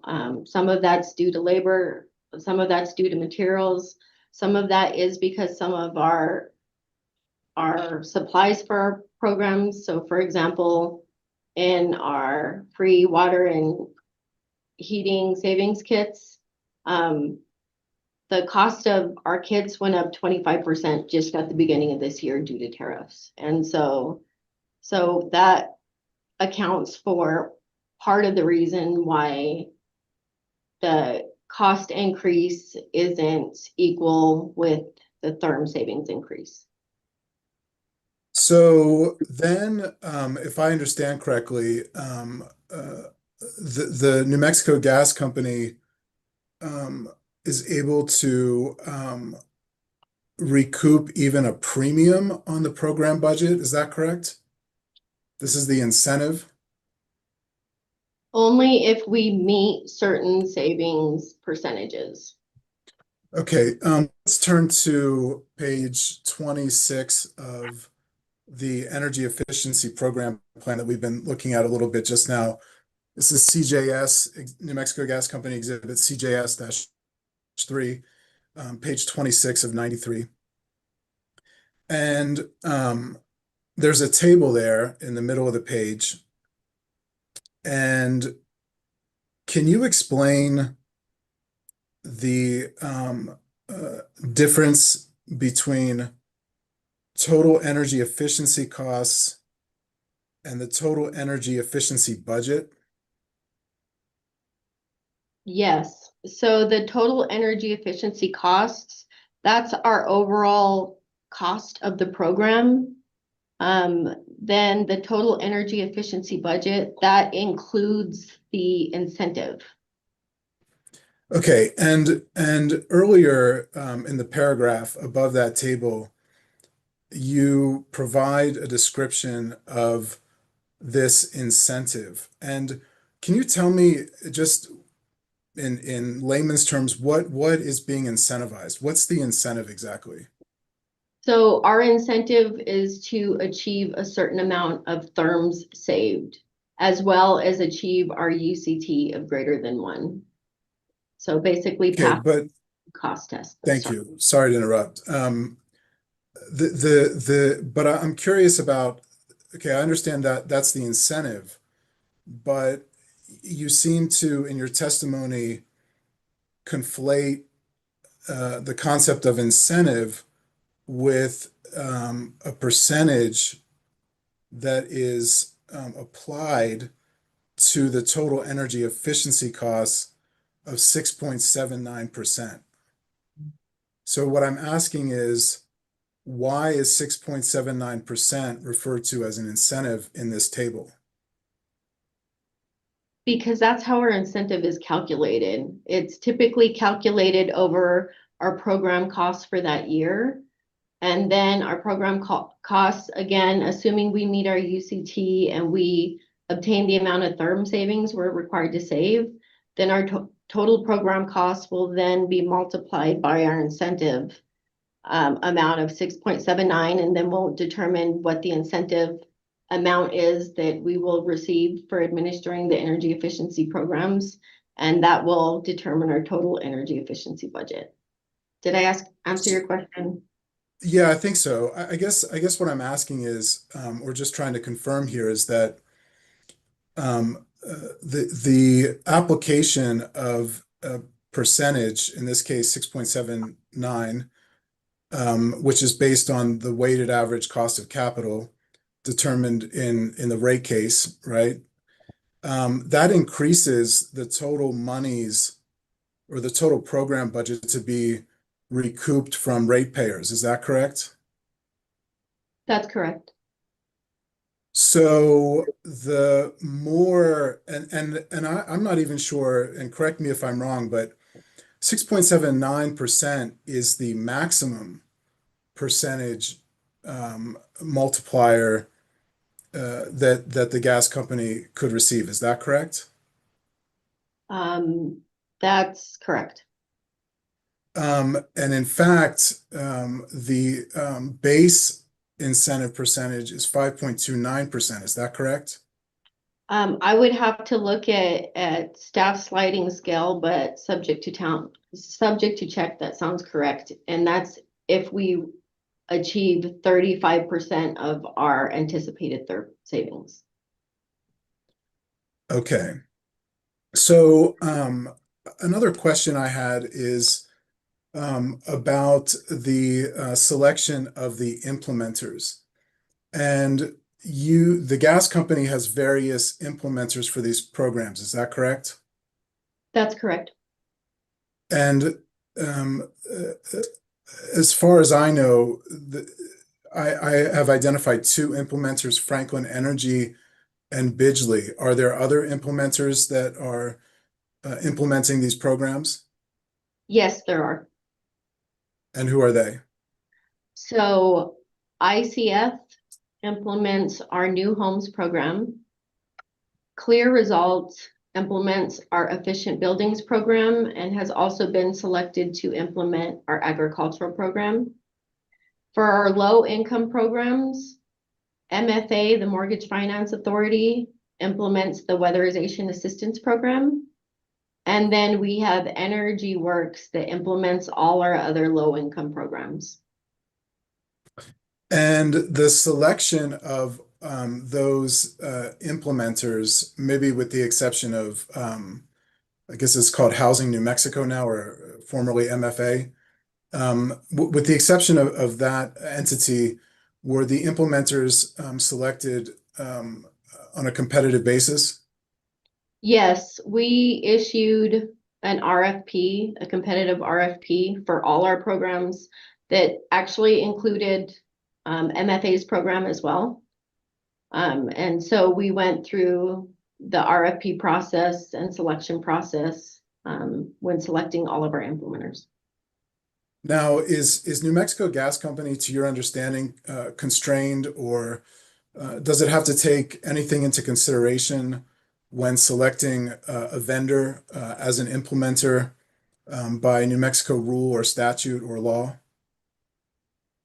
As far as the requirements for our RFP process, no, but one thing, obviously what we have to take into account is we have to make sure, one, that this is going to be a reputable implementer. We want to make sure that our programs are successful, because if an implementer isn't able to achieve the savings at the price that they've given us, then we're not going to meet our UCT. And we're not going to get our therm savings, and we're not going to get our incentive. And so there's no requirements that I'm aware of regarding our RFP process, but overall, we want to make sure that we're providing a cost-effective portfolio that complies and that we're getting the therm savings we need. And so that's what we're looking at when we're reviewing proposals and selecting implementers. So let's imagine one of the programs that provides rebates, and the administration costs and internal, external promotion, portfolio and innovation costs, et cetera, everything except the actual rebate value.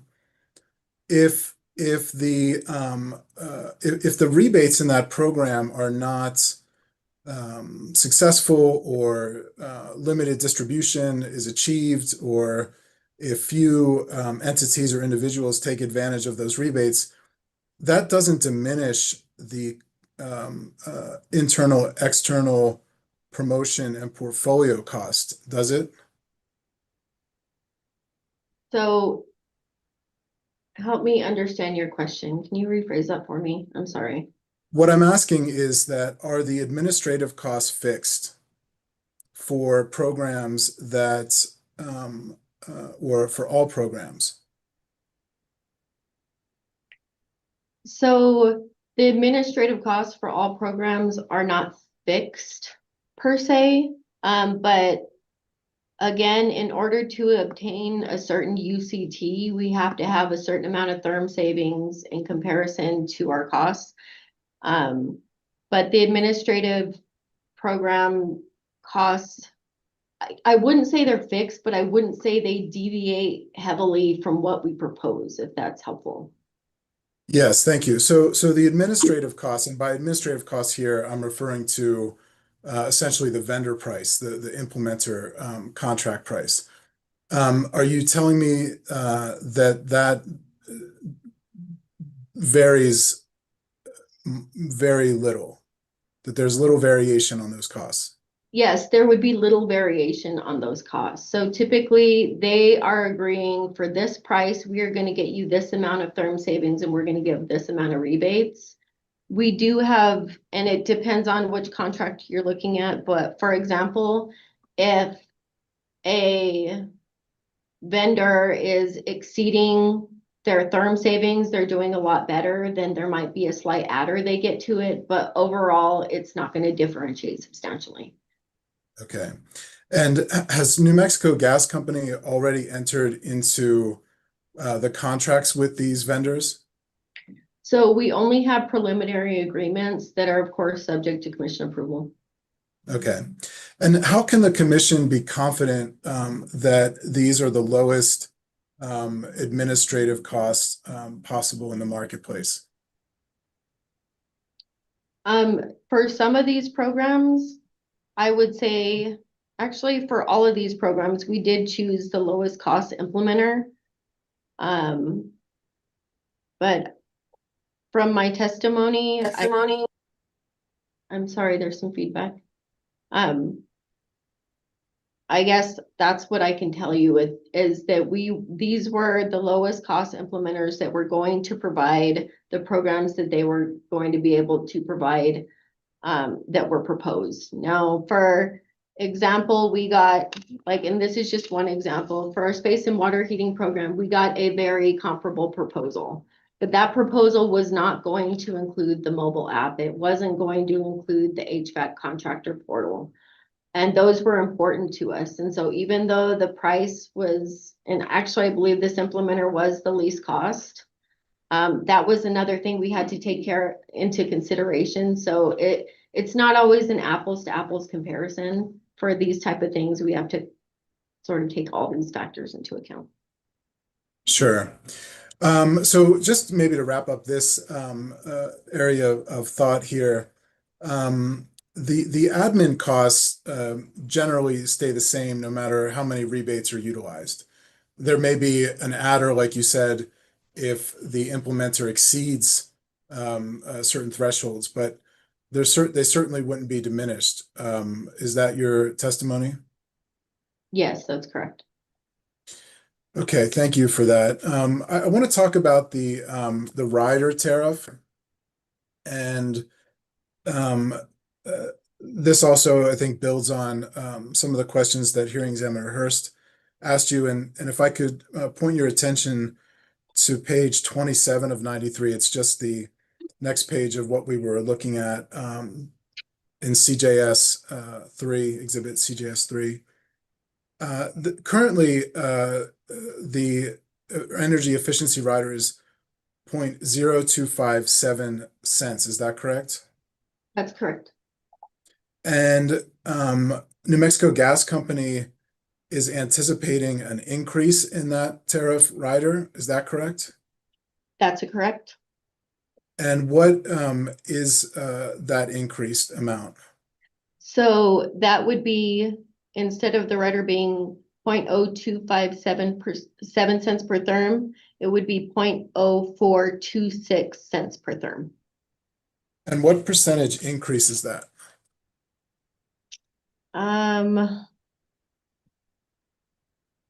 I would have to calculate that. I haven't calculated it. Okay. And did you in preparing this program and your testimony consider the impact of an increase in a energy efficiency rider on affordability? Yes, if you read a little further down, it shows that the updated surcharge would be about 3.3% of a residential customer's bill. And do you think that sentence thoroughly describes the impact on affordability to residential customers? I believe so, yes. Okay. I wanted to ask about one other question I had.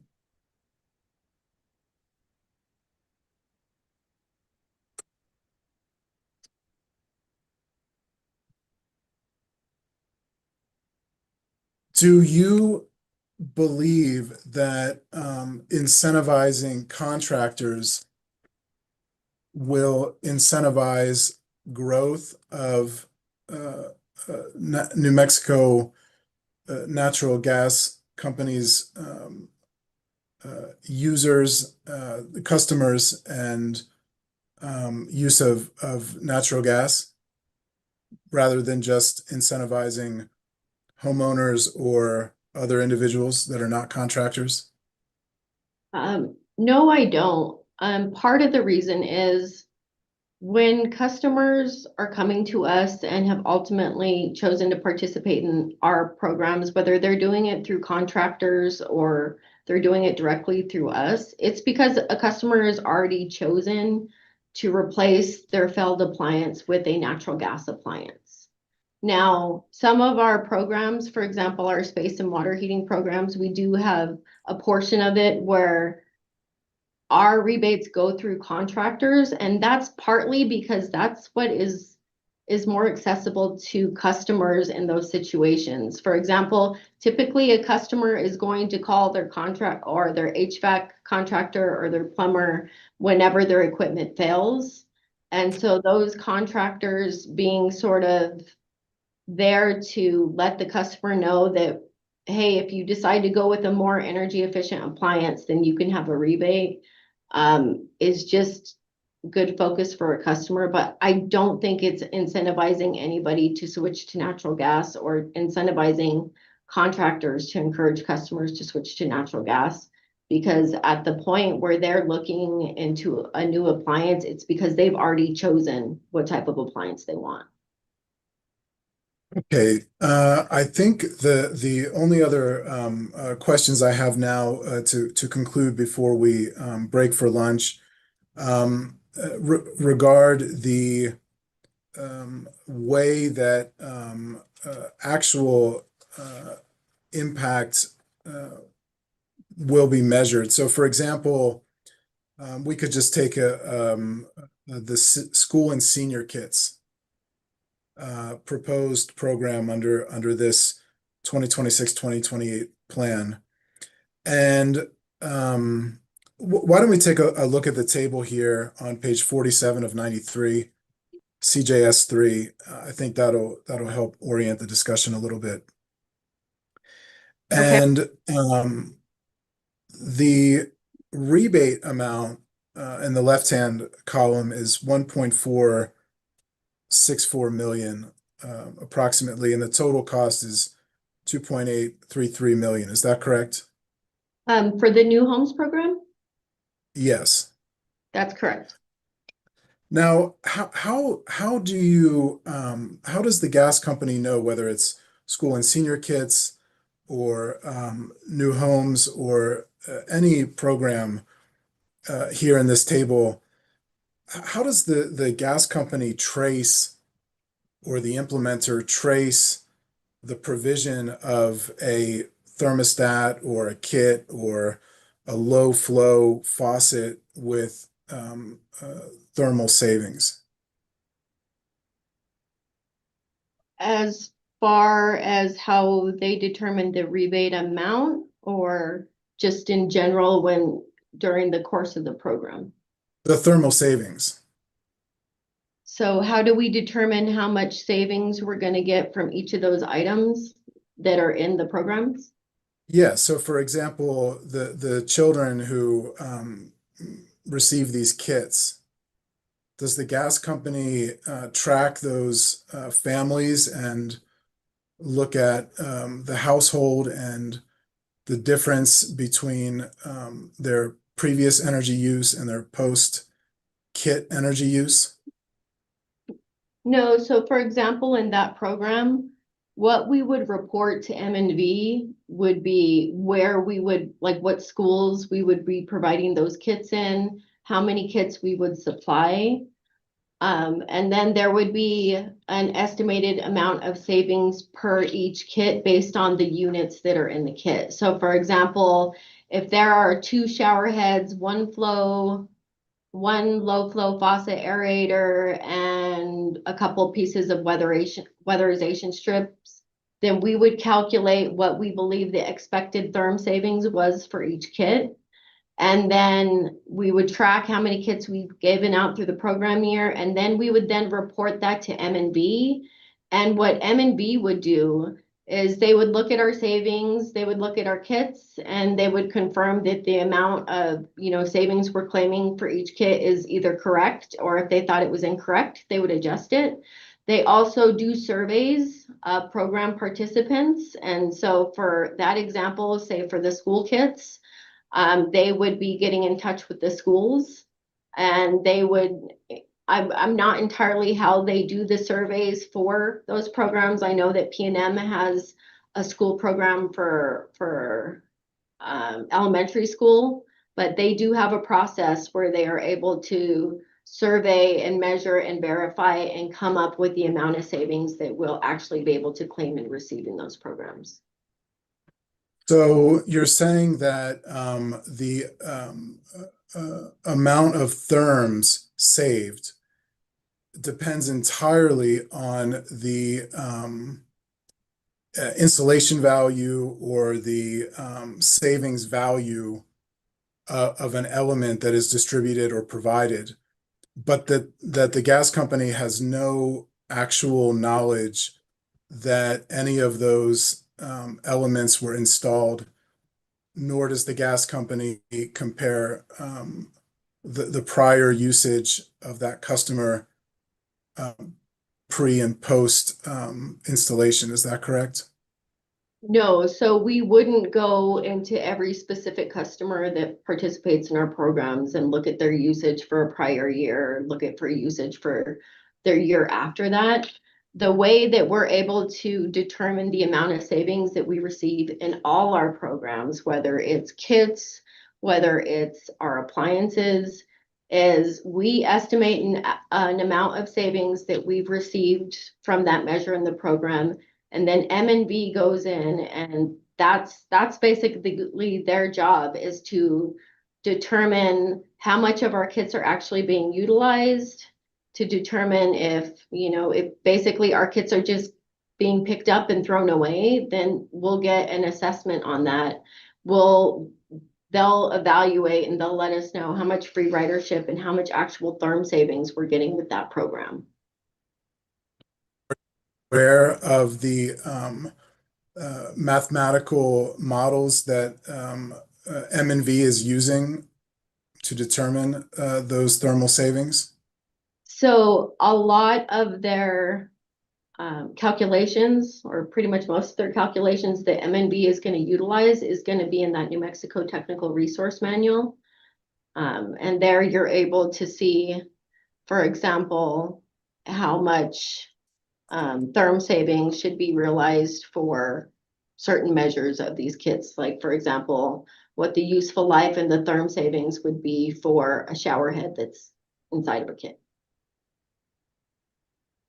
Okay, thank you, Ms. Salas. I have no further questions. I think we're pretty overdue for a break, and I apologize, but I thought it was important to just finish up with the hearing examiner questions before we head out. So we'll take a 45-minute break for lunch. Okay, so we'll meet back here at 1:38 p.m. And at that point, we will proceed to redirect from the gas company and then move on to our other witnesses as the afternoon proceeds. So we're off the record until 1:38 p.m. Thank you, everybody. Thank you.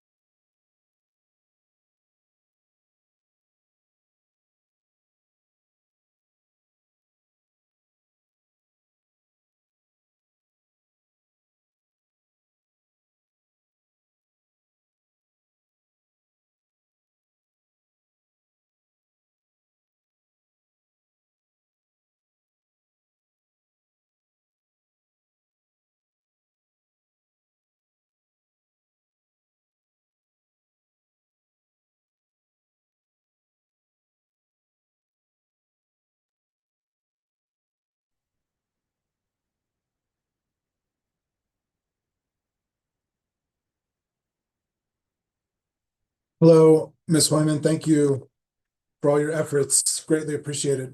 Well, thank you, and good afternoon to everyone. Good afternoon.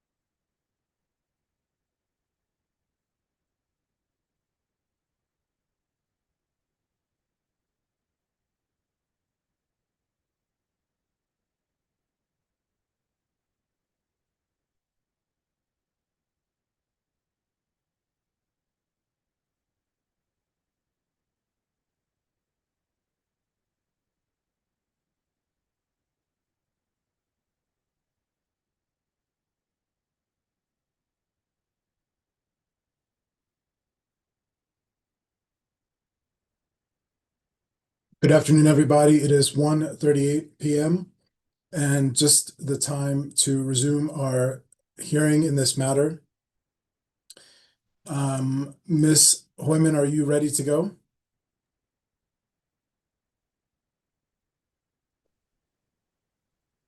Yes.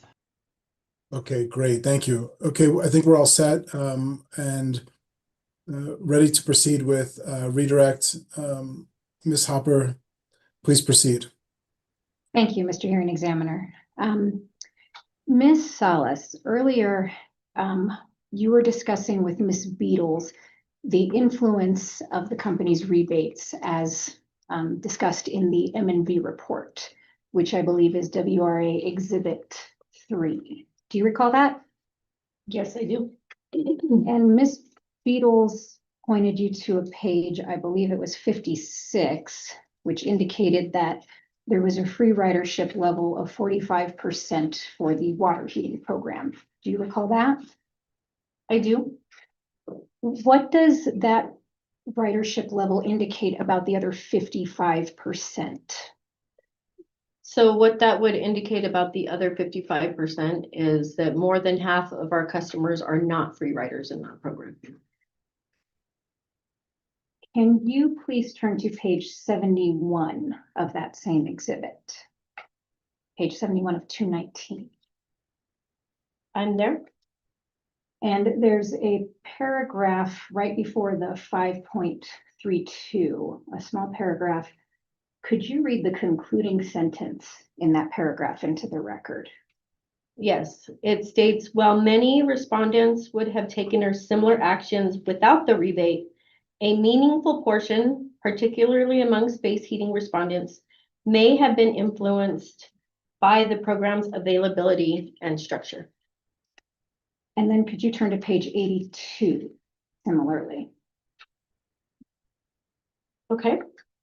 And under that subsection 5.41 participant survey, there is a first paragraph. And could you read the last two sentences in that paragraph, starting with across both? Okay. Across both programs, many installations were driven by the need to replace existing or failing equipment, often with a degree of urgency.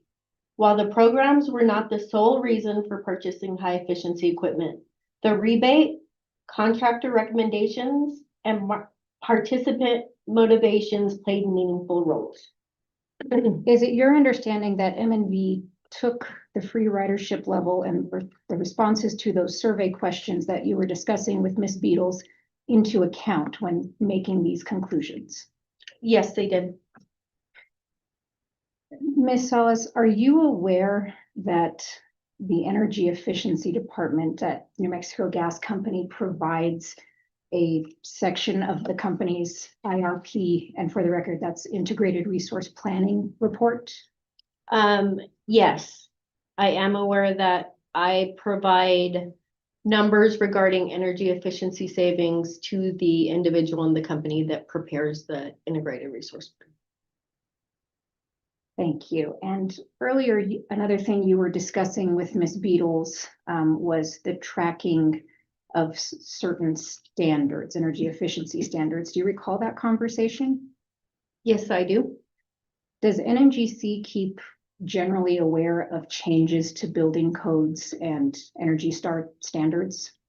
Yes, so my energy efficiency department, we do keep generally aware of building standards, things going on in the industries relating to programs and appliances, etc. Our third-party implementers are the groups that would actually do tracking as far as this. So when I mention tracking, like we don't maintain a database or a spreadsheet or anything with this information, but we are well aware and we do pay attention to the industry and what's going on. And do you work with your implementers to comply with the current standards? Yes, we do. Do you also recall discussing with Ms. Beatles what a net to gross ratio is? Yes, I do. And for the record, can you please state your understanding of the NTG ratio and what it represents? Yes, so the net to gross ratio is developed by two components. It's developed by determining free ridership and spillover. That ratio is then applied to the total gross therms that we report, and then we receive the net therms that we are actually able to claim as savings in our programs. And moving on to another topic, does the company believe that there are benefits to incentivizing appliances even where those appliances don't align with the Energy Star standards? Yes, we do. So an example of that would be in our low income programs, specifically our program with MFA. That's a program where they comply with the New Mexico Technical Resource Manual, and those standards are lower than possibly the Energy Star standards. And a good reason for following industry or the New Mexico Technical Resource Manual is because customers are being incentivized to still purchase an energy efficient appliance, even if that energy efficient appliance isn't meeting Energy Star standards. It is more efficient than a baseline appliance. Do you recall discussing with hearing examiner Schaefer the administrative costs of your programs and whether or not they are fixed? I do. So along that line, if your implementers fail to achieve the savings that you have contracted for, will they receive the same amount of compensation? No, they will not. So if they achieve their target levels of incentive savings, then they will receive the total compensation. If they exceed that, then they can exceed a little bit more compensation. But if they are not achieving levels of savings, then the majority of our contracts are pay for performance. So a good example is specifically our multifamily program, where they get paid for every therm they save. So if they are not saving therms, they are not getting paid. But the budget is capped at the amount for the program. That's all I have, Mr. Hearing Examiner. Thank you. Ms. Lynch? Do you have a question? I do have some questions to follow up on the ones that you and the others asked. So we'll permit recross, just limits it obviously to what was discussed in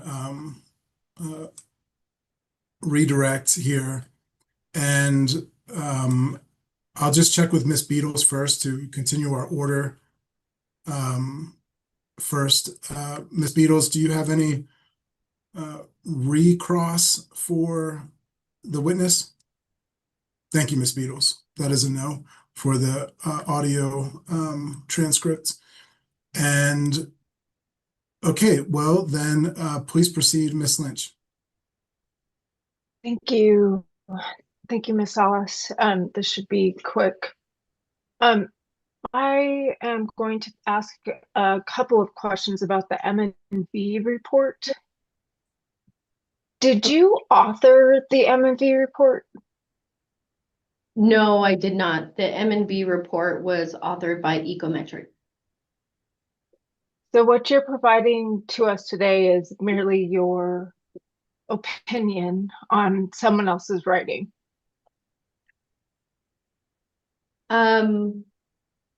When referring to the M&B report, it would be my understanding of the M&B report. Okay, thank you. Is that all, Ms. Lynch? Those are all my questions, yes. Thank you. Ms. Lang, would you care to avail yourself of the opportunity to ask anything? No, thank you. Thank you, Ms. Lang. Unless any other party has any other questions or matters before this witness, I think we can excuse Ms. Salas with our gratitude for her perseverance and professionalism today. Thank you so much, Ms. Salas. Thank you, Mr. Hearing Examiner. Thank you. With your permission, Mr. Hearing Examiner, the gas company would call its next witness. Yes, that's just what I was going to address, and please proceed, Ms. Hopper. We would call Andrew Cottrell, and we're switching them out just as we speak, if we can have a moment. No rush. Thank you.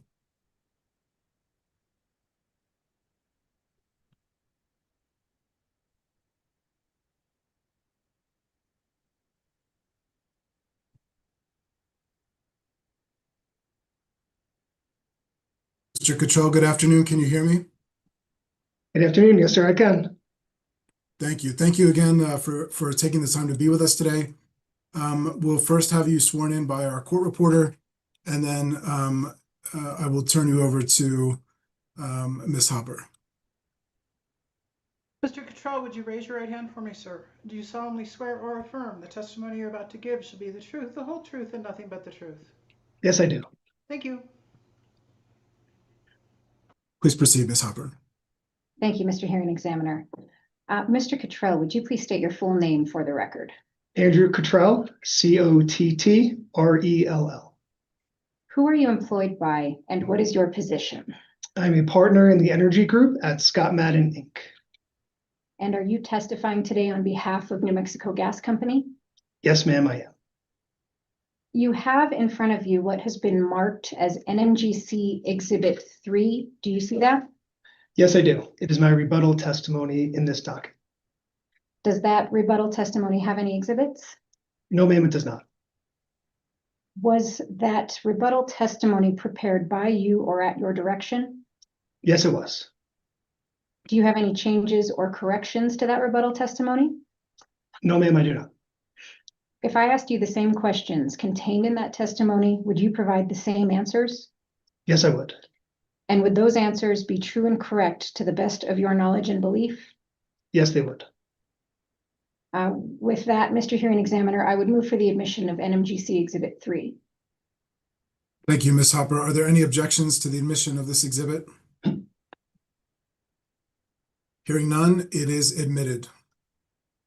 And with that, Mr. Hearing Examiner, I would tender the witness for cross-examination. Thank you. Ms. Beatles, do you have any cross-examination for this witness? Yes, I do. Please proceed. Good afternoon, Mr. Cottrell. Good afternoon. Did I pronounce that correctly? Yes, close enough for me. Okay. And I represent Western Resource Advocates and intervener in this proceeding. So one of your areas of specialization is electrification strategy and implementation. Is that correct? I've supported several beneficial electrification plans for electric utilities. That is correct. Well, I'm referring to the CV that was attached to your testimony and where you list 7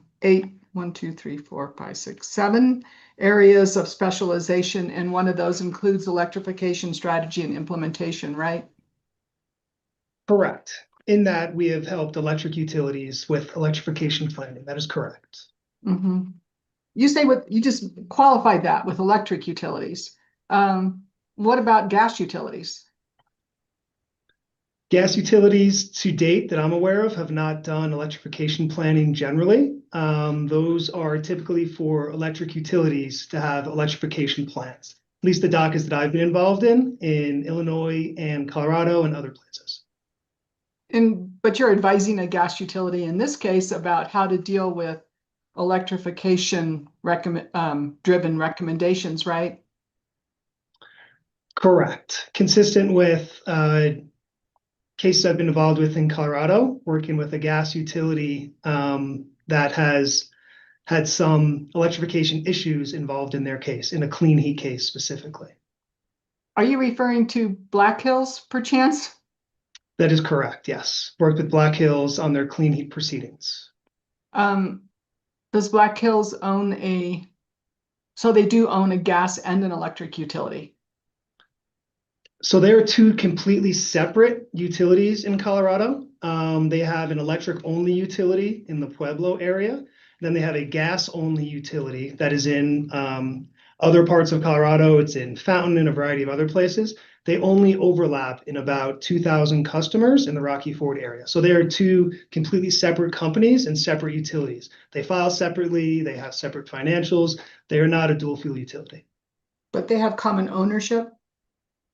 Their parent company is a common owner, correct, but they are separate entities and separate utilities. Yeah, I heard that. Thank you. Most of the customers who choose or are encouraged to fuel switch are not necessarily going to get picked up by a Black Hills electric utility.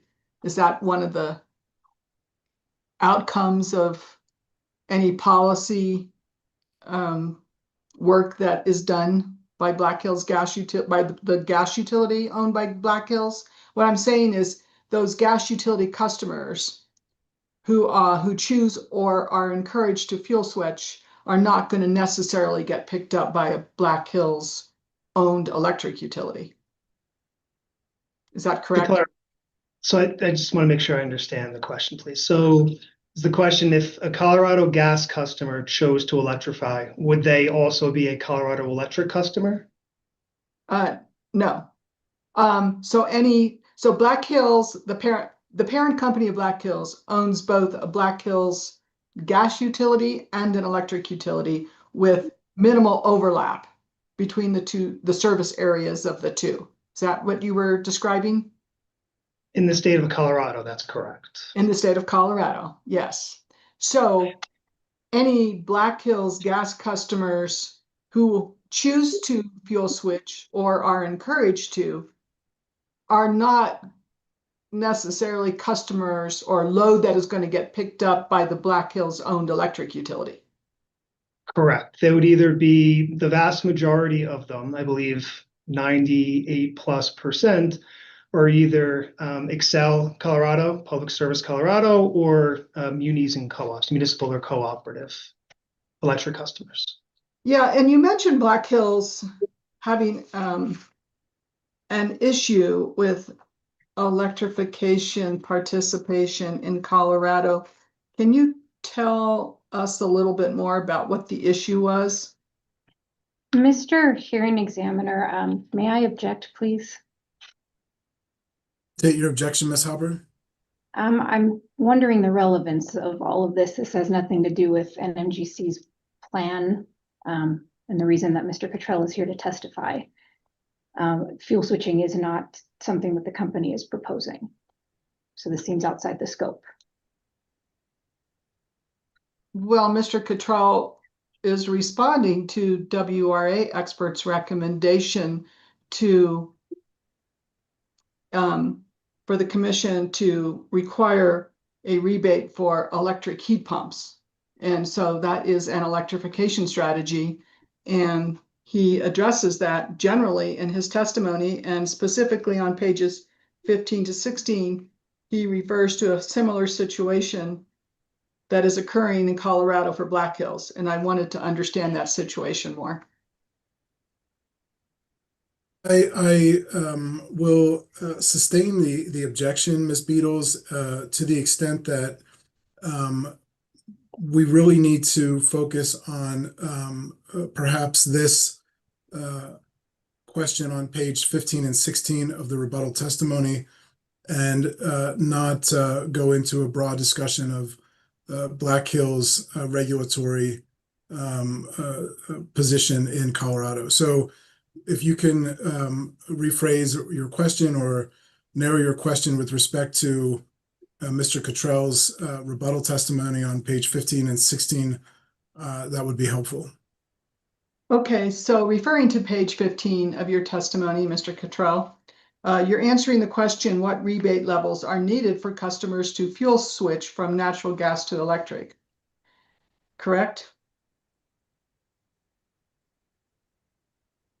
That is correct, yes. And then starting on line 15, you say, however, some utilities have reported challenges garnering participation to fuel switch, right? Correct. And then line 19, continuing on to the next page 16, you say a similar situation is continuing in Colorado for Black Hills, Colorado Electric. That is correct, yes. And so could you explain more about that similar situation? Sure. So the WRA proposed incentives were, I believe, $1,000 for air source heat pumps, and to have incentivize customers to switch to use natural gas as a primary heating fuel to electric as a primary heating fuel. Black Hills Colorado Electric has a program. They ran a pilot program as part of their energy efficiency, and they've also run beneficial electrification programs through a separate proceeding in order to try to incentivize customers to switch their primary heating fuel from natural gas to electricity. They've had significant participation challenges, and in those programs, they offer significantly higher rebates than what WRA is suggesting. In certain programs, they offer it at no cost to the customer. So, i.e., the utility is paying for the entire cost of equipment and installation, and also for some infrastructure as part of the beneficial electrification.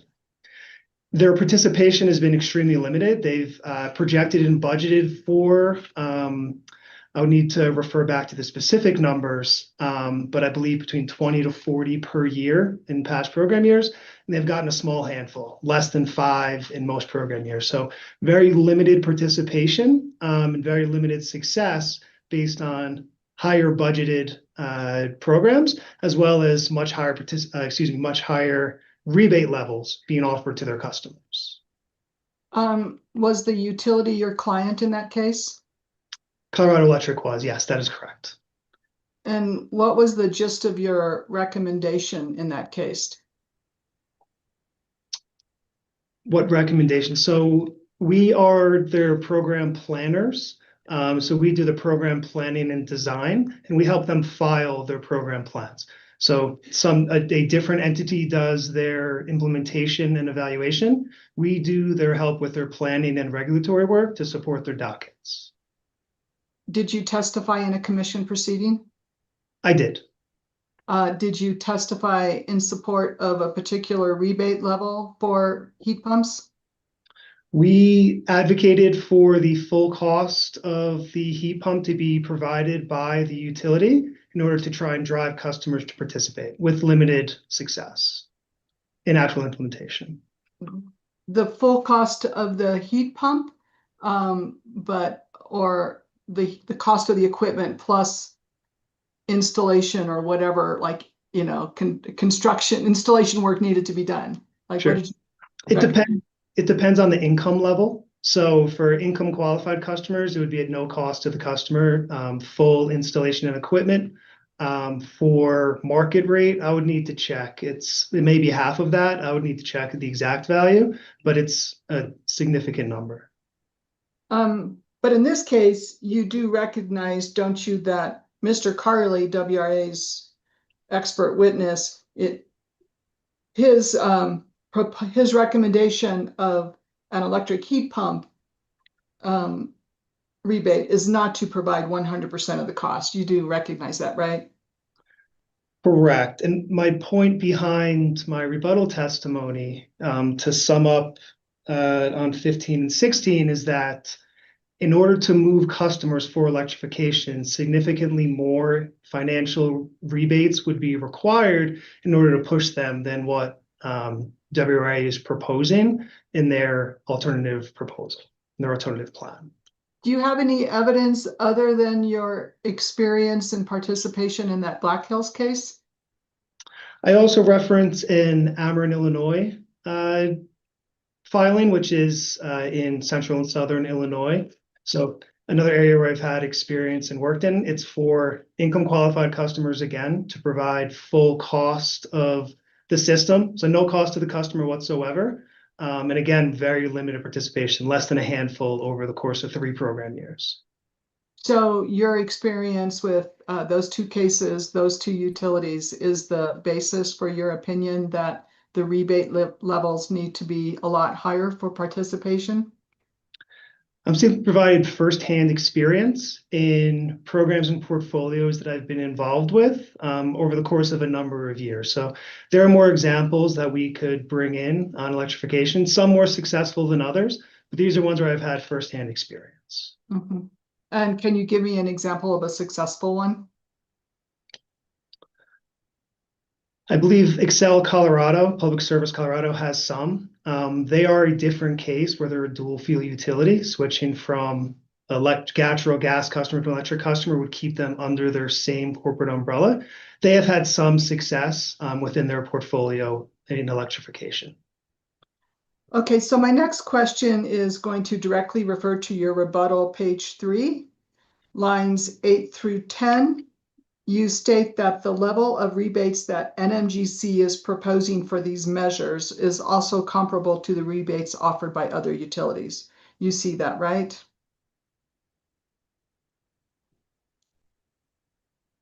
Referring to their natural gas in the heating and water heating, yes, I see that. Yeah, so did you look at rebates offered by the 2 other New Mexico gas investor-owned utilities?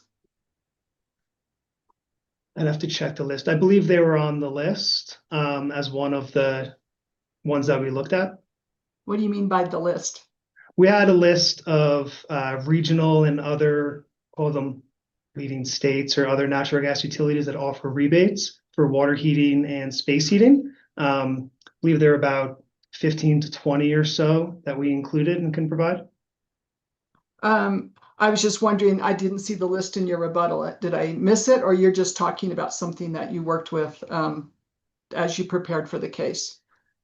We prepared it as part of the case as a work paper and supporting data and information. Mm-hmm. So would it surprise you to learn that in ZIA Natural Gas's last energy efficiency plan that they proposed to decrease the rebate for tank water heaters from $150 to $125 and tankless from $225 to $200?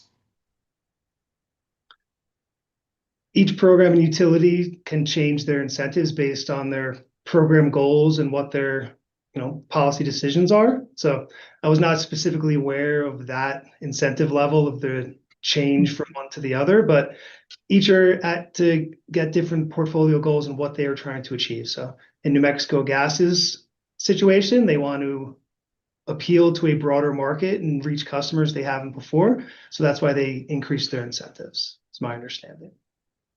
Would you be surprised to learn that in Raton Natural Gas's last energy efficiency plan, the commission approved their rebates of $250 for both gas tank and tankless heaters?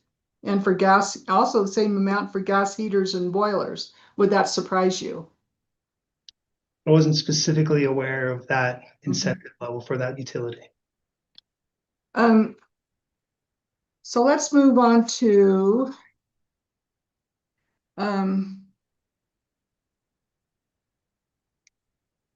let's move to page 5 of your rebuttal, please, lines 10 through 12.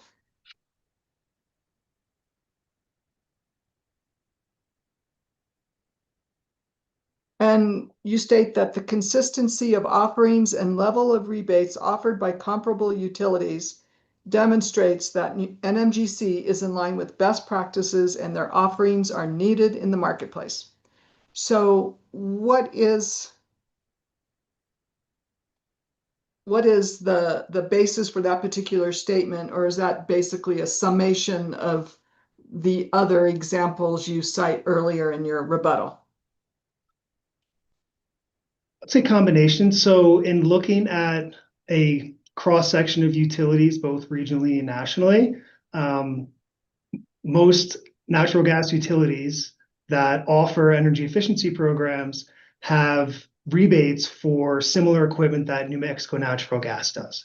So that is referring to the statement that they are in line with best practices and they're needed in the marketplace, because there are multiple other utilities that offer either similar and some higher incentives than New Mexico Natural Gas. So when you compare them and you need customers to provide the rebate in order to move them to more efficient equipment, then that justifies where they are. So please continue on to the next page in your rebuttal, lines 4 through 5, where you state, rather, the relationship is more often curved with diminishing returns occurring after a certain rebate level. So could you please explain in this context what that means? Specifically, does it mean that you don't necessarily reduce free ridership with higher and higher rebate levels? Is that what that means? So this is referring to, in responding to WRA's testimony, that increasing rebate levels will increase free ridership. And this is in response to those statements and those remarks that it is not a simple one-to-one, where if you either increase or decrease rebate levels, that free ridership will increase or decrease. You can see as part of the EMNV reports, as well as some of the other documentation and reports that we pull as part of our testimony, that they're complicated and that they are a multitude of factors associated with free ridership. There's customer education, there's rebate levels, there's marketing, there's implementation contractors. There's a whole variety of components that play into free ridership, not simply increasing or decreasing rebate levels. So we need to take in the confluence of information in order to determine what that total free ridership is, not simply that if you increase a rebate, free ridership will also increase. That there's many, many factors associated with what goes into determining free ridership. And then on the next 2 lines, you state that the point and curve at which this happens can vary between environments and socioeconomic groups. So my question is it your opinion that higher rebates may make more of a difference in low-income groups? Typically, low-income groups have rebates at 100%. So in order to have low-income customers participate, you need to provide all equipment installation at no cost to the customer. So the answer for low income would be yes, that in order to have their participation, you need to have full cost for them. And then they typically would be at 100% net to gross, because without the existence of that incentive and of that rebate, they would not have participated. Thank you. So please move on now to page 11 of your rebuttal. And you're answering the question from the previous page. Should natural gas utilities be required to provide rebates for electric efficiency measures? And you state no and explain, and one of the grounds in support of your no is it creates inequitable cost burdens for natural gas customers. So can you please explain or give me an example of what an inequitable cost burden would be? Sure. So what that's referring to is use a simple example, there's 100,000 customers on an electric system. There are fixed costs associated with managing, running, and operating that gas system. So if you take of that 100,000, let's say you take 20,000 customers and they electrify and are removed from the gas system, you still need an entire system to be run and operated. So you now have your total fixed costs that are spread out amongst less customers. So that burden is now shifted from a larger customer group to a smaller customer group due to electrification. So is that what you mean on lines 12 through 14 when you say funding these measures with gas ratepayer dollars would force gas customers to subsidize investments that often reduce or eliminate their use of the gas system? Correct. So it would be using gas dollars for a non-gas fuel, incentivizing a non-gas fuel using gas ratepayer dollars. Correct. Gotcha. And in the following like 3 lines, you say this accelerates cost shifting risk and raises affordability concerns for those who are unable to switch, putting the gas system and its customers at increased risk. And you use the word accelerate. Did you use that word because there is some level of electrification that is already organically underway?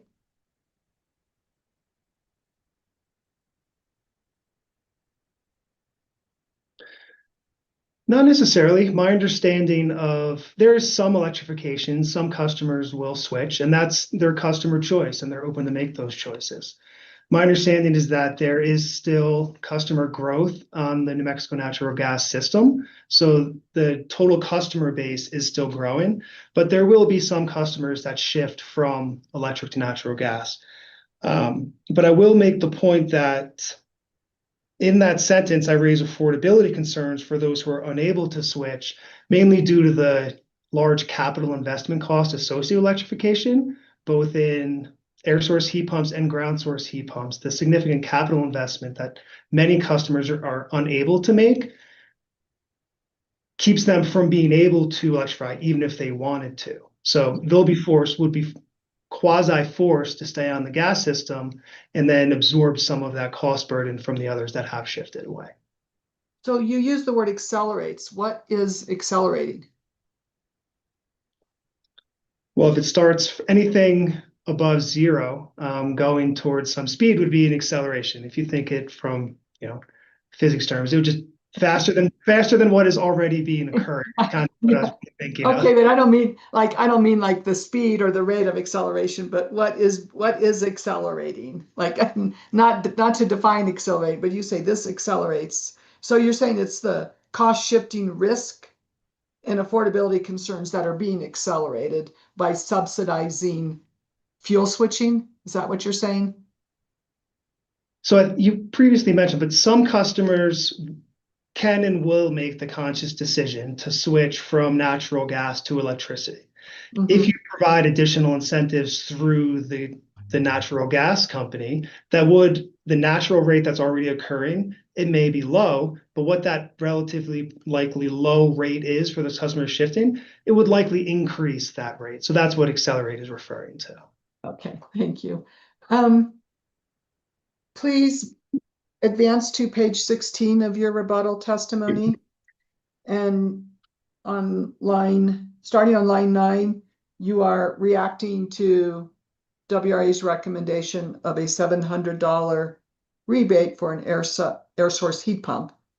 And you state a $700 rebate is not substantial enough to reduce barrier of the high upfront cost and convince participants to switch their primary heating and water heating fuel. So are you saying the $700 rebate wouldn't be enough to influence a purchase decision? So what's that referring to is they're suggesting that a $700 rebate would or can be used to incentivize a customer to shift from their primary heating fuel from natural gas to electricity. And that'll push them towards electrification. What I'm suggesting is that compared to the total cost of an air source heat pump, which I referred to in reference on page 14 of my testimony, is a very small amount compared to what the total capital investment is of an air source heat pump. So if you look at if someone needed heating equipment, because typically a customer would replace their heating system on system failure. That is what most customers do. If they already have natural gas heating, a swap of a furnace would be approximately $5,000, give or take anywhere between 4 to 8, but we'll just use 5,000 as an example. If they had needed to switch and go to electrification, have an air source heat pump, they're looking at anywhere from $18,000 to $30,000. So a $700 rebate level would not necessarily be enough to move customers to make such a large capital investment, in my opinion. Your table on 14 assumes a whole home conversion, though, right? I mean, you're assuming replacement of both a whole home heat pump plus a heat pump water heater. Is that correct? In the total line, yes. But if you isolate the whole home heat pump only in the top line, it's approximately, based on this source, which is an electrification advocate, is a little over $18,000. Because a customer could certainly install a mini split in their home for heating and or cooling and keep their gas stove, right? They could, yes. Mhm.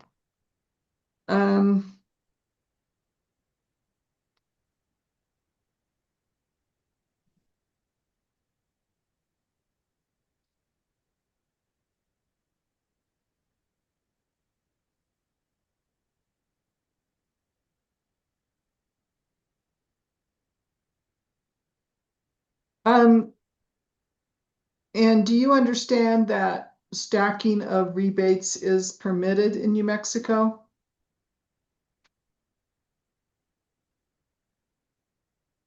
Or I should say permitted in our energy efficiency plan. So for example, do you understand that a customer could collect a tax credit and any other credit out there for a heat pump piece of equipment, but also use that in addition to gas company rebate if it were to have one? So just to clarify, you're referring to that if they could receive an incentive rebate from both the electric and natural gas company for the same piece of equipment? Well, they could receive a tax credit from the state and a rebate from the company, from the utility, if the utility were to offer one. That stacking is permitted. Generally aware, yes. Mhm.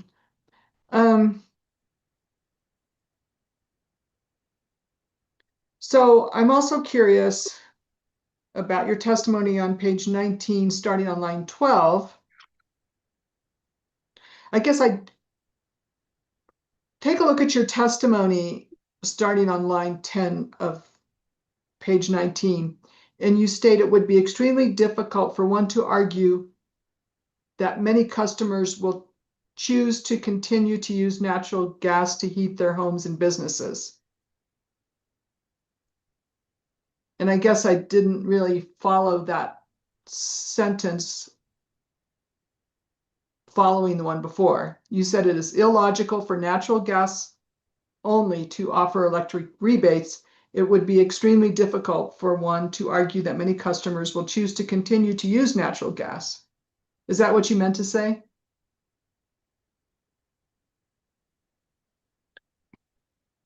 I could go back to my original statement. I would need to do an errata. I would agree. Yeah. So I think what I meant to say was that they would discontinue to use gas to heat their homes and businesses. Okay, We need to, yeah. So I we just wanted to make sure. appreciate that. And you say if customers continue to make the choice to heat and water heat their homes with gas, where there's no evidence to suggest otherwise. So are you saying that there's no evidence to suggest that customers will discontinue the use of gas?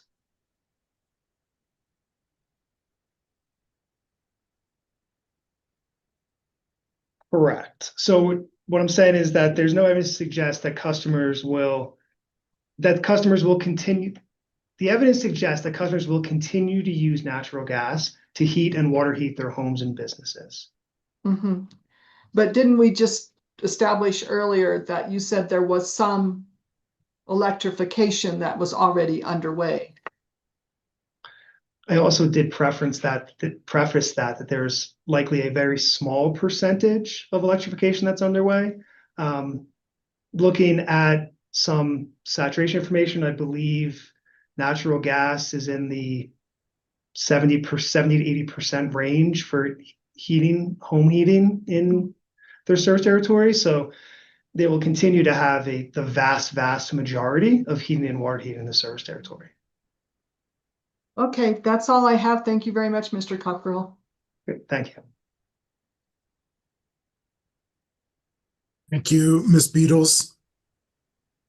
Ms. Lynch, do you have any questions for this witness? I do, hearing examiner. Please proceed. Thank you. Hello, Mr. Cottrell. My name is Carol Lynch. I'm an attorney for the Coalition for Clean Affordable Energy and Prosperity Works. Afternoon. Good to see you. Good to meet you.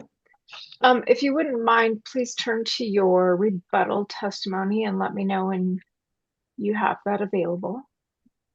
I have it in front of me. Okay. If you could, please turn to page 1, lines 20 through 22.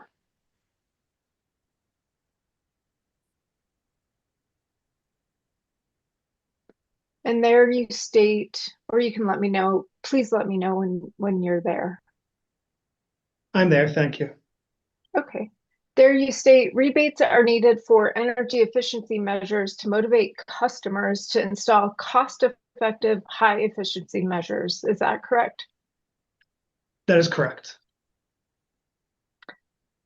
Did New Mexico Gas Company or you disaggregate any New Mexico Gas Company customer data by socioeconomic status group type to identify when and if rebates are actually impactful or successful?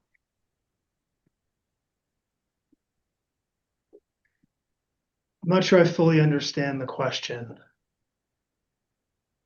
Did you use any data that was broken down by socioeconomic status group to identify when and if the rebates offered through the New Mexico Gas Company energy efficiency programs are successful? So you're asking on the program performance side, if breaking down by income level, I would likely direct that question towards Ms. Salas, as I have not been involved in the program performance to date, so have not broken down that actual performance numbers. Okay. Further on lines 20 through 22, you state providing such offerings helps customers overcome economic barriers and market barriers related to energy efficient measure upgrades. When you reference market barriers, you highlight information asymmetry as an example. What is information asymmetry? Generally referring to knowledge of energy efficiency measures and access to information. So there could be certain customer groups that wouldn't be able to make an informed economic decision on the equipment that they purchase for their home or business, if not for marketing information that energy efficiency programs provide. So most energy efficiency programs, including New Mexico Natural Gases, has marketing and information campaigns to help inform customers of the benefits of the program and the rebates that are available to customers.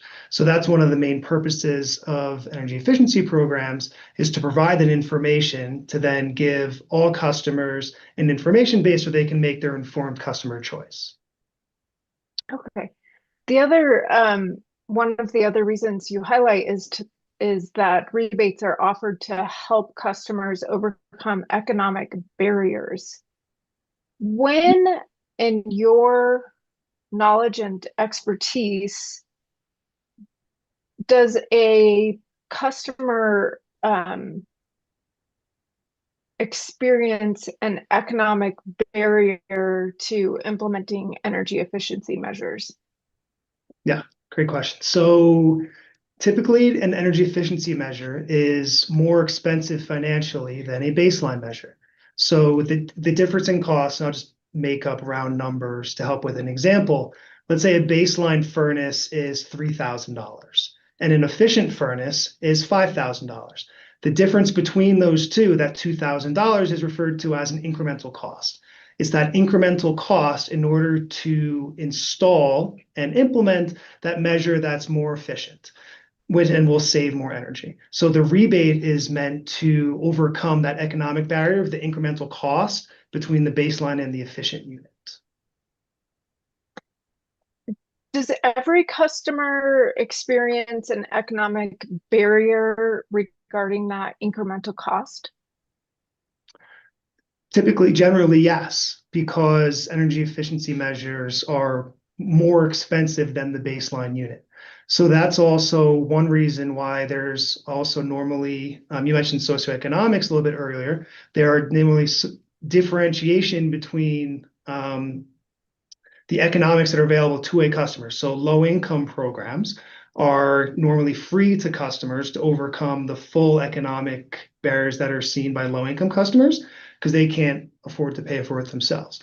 Market rate customers, i.e. non-low income, are generally rebated and incentivized to participate based on that incremental piece because that's their main economic barrier to go from the baseline to the efficient. Because those market rate customers are generally replacing their equipment on failure, as I think I mentioned a bit earlier. So when a piece of equipment breaks, they need to replace it. The normal economic decision for a customer would be to replace it with a piece of baseline equipment, which is the most cheapest available within the marketplace and the lowest efficiency based on federal standards.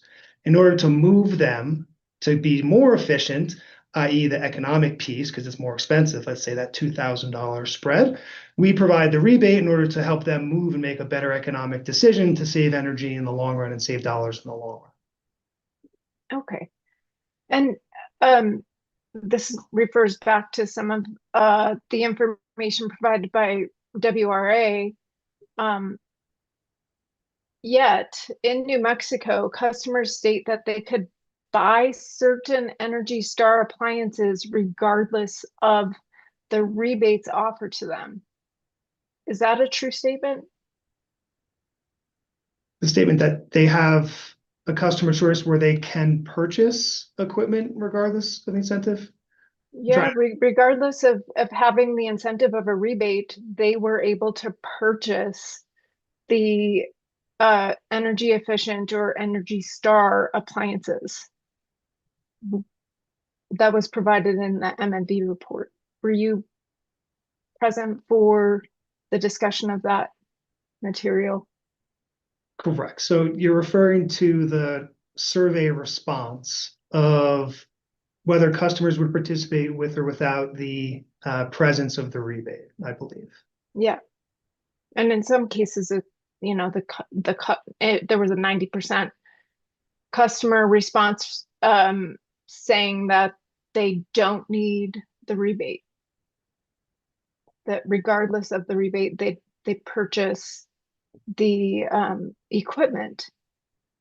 What, in your opinion, would lead a customer to make the decision to buy an energy efficient appliance regardless of the rebate? Customer decisions are based on a whole variety of data points. A rebate is just one.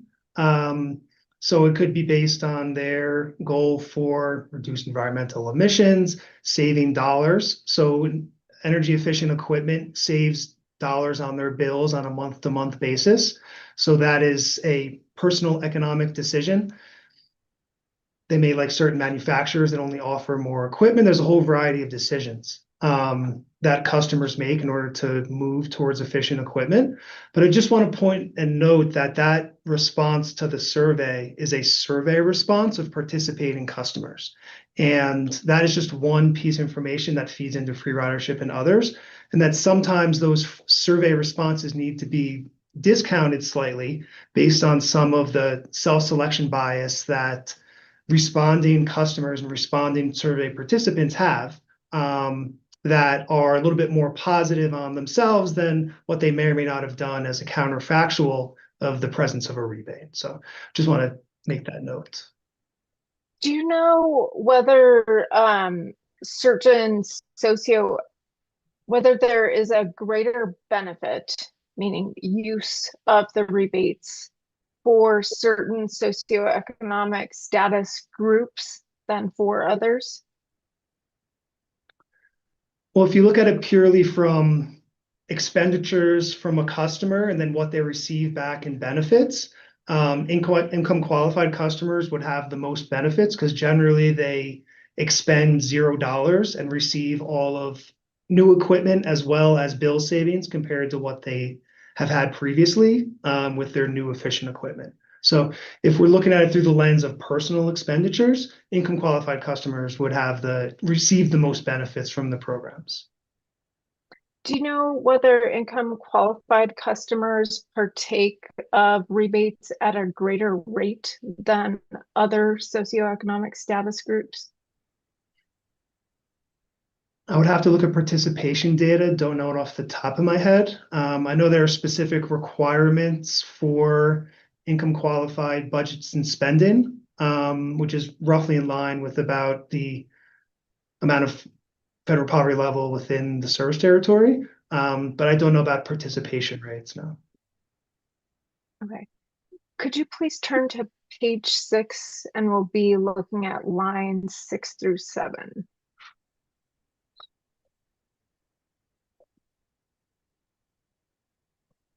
Okay, I'm there. Okay, I'm still navigating there.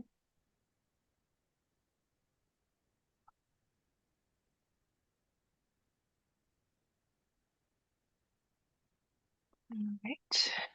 You state there the point and curve at which this happens can vary between environments and socioeconomic groups.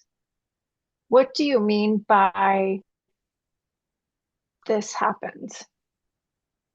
So it's the relationship between free ridership and rebate levels and how their association and their relationship can change based on a variety of factors. So how and the volume of the impact of rebates on free ridership changes based on the environment, geography, income levels, how much is being spent and put towards rebates. So it's a sliding scale based on multiple factors. Okay, and do you know if environment and socioeconomic factors were used to create New Mexico Gas Company's currently proposed rebate offerings? I think they're a factor. So you would look, so they have programs that are specifically tailored towards income qualified. They have different housing groups. There's multifamily, single family. So those different environments and socioeconomic groups are represented within the portfolio. So I would say yes. Okay. Are you aware of the indoor air quality byproducts, also known as air pollutants, that are caused by new and old gas appliances used in a residence? I'm aware of some fugitive emissions associated. Would you take it as true that all gas appliances, new and old, contain combustion-related nitrogen oxide, carbon monoxide, PM 2.5, formaldehyde, and other VOC byproducts? Objection, Mr. Hearing Examiner. Air pollutants are not part of the EUEA, and nor is this something that Mr. Cottrell has been proffered to testify on. Ms. Branch? I believe that customers bear the costs, the direct costs associated with air pollutants, specifically the ones that I listed. And for that reason, they're relevant to implementing energy efficiency related measures. Thank you, Ms. Lynch. I'm going to sustain the objection. I think maybe it might have been relevant to another witness's testimony, but I think it's beyond the scope of Mr. Cottrell's rebuttal. So I think we should proceed with other questions. Okay. Thank you. Mr. Cottrell, would you mind going down to lines 13 through 17 on page 6? Okay, I'm there. And there you discuss how rebates can help lower certain barriers for customers with less economic means. In your opinion, why not target rebates specifically to those economic classes that would most benefit instead of to those who can already afford energy efficiency appliances?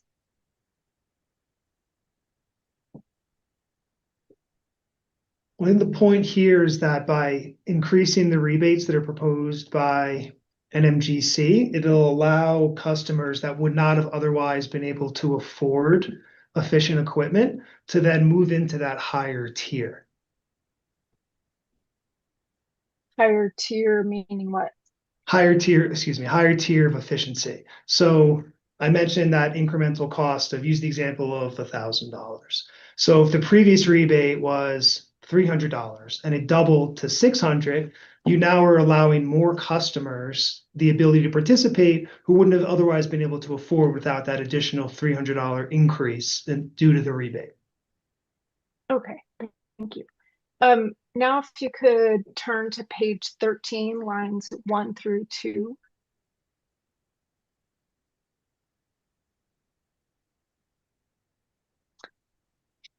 And you state that converting from gas to electric space and water heating often requires substantial upfront investment. Would you agree that upfront costs is a substantial barrier to customer adoption of electrification? I think it's one of the upfront barriers, yes. So it's probably a main one for installation. There's additional barriers why customers don't choose to electrify with heat. It's likely to raise their monthly bills and a variety of other things, but that is one of the main upfront, is the high capital costs associated with it, yes. So you would agree this barrier affects choice of whether they stay on the gas system or they electrify one's home, correct? Not necessarily, and customers still have the choice to change their primary heating fuel from natural gas to electricity. The high upfront cost would be one piece of, may hinder that choice a bit, but they still have that choice to move from one to the other if they so chose. But it still affects it. I would assume That's so. a characteristic that they have to consider. So what do you mean by customer choice? that customers can choose how to heat and water heat their homes. They can choose whether they participate or not. Really, it's just that customers have the choice on how their homes and businesses are run. Oh, sorry, a little feedback. How they are run and what their primary fuels are in order to heat and water heat them. Okay. If you wouldn't mind going down to lines 5 through 7, you state, even with the provision of utility rebates, comma, the upfront costs are too significant for most customers to overcome. Would you agree with that statement? Yes, I would.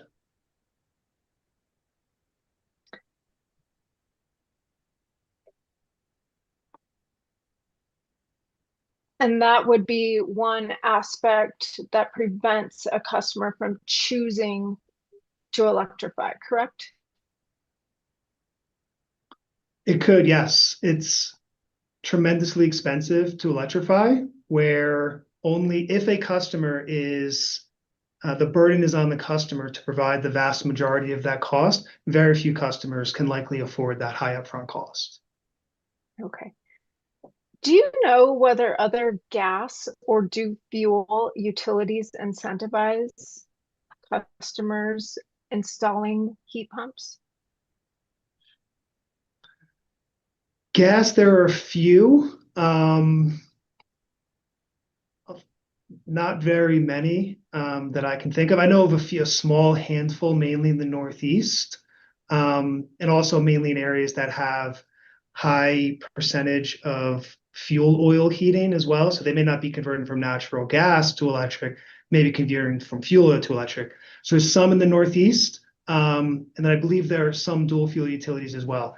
I mentioned Excel, Colorado. Illinois is one example that does offer electrification incentives. So there are some, yes. Not many, but some. Okay. Yes. Those are the questions that I have for you today, Mr. Cottrell. Thank you so much. And thank you, hearing examiners. Thank you so much, Ms. Lynch. Ms. Lang, do you have any questions for this witness on behalf of staff? Staff does not, thank you. Thank you, Ms. Lang. Hearing examiner Hurst, do you have any questions for the witness? Thank you, hearing examiner Schaefer. I just have a couple of questions for Mr. Cottrell. And since my book is at page 14, we'll start there, sir. And you're just asked a question by Ms. Lynch regarding the costs for electrification, and I'm looking at your table 4 at the top of page 14 of your rebuttal testimony. Why is a heat pump referred to as a whole home heat pump? There are different heat pump technologies that are available. So that is basically what most refer to as an air source heat pump. So it can heat and cool an entire home. There are other heat pumps, ductless heat pumps, that would only be for a specific square footage or a certain room, or an addition or a small apartment where they would typically be used for. So this is just to make clear that this would be a whole home ducted system for a heat pump. Also interchangeable as an air source heat pump. So an air source is ducted.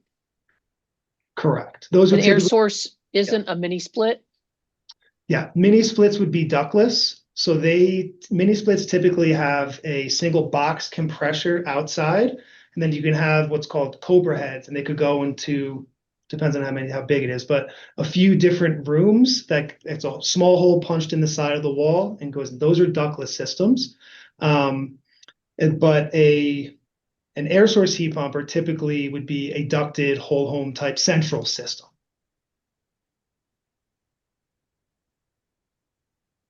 And is this type of system used very often in a conversion system as opposed to a new home construction? It can. There's complications in shifting from a natural gas heating home to an electric heating home. So I think that's what we're talking about with cost, duct repair, and other central systems. So it is not tremendously common to move and electrify due to some of the complications associated with it. You typically need a new air handler, and there are other systems in place. And they're also for conversions not as common, typically because depending upon where you are geographically, let's say you're up in the northern portion of New Mexico in the mountains where it gets very cold and you have a lot of heating, these systems don't operate as efficiently as you get into lower temperatures. So when you get below 40 degrees for a standard system, you typically need some type of backup heating system, whether it's a furnace or use electric resistance heat backup as part of the heat pump, or you have to use a cold climate heat pump, which adds an additional $3,000 to $5,000 on your capital cost.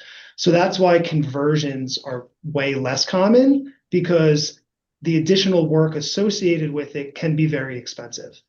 New construction, as you mentioned, is a little bit more common, but you still have those concerns around the crossover temperature point when you get below 40 degrees for a standard and below 10 degrees or so for a cold climate. And is that information come from your experience in the New England states? Or do you find that that 40-degree tipping point applicable to regions like here in New Mexico? So I do a lot of work in the Southwest. I do work with Colorado Electric, which is in Pueblo, just over the border from New Mexico. So very familiar with the climate, the geology, and geography. So they have the same exact issues as in other parts of the country. Now it's more dry, arid climate here compared to others. So there's different climate zones by the Department of Energy. And there's actually Pacific Northwest Laboratory, if folks are interested, I could share a link, actually has a really slick heat pump tool where you can see your geography, what type would be needed, whether it's a cold climate or a standard, and it gives different climate zones and pieces there. So these are nationwide issues, whether you're in the Pacific Northwest, which is very humid and cold and more mild, versus the Southwest, which is dry but cold, especially in the mountainous areas, versus the Northeast, which tend to be hot and humid. Each has different performance issues, but that cold piece for the heat side is pretty standard and universal. This whole home heat pump that you're referring to, it also provides cooling, correct? Correct. So so you could think of it as a combination central air conditioner and a central heater. So the heat exchanger it just changes the direction of the heat exchanger in the winter versus the summer and the flow of the air.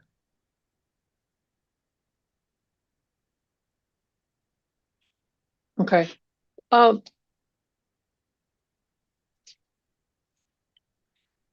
believe in response to Miss Beatles, you said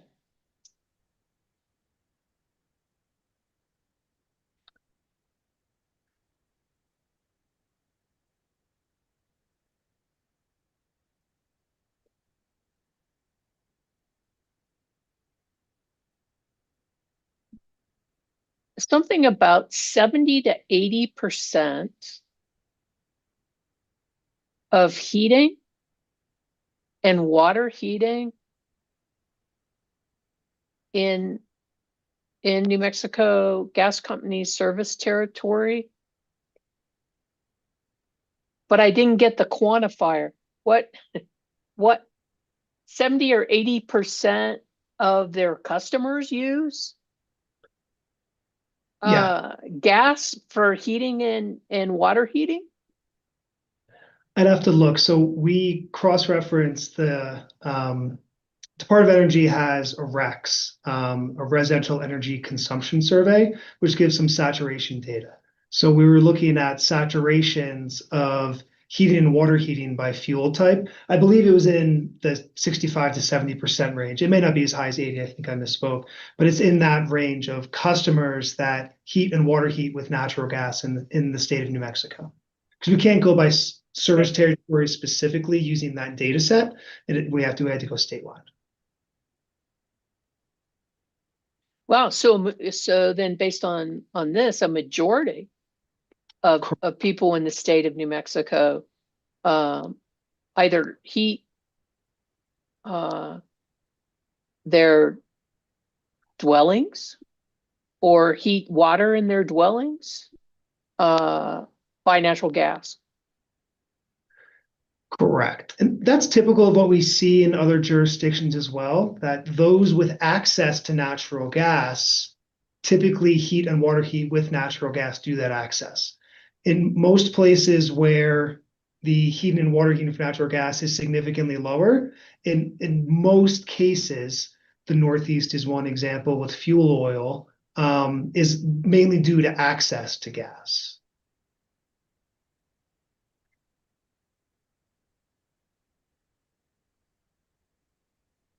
Well, was heating oil the first fuel that was available? I believe so. Yeah. So some of the distribution networks for natural gas in the Northeast aren't as developed as other areas. So fuel oil was in first. My parents' home in New Jersey is one example that it has been fuel oil. They're still in the same house for my entire life. Now their neighborhood has access, but the vast majority still uses fuel oil just due to history and not wanting to pay the capital cost of changing. No, I identify with that. I grew up with fuel oil, and the natural gas didn't come into the subdivision until 2 years after my dad had built a house, and he had that brand new furnace to use the fuel oil, so it wasn't going to switch over to natural gas until a number of years later. And the natural gas was definitely an improvement over the soot or whatever it was coming out of the fuel oil registers. So, and I know you mentioned other states in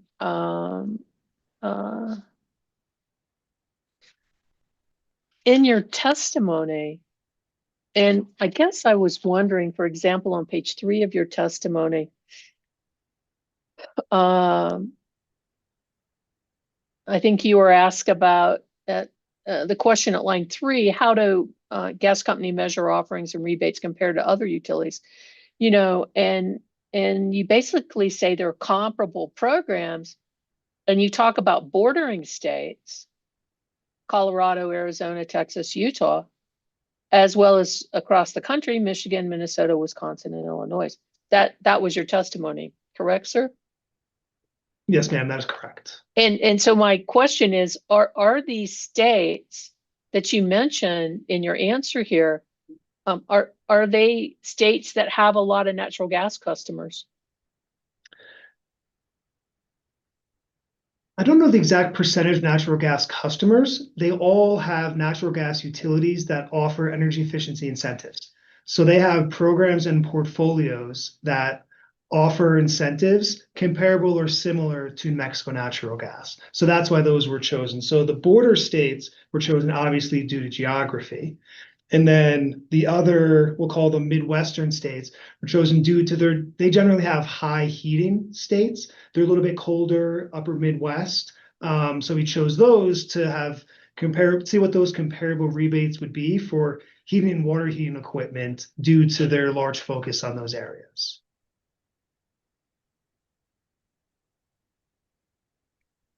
But I believe, Direct, generally, I think they have high access to natural gas.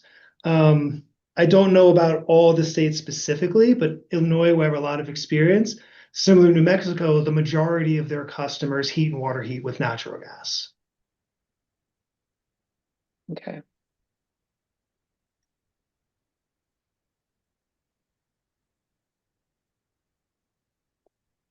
Well, for example, I mean, I'm not totally familiar with all of the climates in Arizona and Texas, but just as a lot of people think that New Mexico is just the desert and that we don't have to worry about, having any heating issues, right? Because you're in the desert and the sun shines all the time and et cetera. So just trying to make sure that we're not mixing an orange in with an apple here and trying to understand why that you thought that those were appropriate. Also wondering, as did Ms. Lynch, whether or not in your analysis for your testimony, you looked at any other factors like income, like education levels, when you make the statement about rebates being comparable to the citizens of New Mexico Gas Company, as opposed to, citizens of Michigan. Yeah, so we wanted a couple of things. So one is that we wanted to look at a broad cross-section of utilities and states to offer a variety of perspectives, some higher, some lower, but just to see where a multitude of different states and utilities fell. But to your point on looking at socioeconomics or demographic data, so we did pull census data, and the state of New Mexico has, I believe it's 53%, it's over 52, maybe 52.5% of their residents, our residential customers, are 300% or below federal poverty levels. So typically that is what we would refer to as income qualified. 200 to 300% would be moderate income, 200% below would be low income. I believe that's in the 35 to 40% range for New Mexico. So that could then justify, especially when we look at their New Mexico Gas's programs and talking about whether they are comparable and make sense for their rebate levels. The low income customers, 200% or below, they get those for free. Those are at no cost to the customer, and all equipment and whatnot is provided. But when you look at that moderate income group, that's that group that, again, provides additional justification for raising rebate levels to make it so that they're reasonable and justifiable to try and hit that market to allow them better access. Because there is a significant percentage in New Mexico that fall within that, we'll call it moderate income range, that is higher than other places.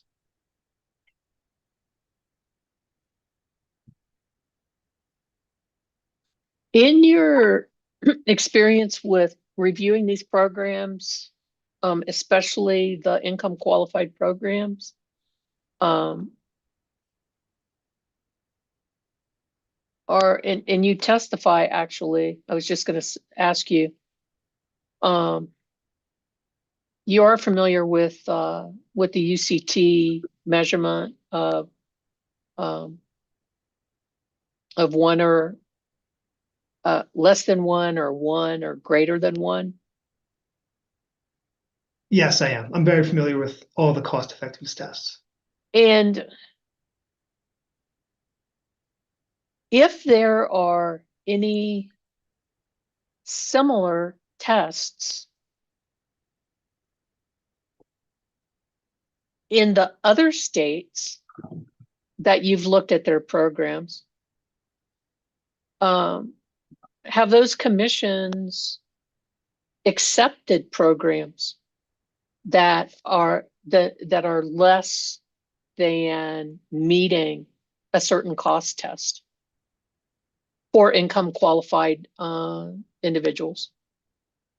Yeah, so I'll offer a few points here. One is that, so cost effectiveness, I'm very familiar with, is probably, I would say, my main area of expertise on these types of programs. So using the UCT, the utility cost test, also some call it the program administrator cost test, the PACT, it is not very many states use that as their burden of proof. And their what the differentiator is from above or below 1 to use for approval processes. The vast majority use the TRC, the total resource cost test, or some type of modified TRC, an MTRC, which is what it's known as in Colorado. Illinois uses the Illinois TRC. New Jersey uses the NJCT, the New Jersey cost test, which are all some spin of the total resource cost test, the TRC. Where these differentiate, those two tests are very similar in that the UCT uses incentives as a cost. The TRC uses the incremental cost as a cost instead of incentives. So that's already going to be a differentiator. And then also they use a variety of externalities. There's environmental benefits, there's non-energy benefits, and a whole variety of adders. So it's a little bit different, I would say, in other states to compare New Mexico's UCT and what the burden of proof and the thresholds are compared to others because their results differ and what their requirements are for approval. So that's one piece. The other is that other states as well, built in within their regulations, it's typical for them to give exemptions for income qualified and low income, that low income specifically does not have to pass cost effectiveness. Both Illinois and Colorado are good examples of that within their statutes and in their legislation and regulations. It's not required, mainly because there are additional public goods associated with helping low income customers. And there are other benefits associated with that. Lost opportunity, where if you did not serve those customers, you would lose out on them for 20 to 30 years and wouldn't be able to serve them in a meaningful and efficient way. You will reduce their customer bills and it will make a meaningful impact in their lives. And then another is that there's typically a lot of health and safety benefits associated with participating in these programs. So they do, outside of just energy efficiency, sometimes they fix leaky roofs or windows or change or take them out of a dangerous situation with furnaces or other leaky situations that could be harmful to the participants and the dwelling itself. So that's a long way of saying yes, that there is precedent in other places for low income that falls below a 1 and justification for it. And in my opinion, I think it's merited. And even if it does not go above 1, specifically for the UCT, if we shifted that and used the test to the TRC, or especially the PCT, which is the participant cost test, we expect those all to be well above 1 and in the public interest.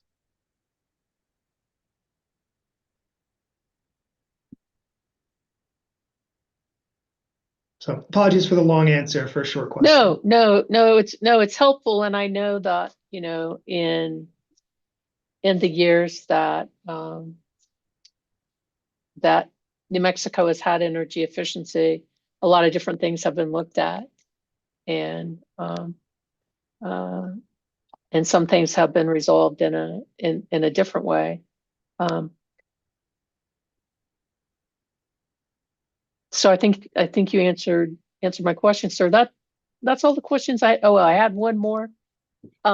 Is a ground source heat pump always geothermal?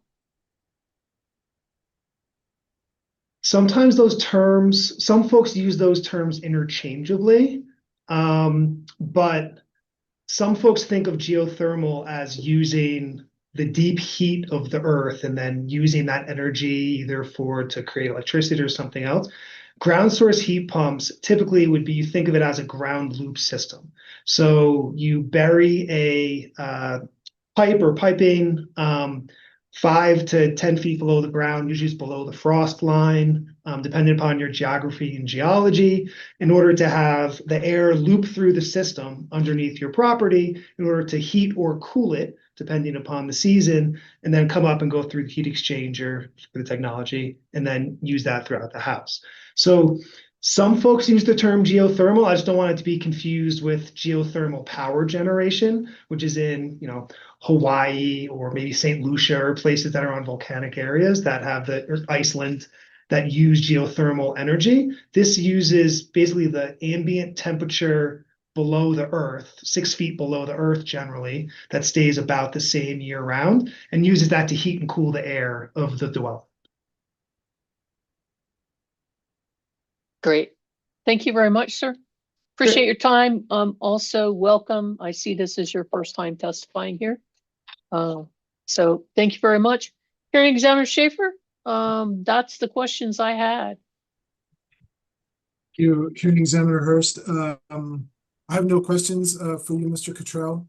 I do think we should take a quick 10-minute break. We're about an hour and 20 minutes since we reconvened from lunch.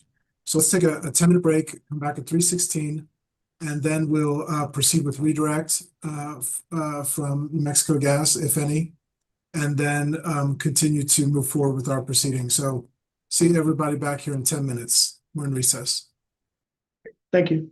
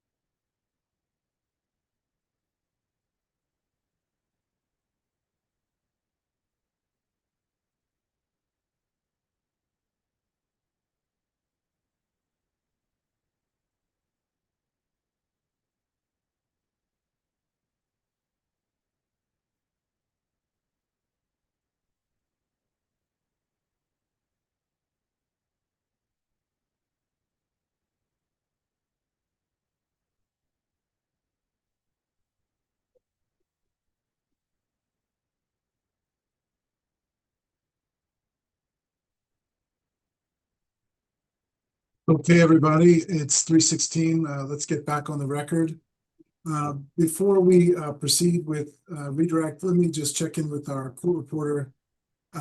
We are, I think, moving along well, but we may run up against a 5 o'clock hour. So I don't know, Ms. Hoyman, if you have any urgent or hard stops that we should know about as we plan the last part of our hearing today. No, I have no hard stop. Thank you for asking. Okay, thank you, Ms. Hornan. All right, well, let's go ahead and then proceed with redirect. And I believe the witness is yours. Thank you, Mr. Hearing Examiner. I just have one question.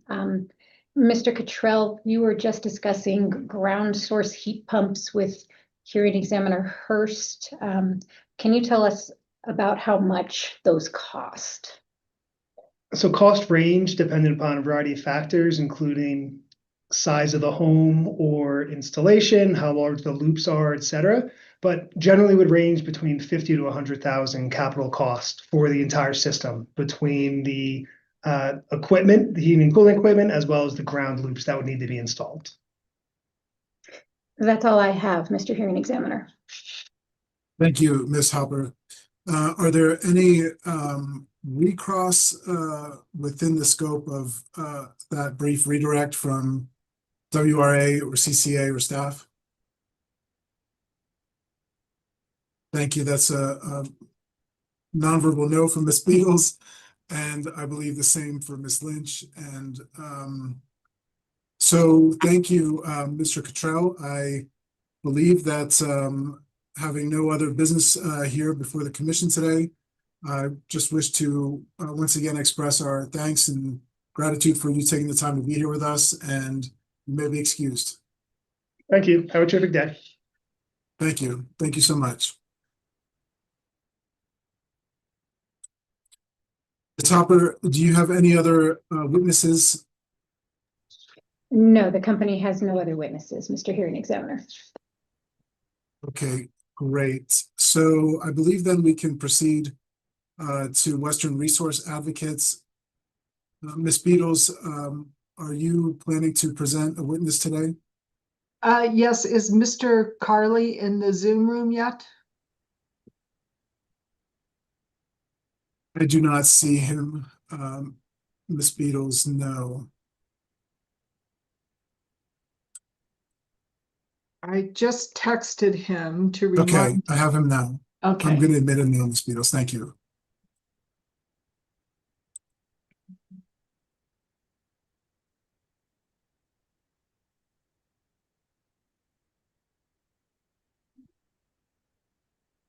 Mr. Carley, can you hear us?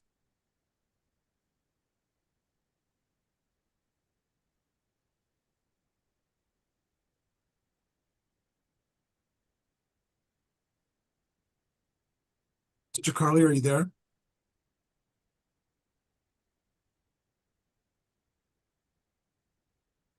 I believe he's muted.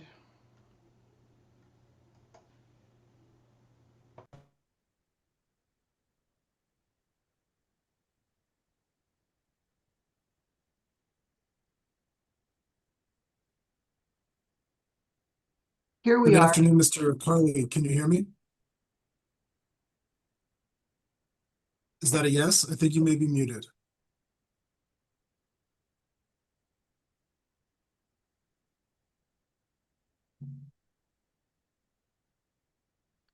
I was telling him the other day during a online meeting that his audio wasn't perfect. And so he was gonna, I think that's what he's doing. He was trying to switch to make it better, but maybe we should just go back to what you were doing, Ed.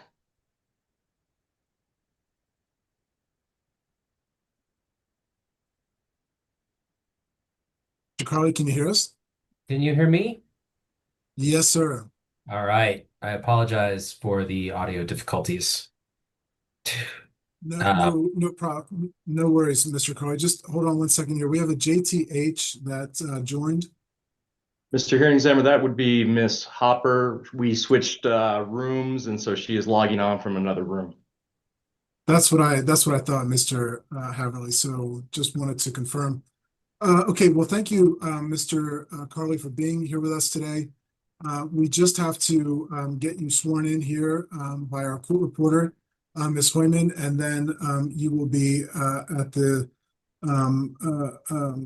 behest of Ms. Beatles. So go ahead, Ms. Hoyman.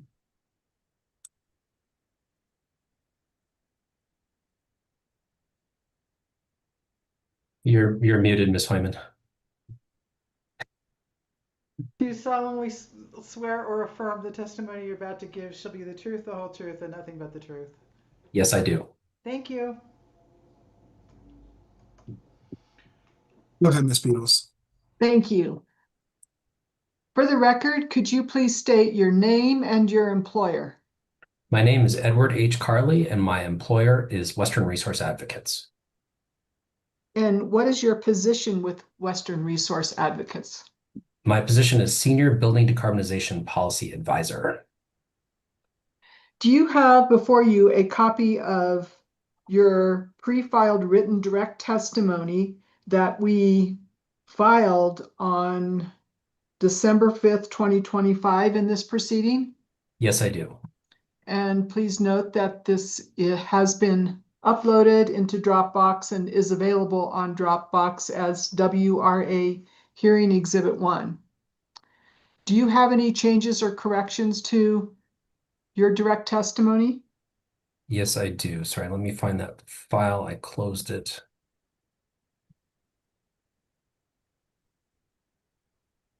A couple of minor corrections just for legibility. Page 13, line 16. The document says the incentive level is 350 or.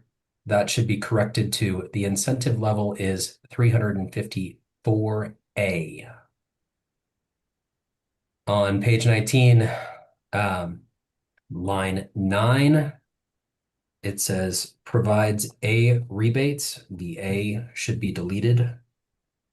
On page 24. Wait just a second. So that's page 19. I just wanted to give everyone else time to record these as well. So that was page 19, line 8. And just delete the word A Correct.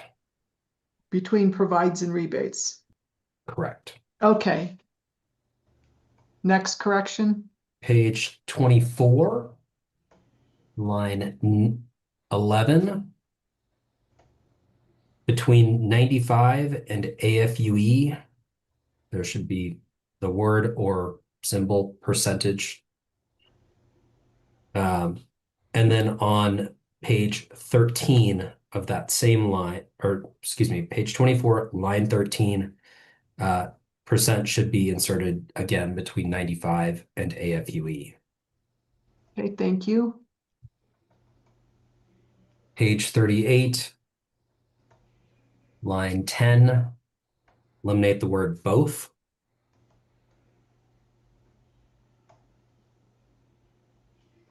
Page 39, line 15, the document currently says low income and disadvantaged. It should be disadvantaged communities.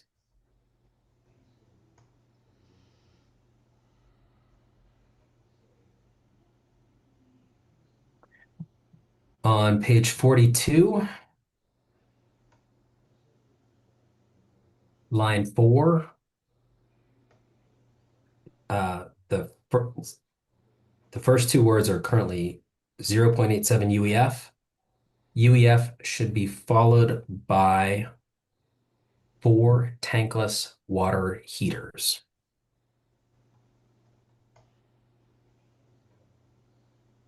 Page 56, line 1, insert the word the maximum, the words the maximum, between update and hers.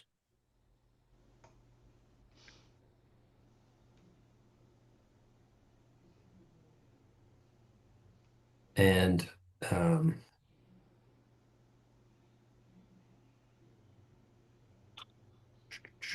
sorry, I didn't put the line on this one. On 56, line 8, insert the word appliances after the word gas. And before the comma? Correct.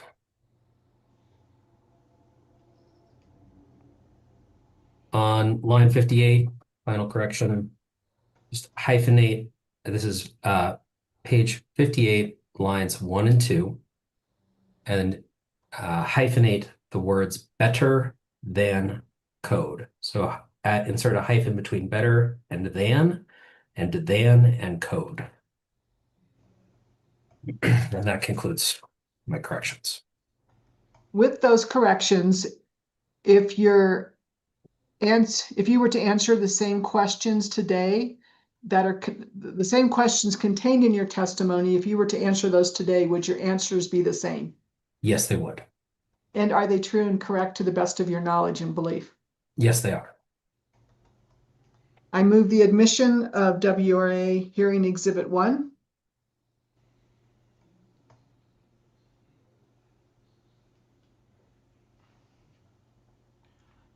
You're muted, sir. Are there any objections to the admission of WRA Exhibit 1? Hearing none, it is admitted.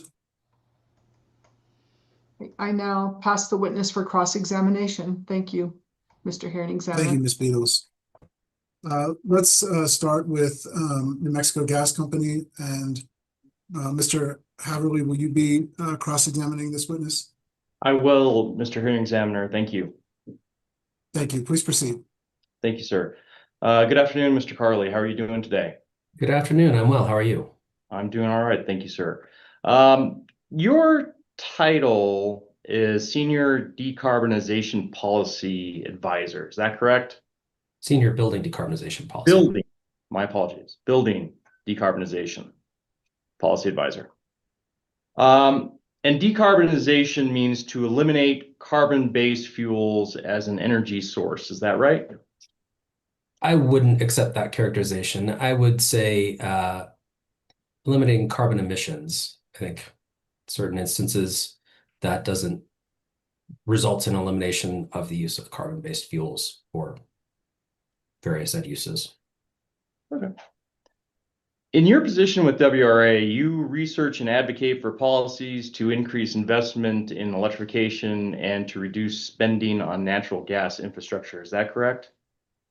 I would say it's more to protect consumers from the high cost of fossil fuels and to ensure health and address climate change. So that certainly involves ensuring that electrification is an option, and generally electrification is the lowest cost option. So we tend to support that as a solution.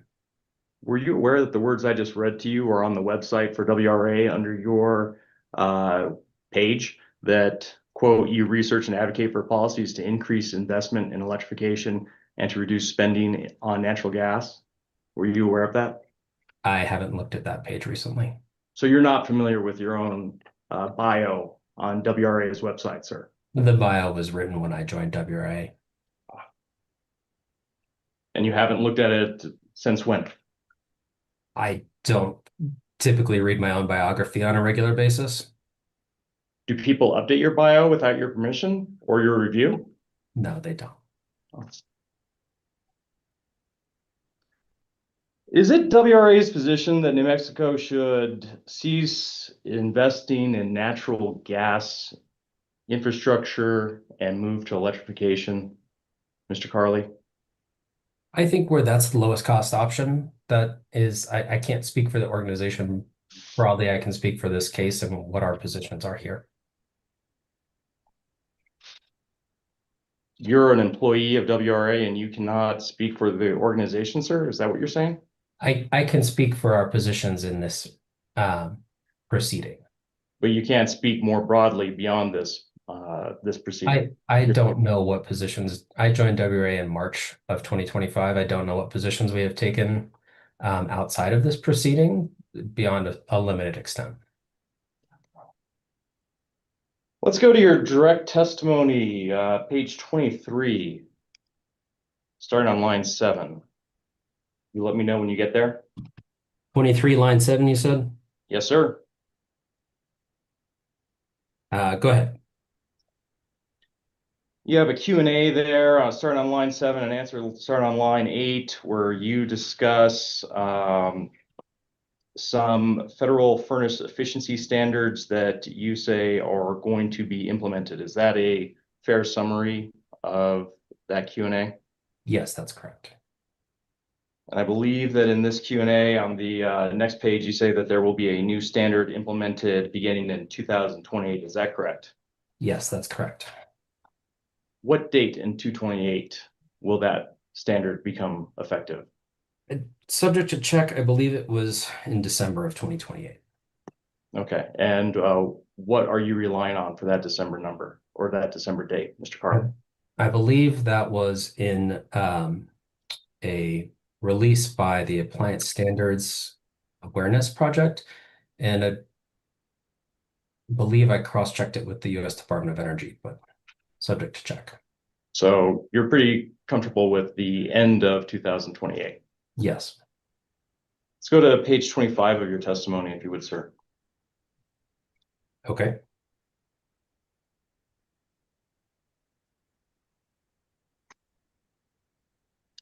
Question, should the company be directed to initiate a study into the remaining energy efficiency potential of gas appliances and the level of customer uptake of efficient equipment in New Mexico? You answer on page 7. If gas appliance rebates remain as a component of the company's efficiency plan, the company or their measurement and valuation contractor should be directed to conduct an energy efficiency potential study to determine the adoption of efficient gas appliances by New Mexico ratepayers, residential and commercial, and provide the results to the commission within 18 months of a final order and file the results with the commission in this proceeding. Did I read that correctly? Yes, that's correct. Line 8, are you aware that it's not measurement and valuation, but a measurement and verification report? That does appear to be a typo that we will need to correct. Okay, so that was a mistake? Yes. And you also said the company or their measurement and valuation / verification contractor. Are you aware that New Mexico Gas Company does not retain the measurement and verification contractors at the New Mexico Public Regulation Commission? Yes, that appears to be a mistake as well. I'm aware that the M&V is done through the PRC. And you're aware that staff actually goes through a process to retain the M&V contractors via the commission's regulations, specifically 17.7.2.15b. Is that correct? I'm not aware with that specification, but being familiar with state procurement, I would assume that there is an RFP process and a competitive open process for hiring a contractor. Let's go to page 7 of your testimony, sir. Okay.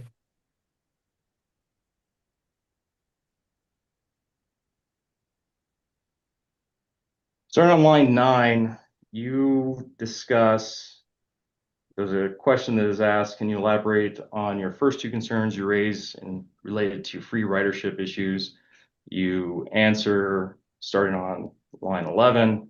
Yes, the company's 2024 M&V report show the water heating program found a free ridership rate of 0.4512. Period. This means that more than 45% of participants would have likely selected the more efficient equipment, even in the absence of the company's rebate. While the report assigned a free ridership rate of 45%, it found that 90% of participants reported they would have likely purchased an appliance with the same level of efficiency without the rebate. Did I read that correct? Yes, you did. Is WRA or you, in this case, I guess, disputing the free ridership determination by the M&V contractor No, selected by the commission? no, I'm not.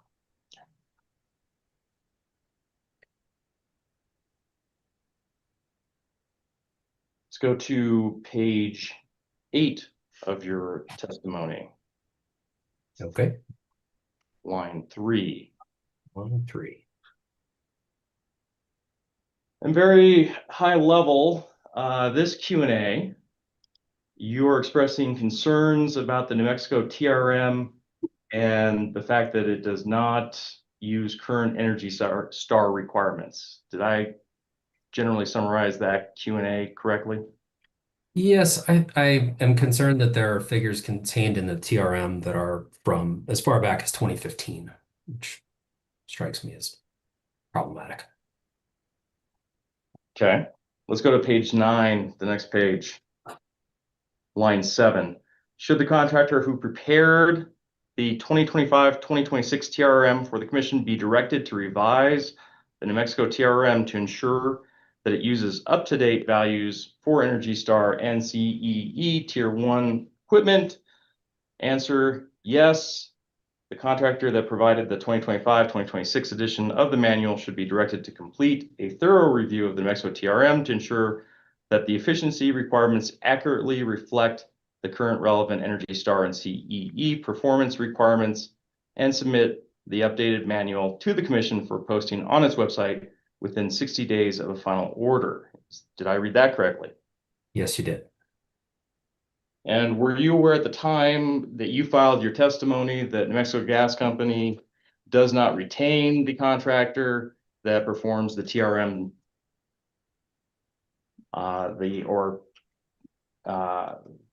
strike that part of it, not that creates the TRM, sorry. I believe I was, and that's why I make this recommendation that the commission direct the contractor to update the TRM. Because as I said, the TRM is using figures that are quite old. And considering that the taxpayers and ratepayers in Mexico paid for this document, it seems that it would be in their best interest to have current specifications. And as I said, at least one of those specifications, version 3.2 of the residential water heaters, is from 2015. It's version 3.2. The current version is version 5.0, which took effect in 2023. There's other errors as well. But you're aware that New Mexico Gas Company does not control that contractor in any way, shape, or form, correct? Yes, and that's why I recommended the commission direct their M&V consultant or their TRM consultant to update the document. And you're aware that more than New Mexico Gas Company utilizes the TRM for their energy efficiency programs, other utilities in the state of New Mexico utilize that manual. Is that correct? Yes, I am, and that's why I recommend that not just gas specifications be updated in a later part of the document. Have you considered whether 60 days is adequate notice to provide stakeholders the opportunity to have a comment or to weigh in on your concerns about the TRM and to actually reboot a TRM? You know, I don't think that a full reboot is necessary. I think that a review of the baseline specifications for appliances and for Energy Star certifications is reasonable. And I think that all of those specifications have gone through their own very extensive national process, which NMGC and certainly the other utilities IOUs in New Mexico would have had an opportunity to participate in either individually or through their national associations. Prior to your filing of testimony in this case, criticizing the TRM, did you reach out to the M&V contractor to raise your concerns and discuss the issues? I did not. Prior to you filing your testimony in the New Mexico Gas Company's energy efficiency case, did you file or did WRA file anything with the commission raising issues related to the TRM in any way, shape, or form that would give other stakeholders notice of your concerns? Prior to this case, I had not had a chance to or occasion to review the TRM.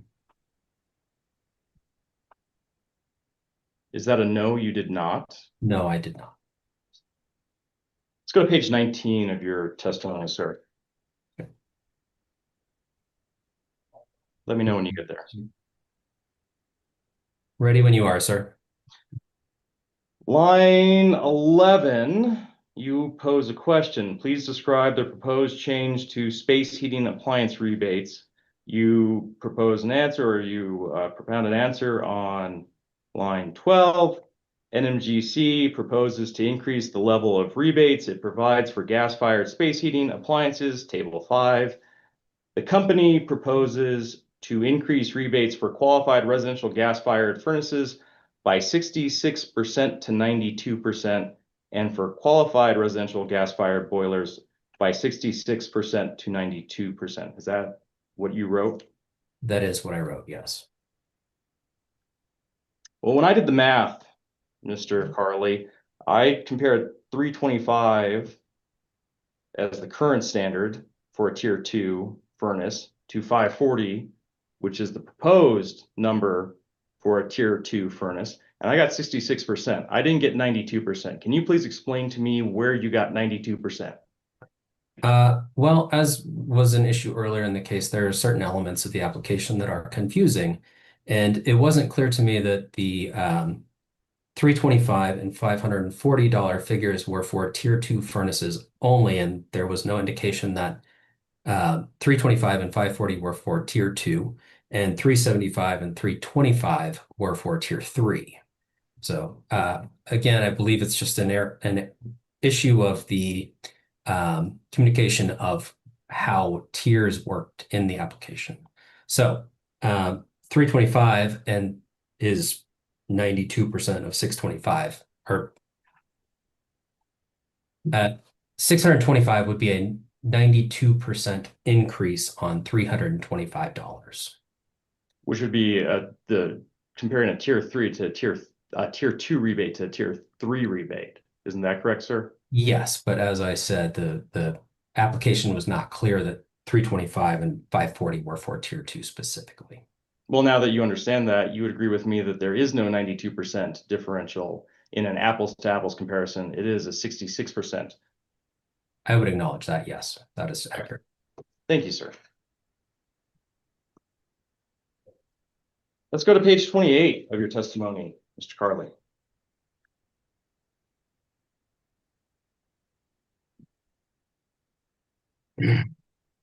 $28, I'm ready when you are, sir.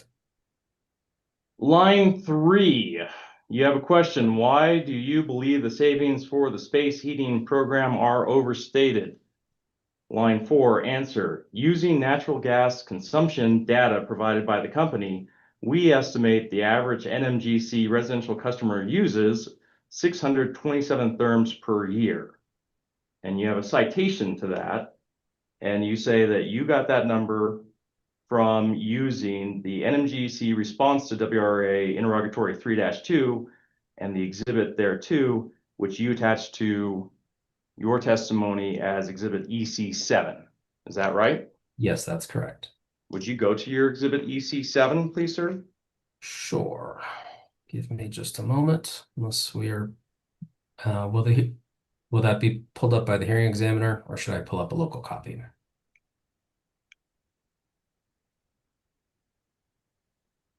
Mr. Carley, do you have access to that record? I am accessing it now. Okay.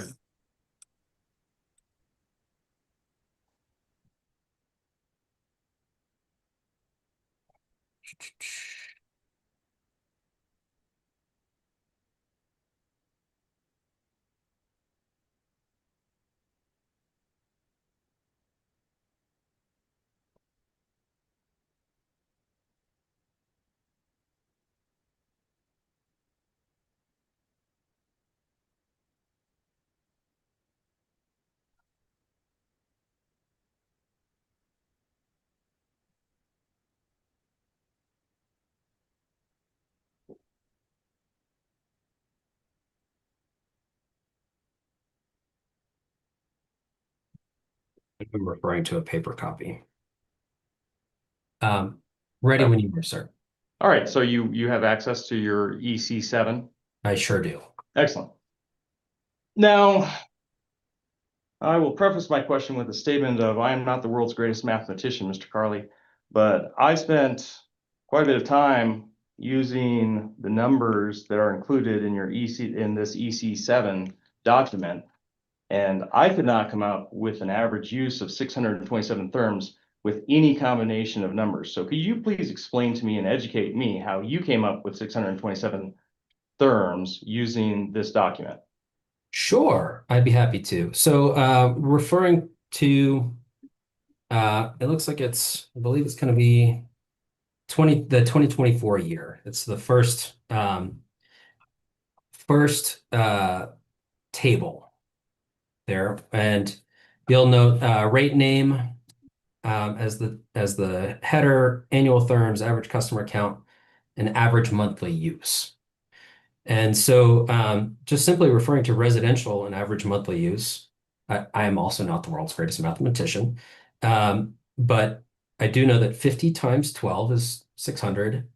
And then you can see 2023 is also there, average monthly use of 53. That would be in the range of 612 or so. Again, not the world's greatest mathematician. Same for program year or for 2022, 2021, it's 52 therms, and 2020 is 55 therms. And so we took that and averaged it out and came out apparently with 627. And then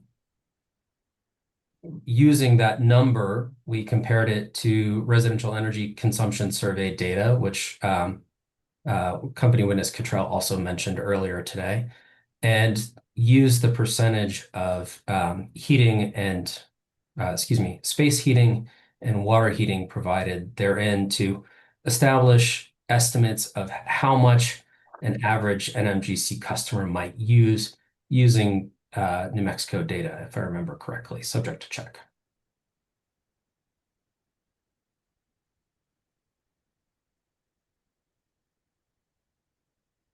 So when I do that, when I do the average monthly use and I add it up all across those 5 years, Mr. Carley, and then I divide it by 5 to get the average, and then I multiply it by 12 by the monthly number, I get 631 therms. I don't get 627. So how do you get 27? Would have to check my math, sir. I don't have the spreadsheet that we used in front of me. Go to page 18 of your testimony, sir. Page 18.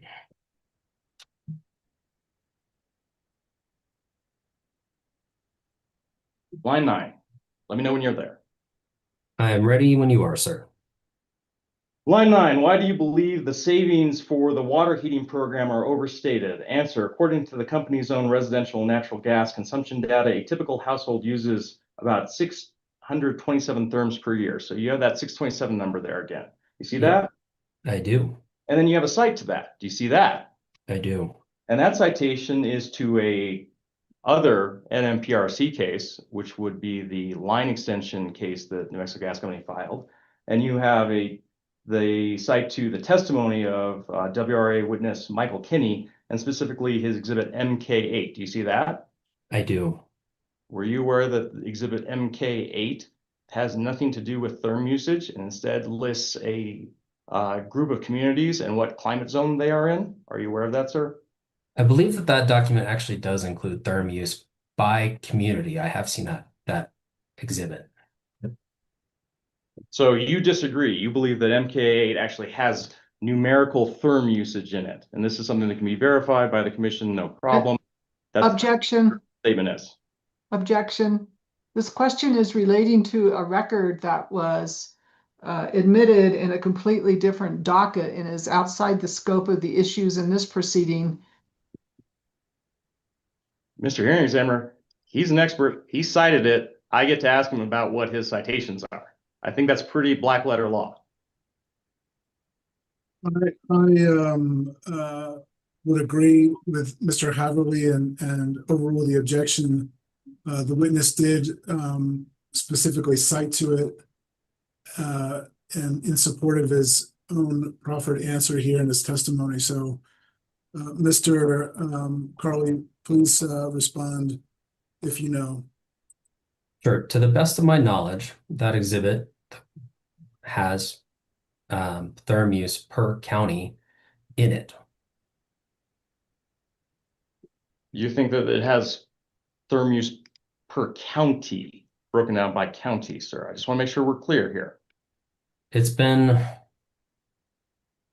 at least 60, well, it's been since December 5th that I looked at that exhibit. But as I recall, that exhibit includes a list of New Mexico's counties and average gas consumption by residential customers over the approximately 4-year period, and includes average, trying to recall what was on that spreadsheet, but I believe it included therm data. To the best of my recollection, it included therm data. Do you recall how you were able to use that therm data to come up with 627 therms, Mr. Carley? Again, a similar process as I described, where we looked at the average monthly consumption per customer, and then I apologize, the video feedback on your colleagues display distracted me. So a similar process. We took the average monthly burn per year, broke that out by 12, and then used other data sources to estimate the average consumption of an MGC customer. And hypothetically, if the hearing examiners go and look at that exhibit and then see the data that you're talking about, what would you say to that? I would say I apologize first. And secondly, I would say we can provide, secondly, I would say the source that I did cite, and I believe is Exhibit EC7, has very similar data. It was 4 therms of difference. But it's not the 627 that you talked about when you look at the numbers in EC7, isn't that right, Mr. Carley? Objection. It's been asked and answered, and really, if counsel for the company wants to drill down into the specifics of that particular record, why isn't it provided as an exhibit in this proceeding and displayed on the screen for all to see? Mr. Hearing Examiner, I was referring to EC7, which is in the record in this case, and is Mr. Carley's exhibit. My question had nothing to do with the prior proceeding. So I think the objection is improper. Well, there's maybe 2 aspects to this. I think the first aspect that the exhibit EC7 and MK8, as you mentioned, Mr. Haverly, are referred to and relied upon by the witness. I would, though, sustain the objection based on asked and answered. I think that some of these questions have been getting to ask the same thing and getting the same response. So I think the point has been made, and would sustain the objection on that ground. Very good, Mr. Hearing Examiner. Thank you. Would you please go to page 33 of your testimony, Mr. Carley? 33, yes, sir. On page or line 20 of that page, and then continue on for the next page to line 9. You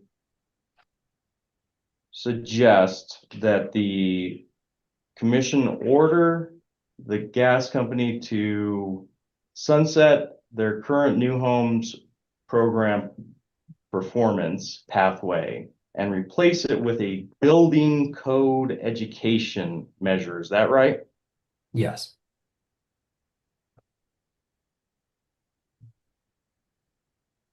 And then going to page 34, line 5, you say builders, building inspectors, and other building design and construction professionals need training to help adjust their practices. You see that? Yes, I do. And that's your testimony, sir? Yes. Are you aware that the New Mexico Public Regulation Commission does not regulate or otherwise oversee building codes in New Mexico? Yes, I'm aware of that. I worked quite closely with a number of folks in New Mexico on building codes. And the reason I'm not... So in this case, the commission is not being asked to regulate those entities. The commission is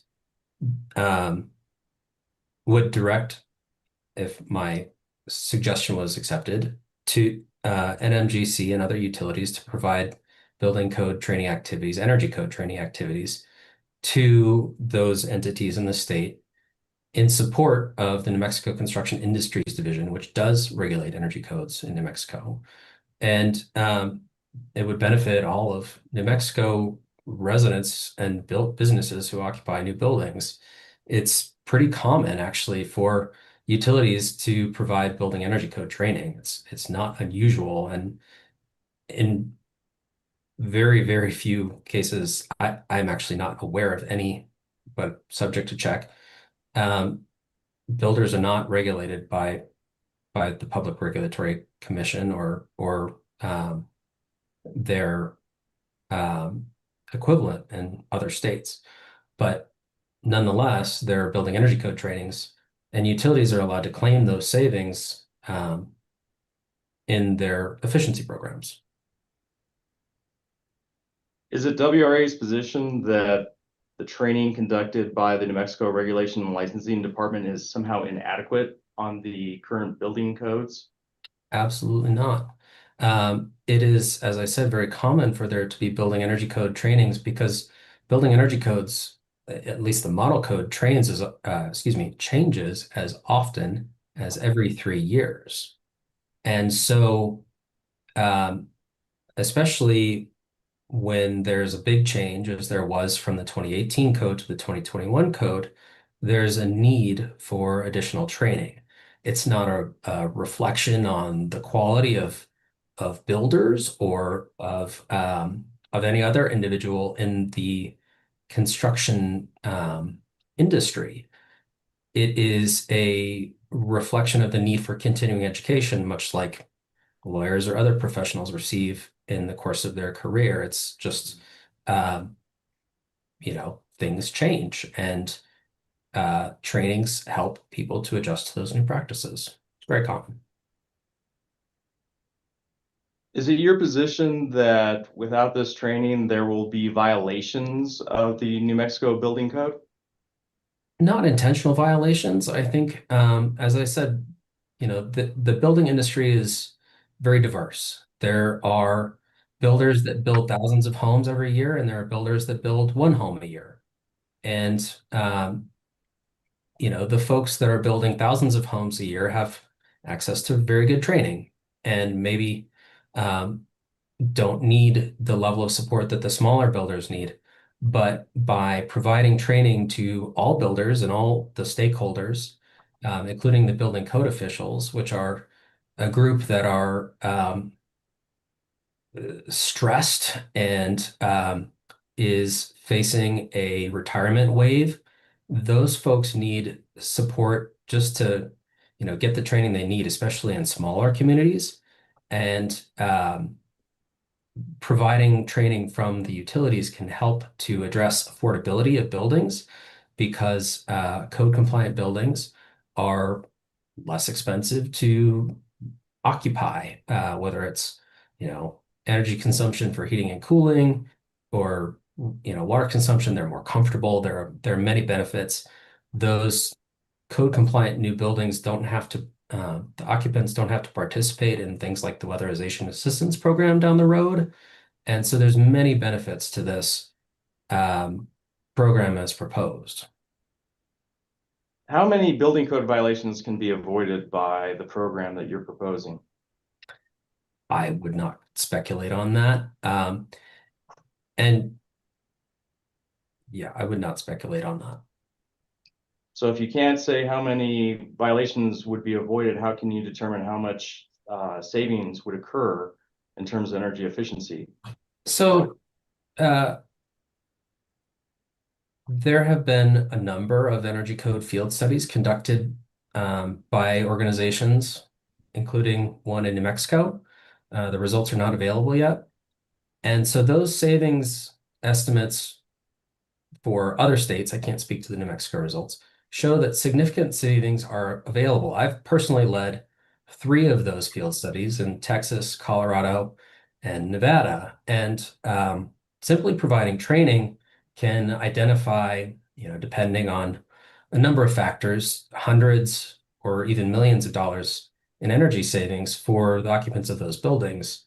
And, those are benefits that everyone in the state enjoys, and that the utility would certainly see an impact on consumption across their system. And there would be affordability benefits for the occupants. It's less about discouraging violations and more about providing the tools so that builders who, generally speaking, want to do a good job, they're professionals like any of us, want to provide a good product to their client. If they have adequate training, they can do that and provide the product that, one, they're required to provide by law, but also just make sure that they're aware of the best practices and what's required by code. It's not intended to be punitive. It's a lift all boats kind of activity. Go to page 45 of your testimony, Mr. Carley. Let me know when you get there.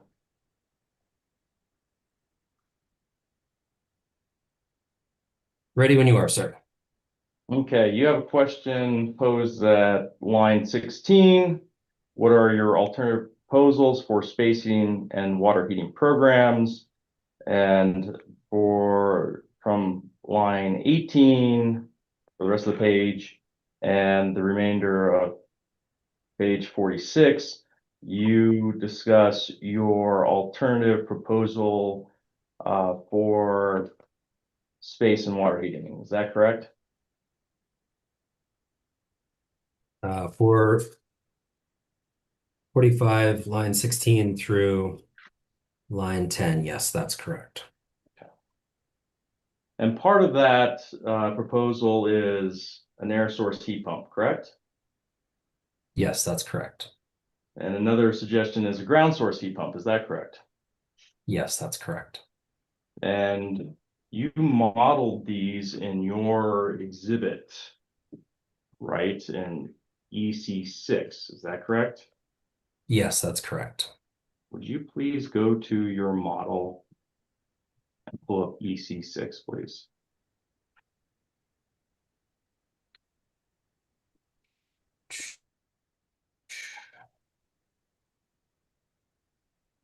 We should grab the errata version.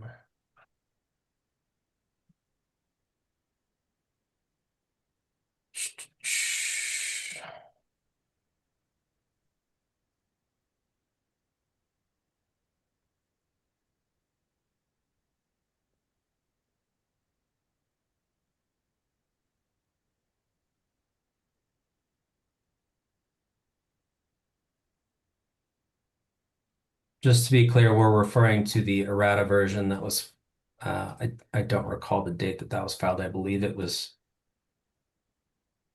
council, do you recall the date that we filed the errata? I believe it was December 29th, Thank you. subject to check.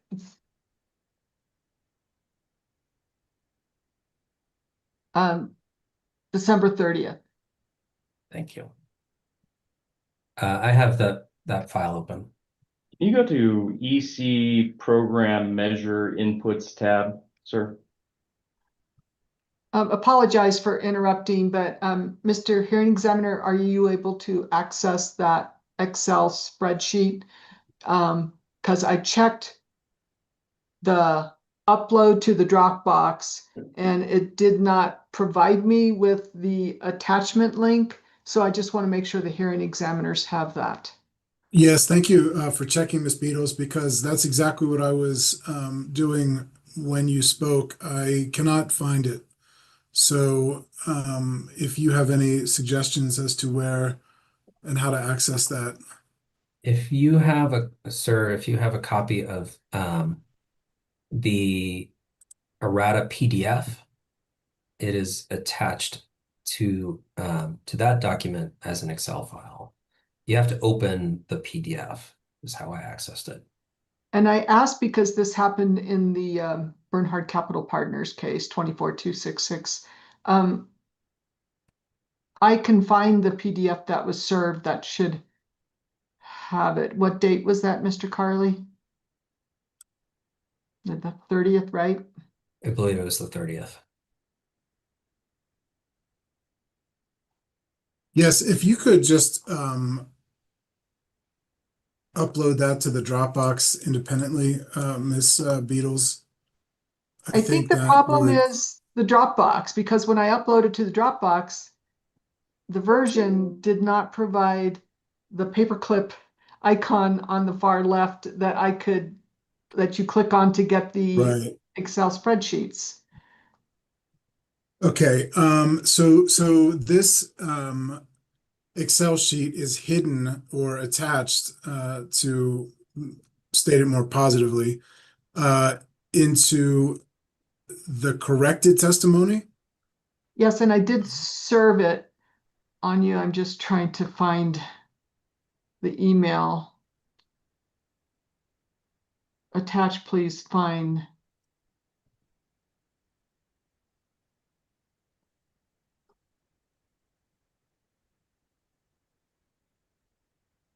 No, that's not it.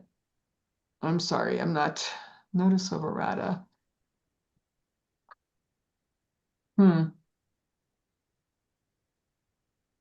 Well, I do have it. It's just a matter of, I just was trying to prove that I served it on Here, you. Ms. Beatles, I have it here in my inbox. Okay, Yes, I have it here in my inbox. okay. I have it here too. I just found it finally.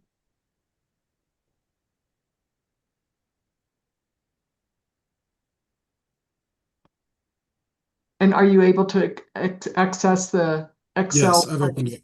Okay, Yes, thank you. please proceed. So, Mr. Carley, have you gone to the tab marked EC Program Measure Inputs? Give me a moment just to get back. Yes, I'm looking at that. Please go to row 296 in that document. 2, 6. Oh, remind me which tab, sir? EC Program Measured Inputs. Got it. 296. I'm there. So from 296 to 305, looks like there are a number of measures. Are those the measures that you are proposing in this case that the commission adopt? Yes, that's correct. And on row 298, under the new homes program, you have an air source heat pump listed. Is that correct? Yes, that's correct. And if you go to column S, you suggest a $700 rebate as part of that program. Is that correct? Yes, that's correct. And then in column U, V, and W, you project the number of measures that will occur over the 26, 27, and 28 program years. Is that correct? Yes. So you forecast new homes using an air source heat pump at 150 new homes in 2026, 300 new homes in 2027, and 450 homes in 2028. Is that correct? Those are the homes I projected will receive rebates to use air source heat pumps, yes.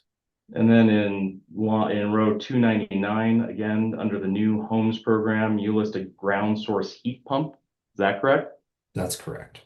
And then if we go over to the column S, you have a $1,100 rebate. Is that correct? Yes, consistent with my testimony at page 46, $1,100 per heating ton. And you're projecting in 2026, 100 new homes with a ground source heat pump. In 27, you're projecting 200 new homes with a ground source heat pump. And in 28, you're projecting 300 new homes with a ground source heat pump. Is that correct? That's correct. Yes, that's correct. And for both of these measures, you are projecting in column I a net to gross ratio of 75%. Is that right? Sorry, give me a second. I'm trying to arrange my windows. That's fine.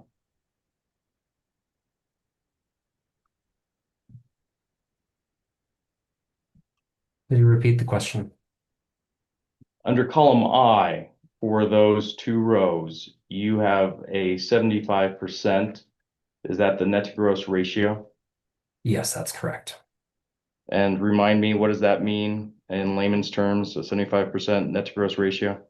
Essentially, it's the amount of savings for those measures that the utility would be able to claim.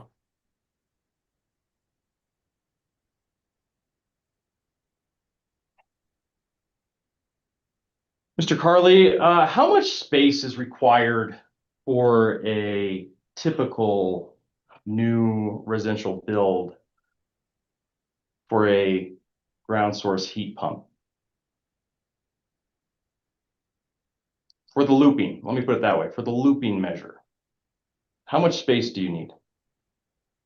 Well, I'm not an engineer or a system designer, so I wouldn't care to speculate. I know that there are a variety of types of systems that are used for heating across the United States, but I wouldn't offer an estimate in square feet or linear feet. Mr. Carley, are you aware of how many new homes are built in New Mexico each year over the last 2 years? Not off the top of my head, no, sir. Mr. Carley, can you name the 5 largest home builders in New Mexico from 2024 and 2023? I could speculate, given that there are a very small number of large home builders across the United States, but I would not care to do that in this instance. Did you contact any home builders building subdivisions in New Mexico currently to determine whether they would be interested in a air source heat pump or ground source heat pump measure in any way, shape, or form before you made this recommendation to the commission? I did not. Mr. Hearing Examiner, that concludes my cross-examination. I have no additional questions. Thank you, Mr. Haverly. Ms. Lynch, do you have any questions on behalf of CCAE?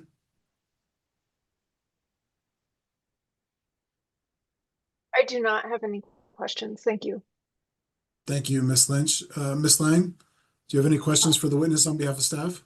Yes, I do. I just have a few. Go ahead, Ms. Lang. Thank you. Mr. Carney, how familiar are you with the established schedules and procedures that are that go into effect for updating the TRM manual? I'm aware that they occur on a biannual basis, which again is is why I'm concerned that there are figures that are at least 10 years old, in some instances, and 8 years old in others. Again, it just doesn't seem like a biannual process should rely on badly outdated figures. Did you get a chance to review staff's rebuttal testimony of December 22nd by staff expert Dr. Jimenez? Yes, I did.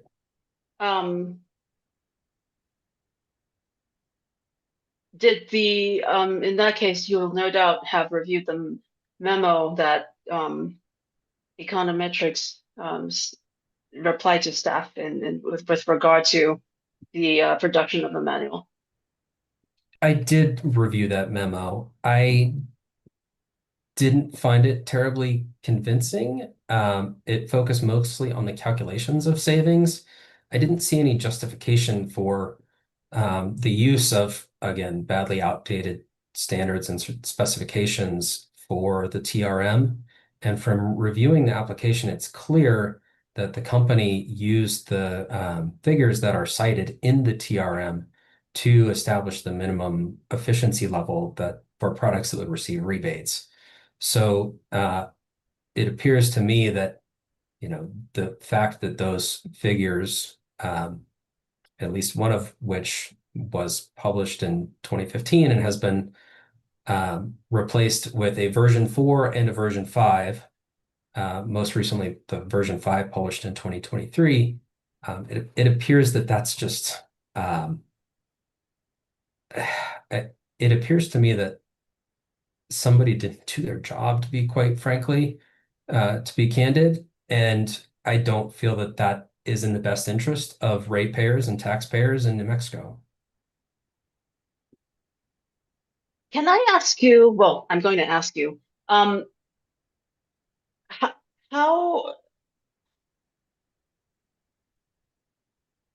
familiar are you with the mechanisms or the methodology utilized by econometrics in deciding what data to plug in there and the complete manual? It appears from the information that I reviewed, they make a review of federal standards and certifications. Again, I'm not convinced of the accuracy of that review, and they work with a stakeholder group comprised of the utilities and PRC staff. It doesn't appear that there are other outside experts that are consulted in that process.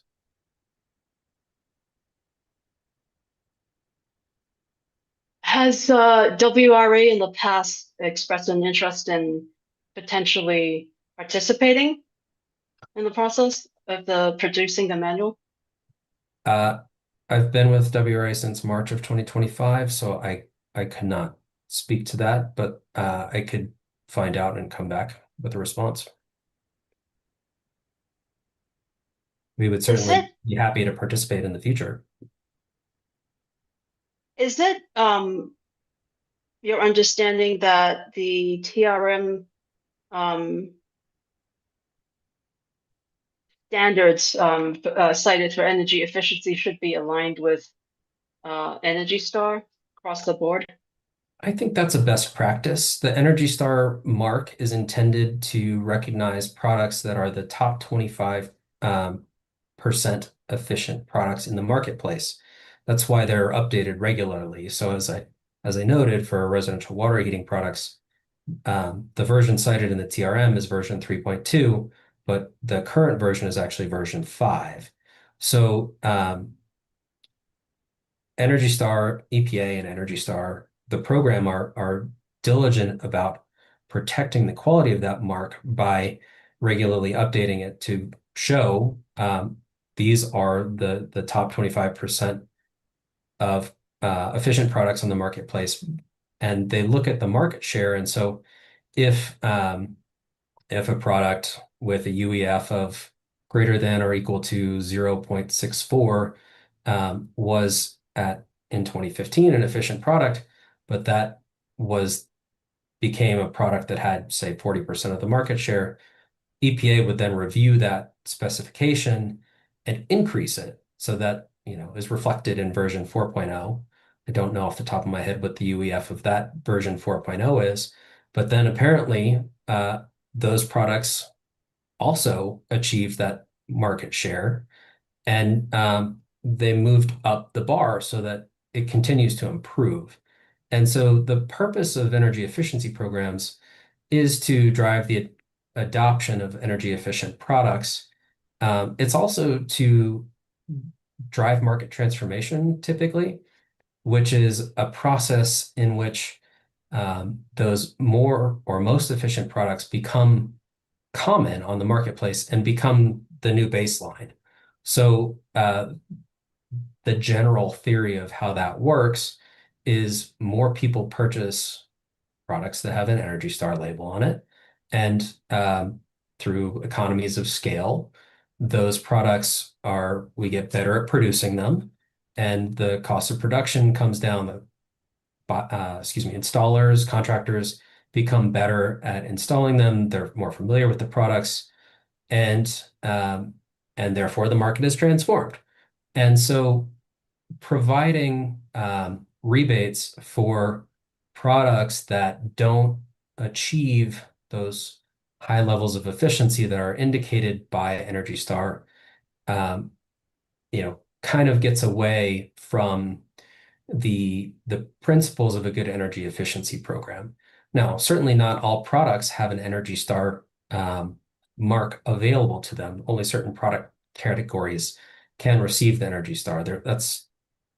Has historically increased, or in some cases, Energy Star has no longer been offered for certain product categories. It kind of depends on the product type. But in general, I believe using Energy Star is a good guideline. And I think that is clear in the TRM, because the TRM refers to water heaters as Energy Star water, I'll just say tank water heaters with such and such an efficiency level. And that indicates to me that they looked at that at one point, but I don't think that they've looked at it again. Or they may have changed that verbiage to where it would say a water heater with energy efficiency of XYZ, or the Energy Star mark. So, and I see that language was repeated in the gas company's application, where it appears to me that the level of efficiency specified in the TRM is what was used in the application. And there was no, it doesn't appear that there was a review of what the actual Energy Star certification was prior to all of that, before the instant application. And again, in the biannual review process, it doesn't appear that that's been noted. I mean, I could understand if it was a year or two delay. There's been some talk of a lag is acceptable, but again, a 2015 certification doesn't appear to be a reasonable lag to, especially for a product that was paid for by ratepayers or taxpayers. Mr. Carney, I am going to direct you to what has been labeled as, but not yet entered into the record. Staff Exhibit 2, the rebuttal testimony of Dr. Jimenez. Do you have that available to you?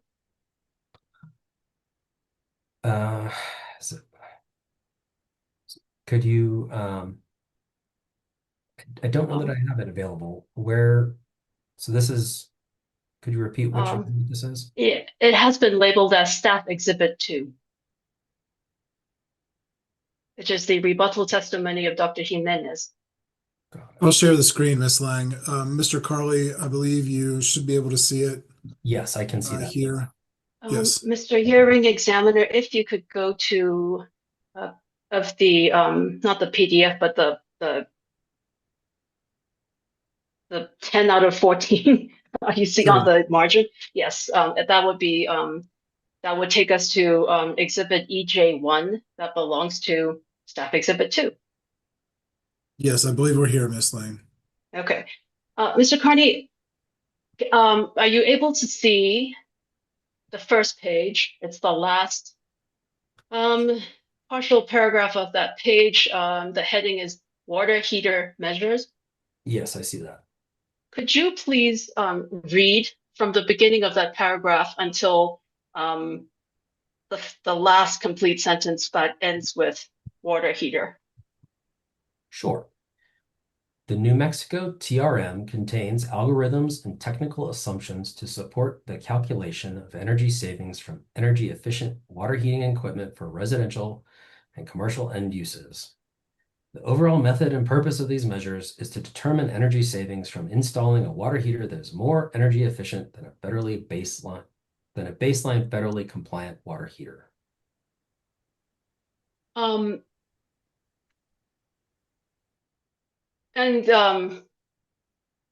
not gonna have you read the continuation of the complete topic paragraph, which goes into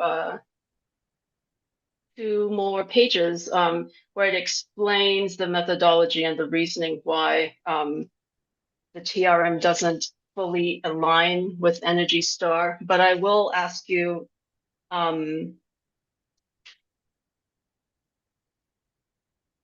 is there a, in your opinion, is there any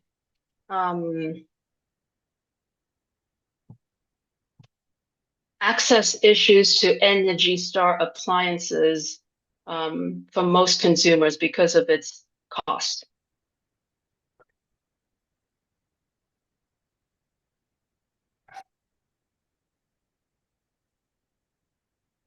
I think that varies quite a bit based on the type of equipment that we're discussing. In general, though, isn't it true that Energy Star appliances are more expensive than baseline federal appliances that qualify for federal baseline energy saving or efficiency numbers? When you consider the total cost of ownership, no, I don't think that they are. But that was not my question. My question is, so here's the thing. I'm in a market for potentially a new stove or a clothes dryer, maybe even a washer. And even though it's potentially the case that I may end up saving money because it's Energy Star rated, the initial outlay that I'm going to charge to my credit card is I am finding is higher than if it was not a Energy Star equipment. So in general, the initial financial burden, isn't it not the case that it's more expensive than a federal baseline appliance? Yes, but that's exactly why we have energy efficiency rebate programs, is to help overcome that cost. And again, if you're going to use ratepayer money to fund those rebates, you shouldn't be in my opinion, it is unwise to and not in the public interest to use ratepayer funds to purchase equipment that is not as efficient as the Energy Star certification. If public funds will be brought to bear, or ratepayer funds will be brought to bear to support the purchase of equipment, it should be used to support purchase of equipment that has been recognized as being in the upper tier, top 25%, as I said, of efficient appliances. If an individual is using their own funds and they decide, if there are no rebates or they're unaware of rebates, and they decide to purchase a baseline efficiency piece of equipment because it's more affordable, or they decide to purchase an Energy Star piece of equipment because that's what they want, that's fine. But if we're going to provide them with ratepayer dollars to make that purchase, they should be buying a piece of equipment that has been recognized by a third party like Energy Star or the Consortium for Energy Efficiency as being one of the more energy efficient pieces of equipment available on the market. And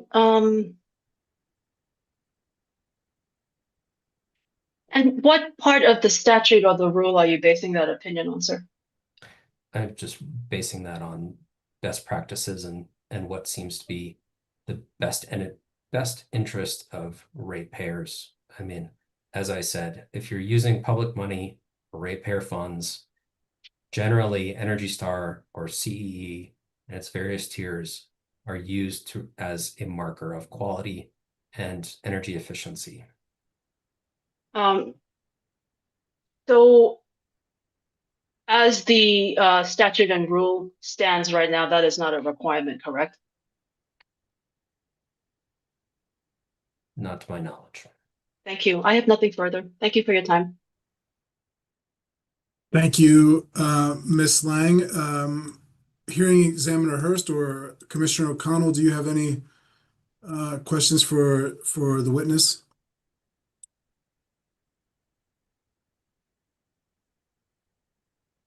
No, again, thank you for giving me the opportunity, but just watching and learning. Hearing Examiner Schaefer, I have a couple of questions for the witness. Good afternoon, sir. Hello, Hearing Examiner Hurst. Good afternoon. Welcome. Thank you. I know that you indicated, I think a couple of times in your testimony that you began this position, I think you said in March of 2025. Is that correct? That's correct. And if I look at page 51 of Ms. Salas' testimony, actually, yeah. On page 51 of her testimony, she has a subsection 7 called Public Advisory Group Process, where she talks about holding various public meetings. And on line 11, she said meetings were held on August 14th, 2024. So that would have been before your time. But then she says there was a meeting on April 10th of 2025 and on July 21st of 2025. Did you attend either one of those public advisory meetings, Mr. Carley? I believe I did attend. I believe I attended both of those, subject to check. And the way I interpreted those meetings was as a update from the company on their activities and planning. I did not perceive that there was an opportunity for input from us. Okay, so when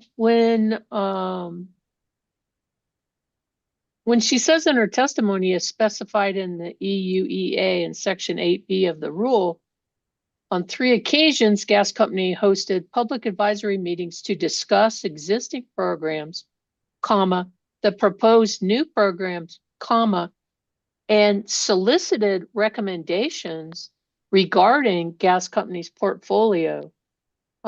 You're in disagreement then with how she's characterizing those meetings. Is that right? My perception was that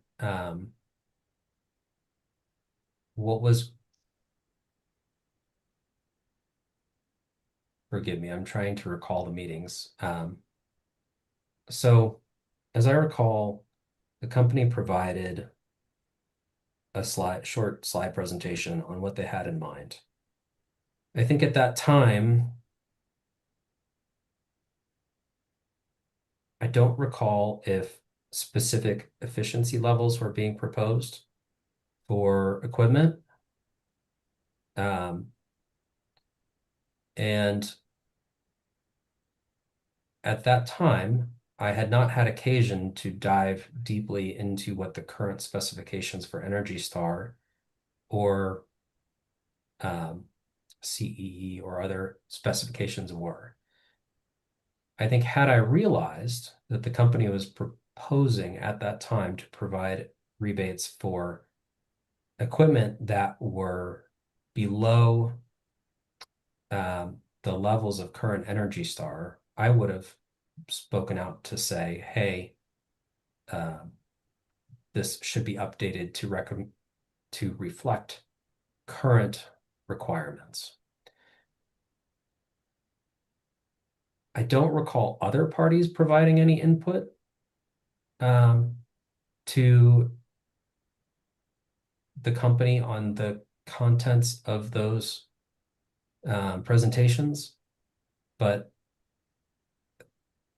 I will note that that's subject to check. I don't think I have contemporaneous notes from those meetings. And I think at that time, I did not have sufficient information to delve deeply into what was proposed by the company. Did you do any preparation in prior to attending the public advisory meetings?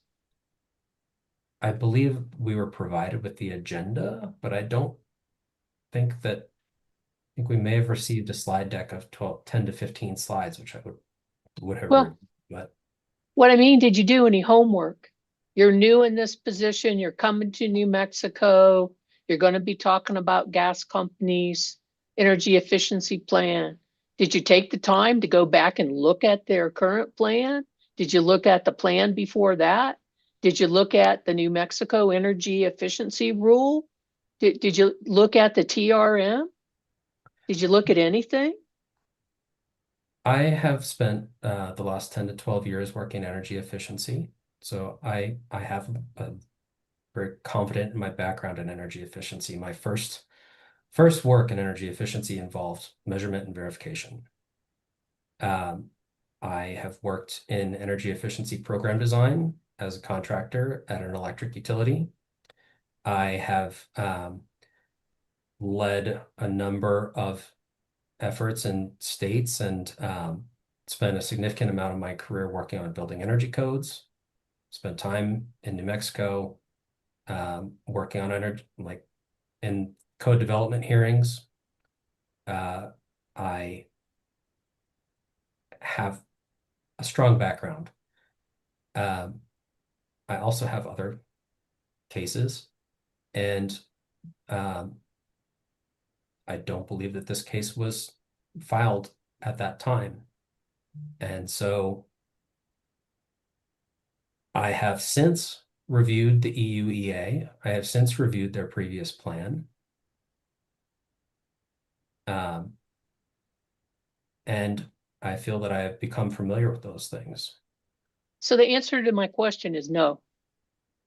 That's correct. Yes. No. Thank you. You indicated, sir, in response to Ms. Lang's question about Dr. Jimenez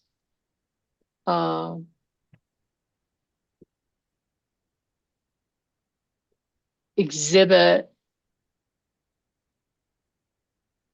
which I feel okay asking you about, even though it's not admitted, because purportedly it's a business document. That you saw that it's entitled Memo from Econometric, labeled as Exhibit EJ1, probably should have been EJR-1, to Dr. Jimenez rebuttal testimony. Yes. You saw that, sir? I'm pulling it up now. Yeah, and so I just wondered, and I think I understand your testimony with regard to your recommendations and your testimony about some of what you believe is dated information. What I was interested in is, and if you were listening earlier, it did not sound like to me that gas company was necessarily opposed to an update if it was done in the right docket and if it included all utilities. Were you, did you hear that question and answer? Yes, I did. And is that pretty much what you heard too? Yes, I would agree with that. So I guess my question is somewhere in here, and I'm sorry I didn't mark the page, but well, I guess at the end here, where it's entitled closing, it says the evaluation team provides biennial updates to the New Mexico TRM, the next of which is scheduled for 2026. So I don't know when the contract period ends or begins, but presuming this is who's going to do this, provide an update scheduled for 2026. Did that information give you any comfort? I would say yes, but I would qualify it. So Okay, you're allowed. It's your testimony. yes, I'm glad. I mean, I'm aware that it's a biannual process. And I feel if nothing else, I've shown a light with my testimony that this TRM contains outdated information for whatever reason. And I am hopeful that it would be updated. Now, again, it's citing information from 2015 that hasn't been updated. And I believe the first version of the TRM was 2017, I heard earlier today. And so I'm hopeful that it will be updated now that it has been an issue. But as I reviewed the TRM for this case, I focused in on just a handful of measures and noticed what I would qualify as significant errors and outdated information. And I focused really on water heaters, commercial water heaters, boilers, and furnaces. And if I suspect that if I had looked at other measures, including electric measures, I would have found similar outdated information. And so I think, yes, I'm hopeful that those things will be updated, but given that they have not been in several biannual processes, I think I wanted to bring it to the attention of the commission. And I think given that these are, in my opinion, significantly outdated standards, they should be updated more quickly than that. And am I also hearing from you, Mr. Carley, that you think whoever's in charge of the process of evaluating and choosing the particular contractor to do this job, you think they need a little sharper focus?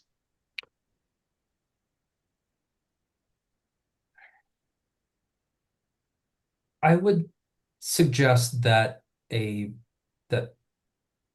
perhaps a broader stakeholder group to help whoever is in charge of updating this document, broader stakeholder group to help review it and ensure its accuracy and currency would be beneficial. Are you volunteering? I would be happy to participate. Okay, sir. That's all the questions I have for you. Thank you, sir, for your time. Thank you, Hearing Examiner Schaefer.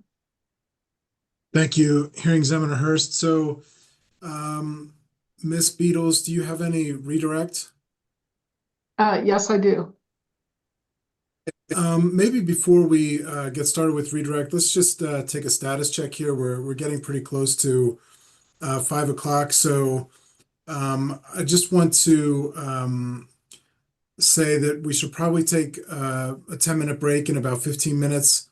Ms. Beatles, I'm not sure how much time you are thinking about or need. But I think the parties on the call should be thinking about staff witnesses and how much time they will need for that staff witness in case we want to try to finish this by 6 o'clock today, maybe at the latest. Hearing examiner Hurst gave me a hand signal. I'm not sure if she has a thought, but or if we need to make alternative arrangements to continue tomorrow. 6 o'clock. Okay. Excellent. My vision is working well after all these hours of intense reflection. So let's go ahead with redirect, Ms. Beatles, and then at the conclusion of redirect and any limited recross, we can discuss what the party's thoughts are about moving forward, okay? So please proceed, Ms. Beatles. All right. I was trying to deal with an Excel spreadsheet and I still can't figure out the function to show all the columns. So I'm going to skip that for now. I just have a couple of questions. Mr. Carley, do you recall questions from Mr. Haverly about your statement on page 7 of your direct testimony that while the report assigned lines 14 through 16, you state, while the report assigned a free ridership rate of 45%, it found that 90% of participants reported they would have likely purchased an appliance with the same level of efficiency without the rebate. Do you recall that questioning from Mr. Haverly? Yes, I do. And he asked you to confirm that you were not disputing the 45% free ridership rate. Is that your recollection? That is my recollection, yes. So could you explain the remainder of that statement in your direct testimony? What is the basis of your reference to the finding that 90% reported they would have likely purchased without the rebate? Sure. So that was that comes from the company's 2024 M&V report. And so the 2023 and 2024 M&V reports each evaluate different programs. So the 24 addressed, we're talking about the water heating program here. So I think some of the discussion has talked about what goes into establishing a net to gross ratio, but 45% free ridership is, it seems to me that that is problematic. And so it doesn't appear to me that increasing the water heater rebate would reduce that free ridership rate when nearly 90% of participants are indicating that it did not contribute significantly to their decision. And if I remember correctly, the remaining 10% also said that the impact of that rebate was very small. So I'm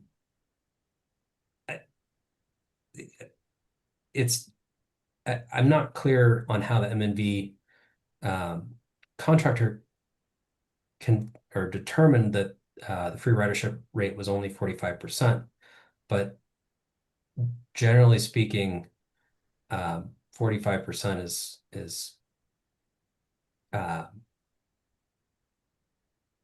I would like to see a lower a lower free ridership rate than that. Okay, now I'm going to ask you about your reference to the average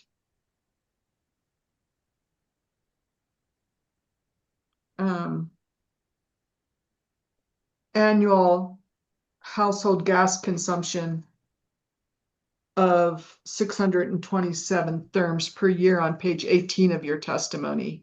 Yes.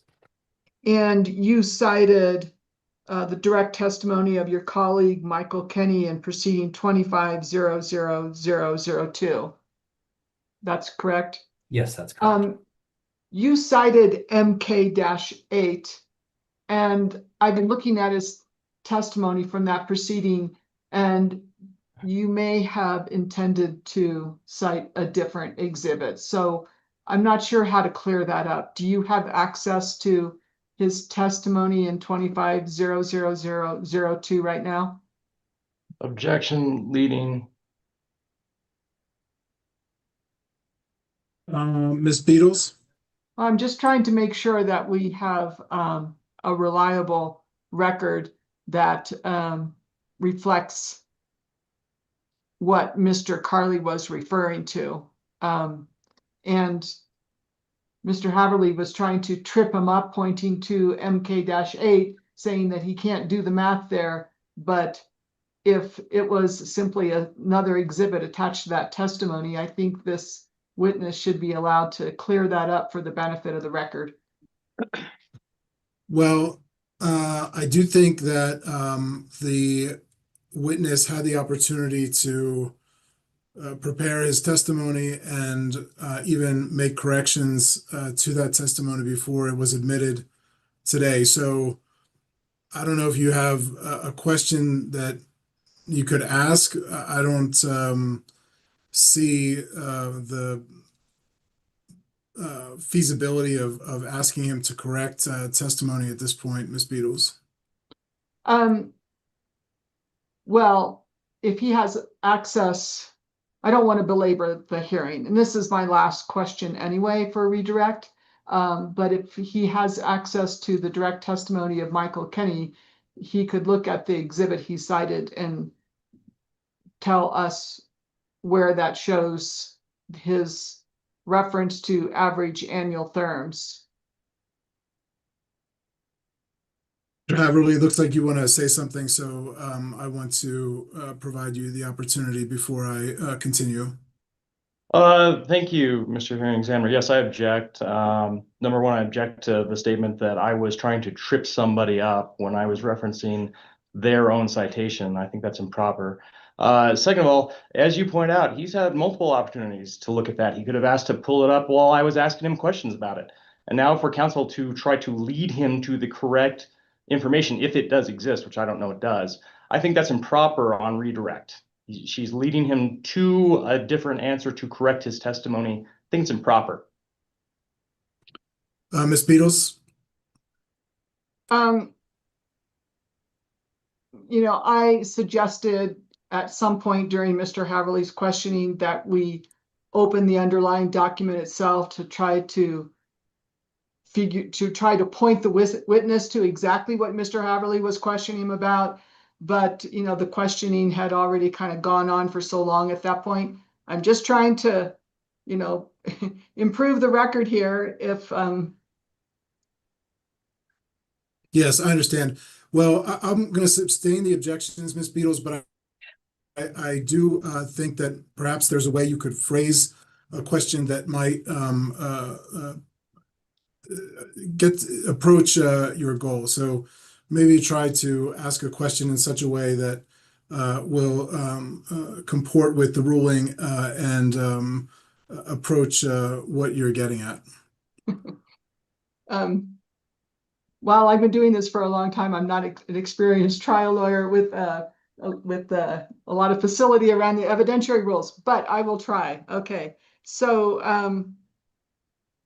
Mr. Carley, you recall that line of questioning, and it is in reference to your basis for the reference to your the typical household use of about 627 therms per year. Do you recall that questioning? Yes, I do. What did you rely on to come up with that number?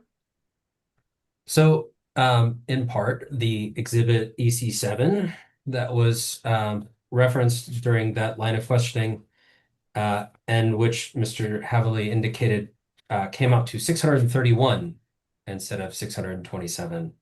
I don't believe that 4 therms on an annual basis would make the rest of my calculations significantly different. I think we could do the math. Everyone has an executable version of my spreadsheet.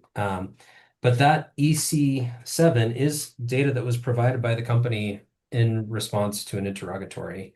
And I worked with my colleague, Mr. Kenny, to develop that. And from testimony submitted in the case cited 250, in the testimony submit or the proceeding referenced in the footnote, I apologize deeply if we cited the incorrect footnote, and I endeavor for a high level of quality in all of my work. And I apologize deeply if we did not achieve that in this instance. But again, I don't think that 4 therms on an annual basis disqualifies any of the other statements that I made. Would that materially change the percentages you calculated and referred to in the following sentence on page 18 of your testimony?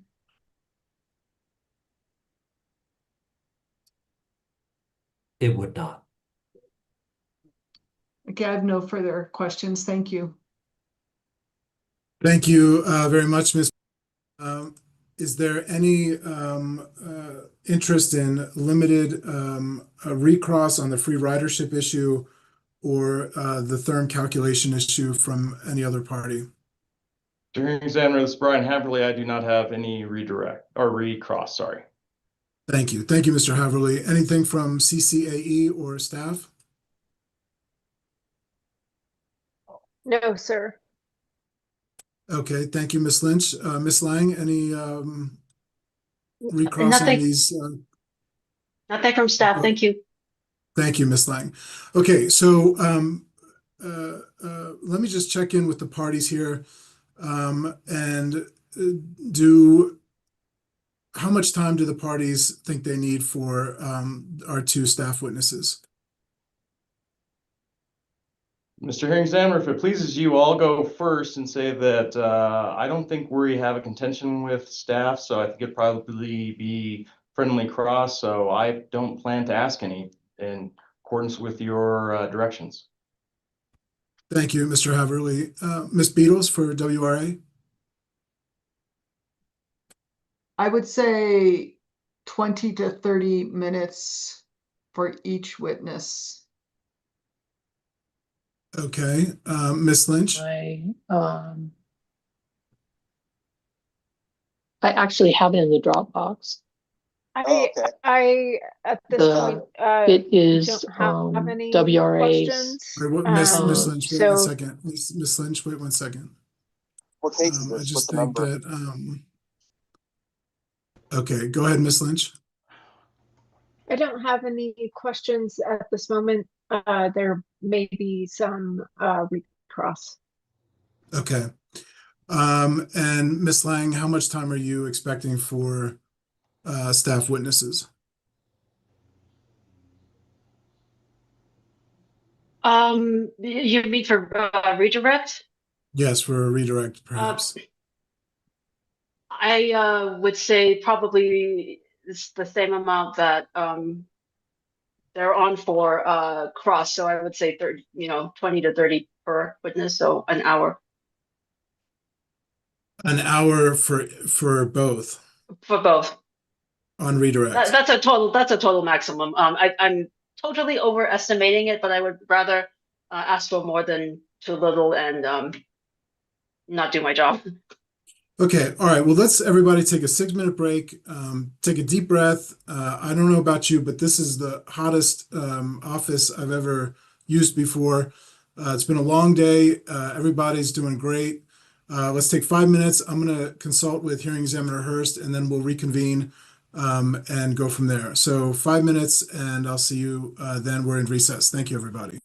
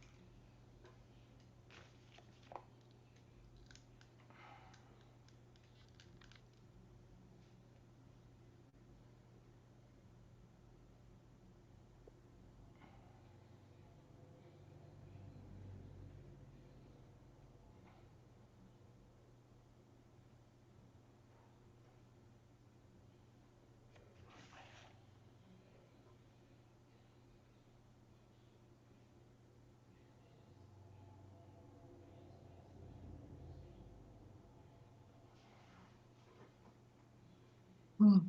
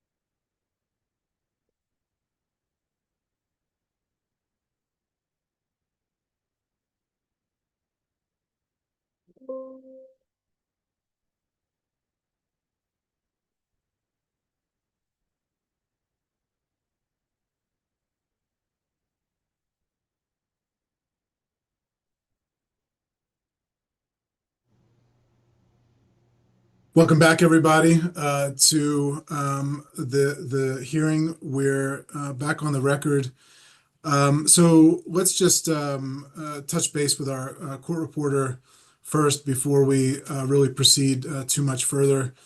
Ms. Hoyman, it looks like, as you probably have gleaned based on our discussions with the parties a few moments ago, that we probably have another hour, hour and a half to go. What is your appetite and your level of comfort at this point? Mr. Hearing Examiner, I have no problem going until 6. I have to admit, I have a long transcript of dense testimony, and as the day gets late, my accuracy and speed do diminish. Sure, diminishes. So if it's truly 6 o'clock, I would say go. If it's after that, I can't say until it. Okay. Ms. Beatles? Yeah, during the break, thank you, Mr. Hearing Examiner. I consulted with my team and I think I can reduce my question for one staff witness. I think I have reduced my question for one staff witness to one question, and then to the other, it is limited in scope. Okay. And let's go for it. Okay. It's been wonderful working with everybody today. I really admire all of you for, again, your professionalism and efficiency. So let's try to knock it out and speak slowly and carefully for our court reporter to help her along as well. So I believe we are at the point of there was no recross for the witness. Is that correct? Witness has been excused. Is that correct? All right.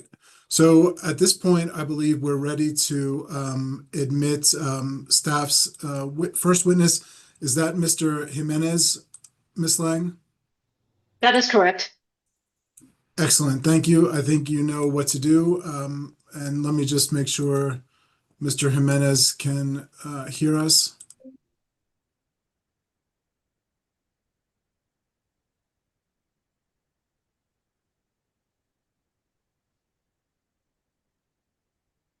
I believe he just dropped out. He said he is trying to join again. Okay. And also I got signed off 3 times in the last 30 minutes, so but it keeps coming back. So the internet is interneting in my house. So Okay. Maybe we if you could, Hearing Examiner Schaefer, while we're waiting for Dr. Jimenez to join us, if we could just take this opportunity to indicate for the record our public commenters, if that would be all right with you. Yes, that's fine. Essentially, there are 5 public comments filed in this case. Pardon me, there are 7, but only 2 of them actually apply to this case.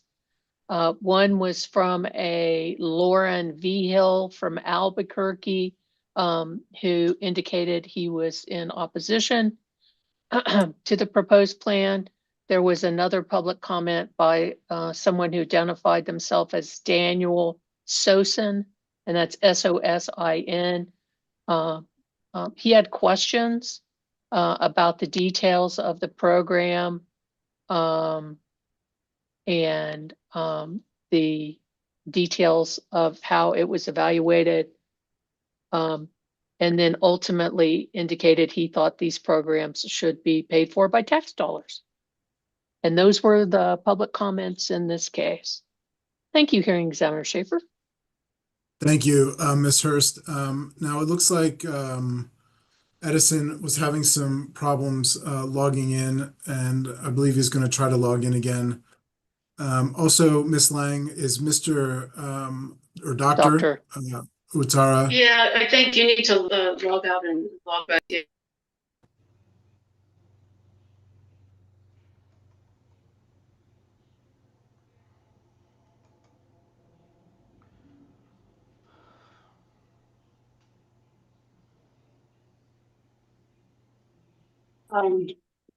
I beg your pardon. Could you say that again, Mr. Hearing Examiner?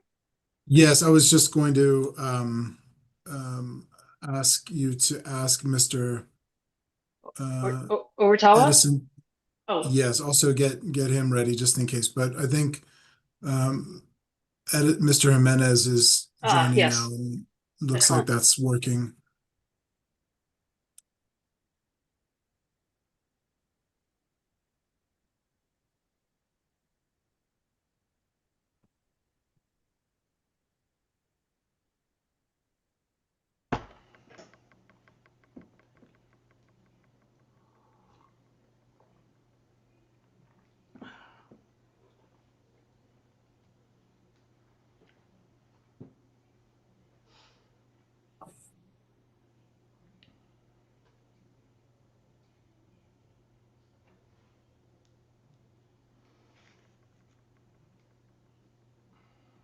Ms. Lang, it looks like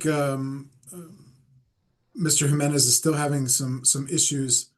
Would we be able to proceed with Dr. Utara first? I will find out right now.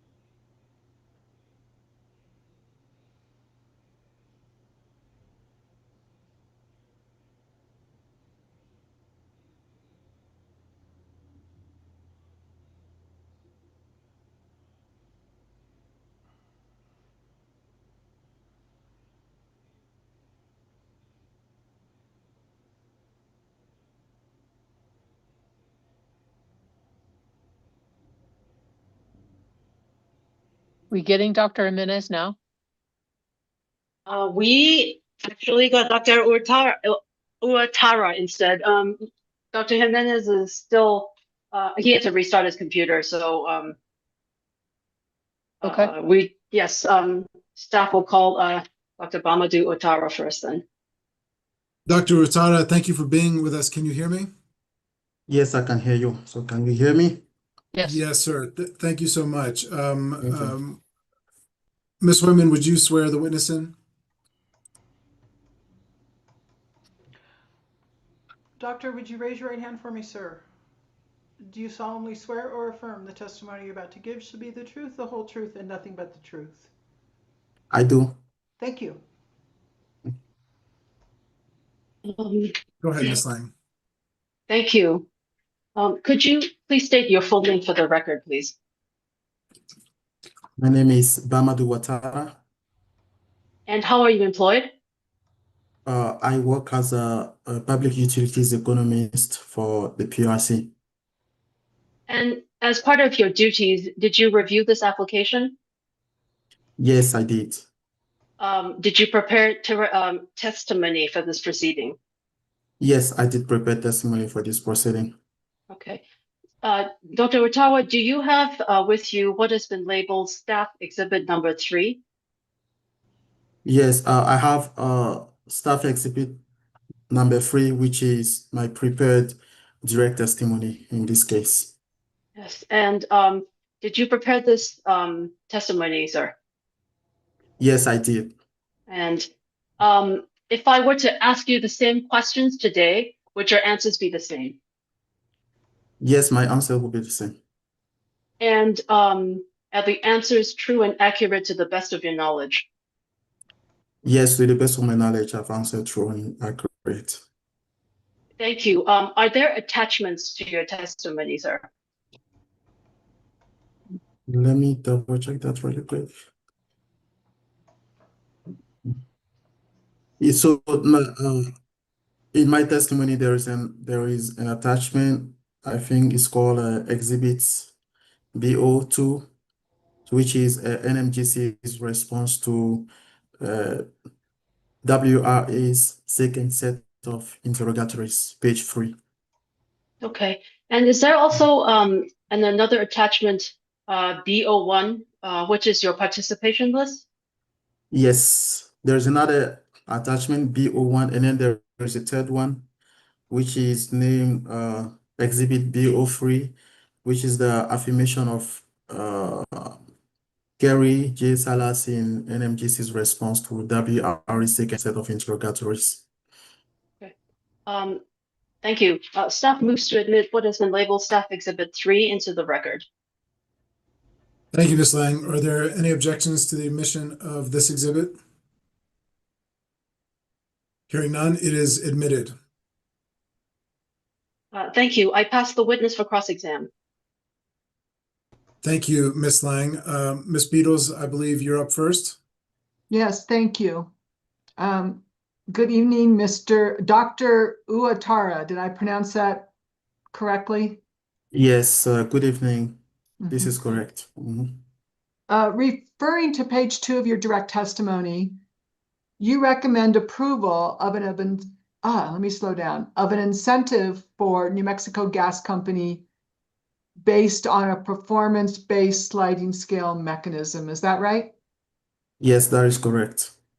And per this mechanism, gas company would begin earning an incentive once it has achieved 35% of its annual savings target. Is that right? That is correct.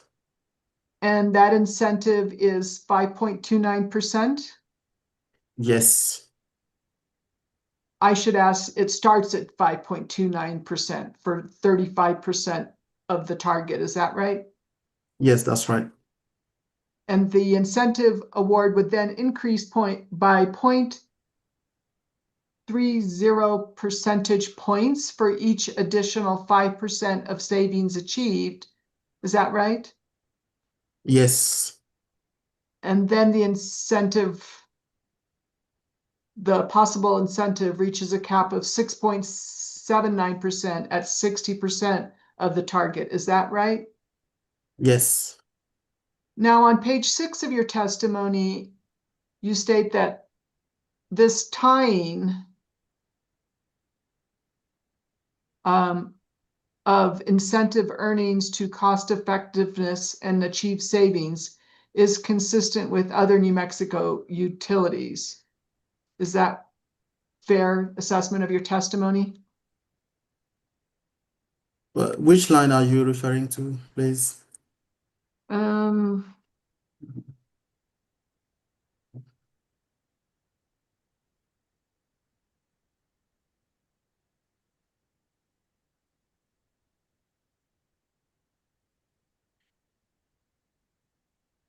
So Um, on line, yeah, on line 11 and from line 11 to line 17, I say that yes, this type of incentive mechanism is similar to what has been approved previously for other utilities. and those other utilities you're referring to are 3 electric utilities, is that right? Yes, El Paso Electric, Southwestern Public, and PNM. And you state, starting on line 15 of page 6, that you believe it's reasonable to evaluate the company's EE performance in a comparable manner. Is that right? Yes. So, did you review the main documents in PNM's last energy efficiency case, which is 23-00138? I have not reviewed that document in the scope of my analysis, but since I usually work on some PNM cases, so I recall, some of those proceedings. Would you accept, subject to check, that PNM must achieve 84% of its savings goal before it begins to receive a performance incentive? I do not recall that proceeding. What did you say again? I'm sorry. I do not recall that proceeding. Like, which proceeding, like, are you referring to? I'm referring to 23-003-138, and our witness, Mr. Carley, cites that in his direct testimony on page 52. Do you want to refer to WRA Hearing Exhibit 1, which is Mr. Carley's direct testimony? I guess he's testifies, and I guess my question is, do you have any reason to dispute his statement that PNM must achieve 84% of its savings goal before it even begins to receive a performance incentive? I would like to say that since I have not reviewed that particular case, so I can't, like, in no way, assess his argument, regarding PNM, like, achievement of his goals. Do you have any reason to dispute that?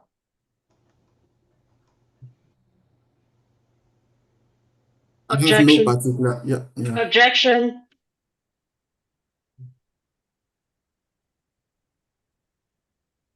Who is objecting? I can't see. This is Ms. Lang from Oh, staff. sorry. Okay, yes, Miss Lang. For some reason, it didn't show you.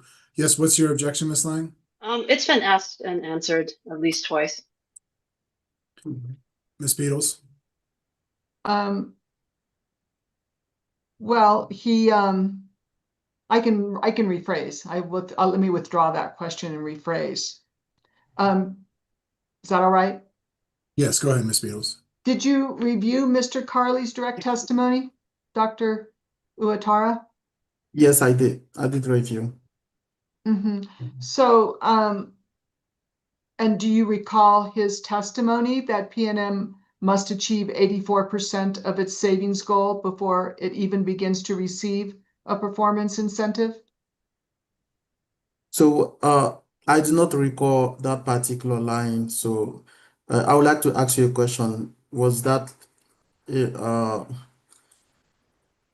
Carly's, like, opinion, like, of the case, or that was something that was decided during the case? PNM's case, I mean. Okay. We'll just have the attorneys ask the questions and the witnesses will answer. So what's your next question, Miss Beatles?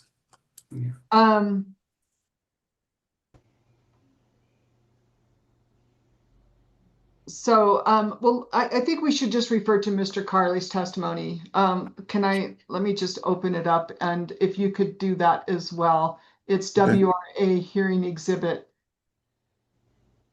1.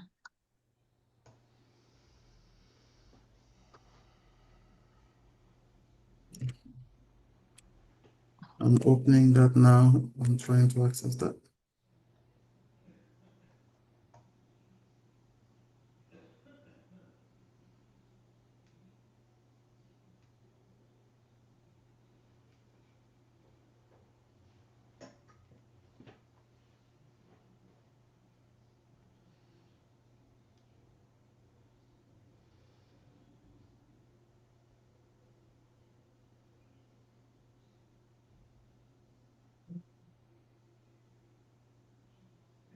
Ms. Beatles, what's the page number, please? Page 52.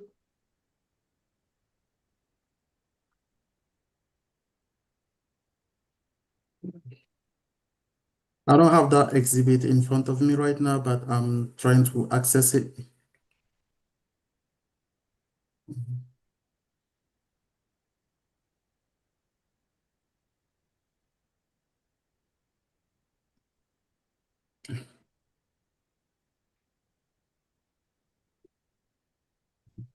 Page 52. Page 52. Is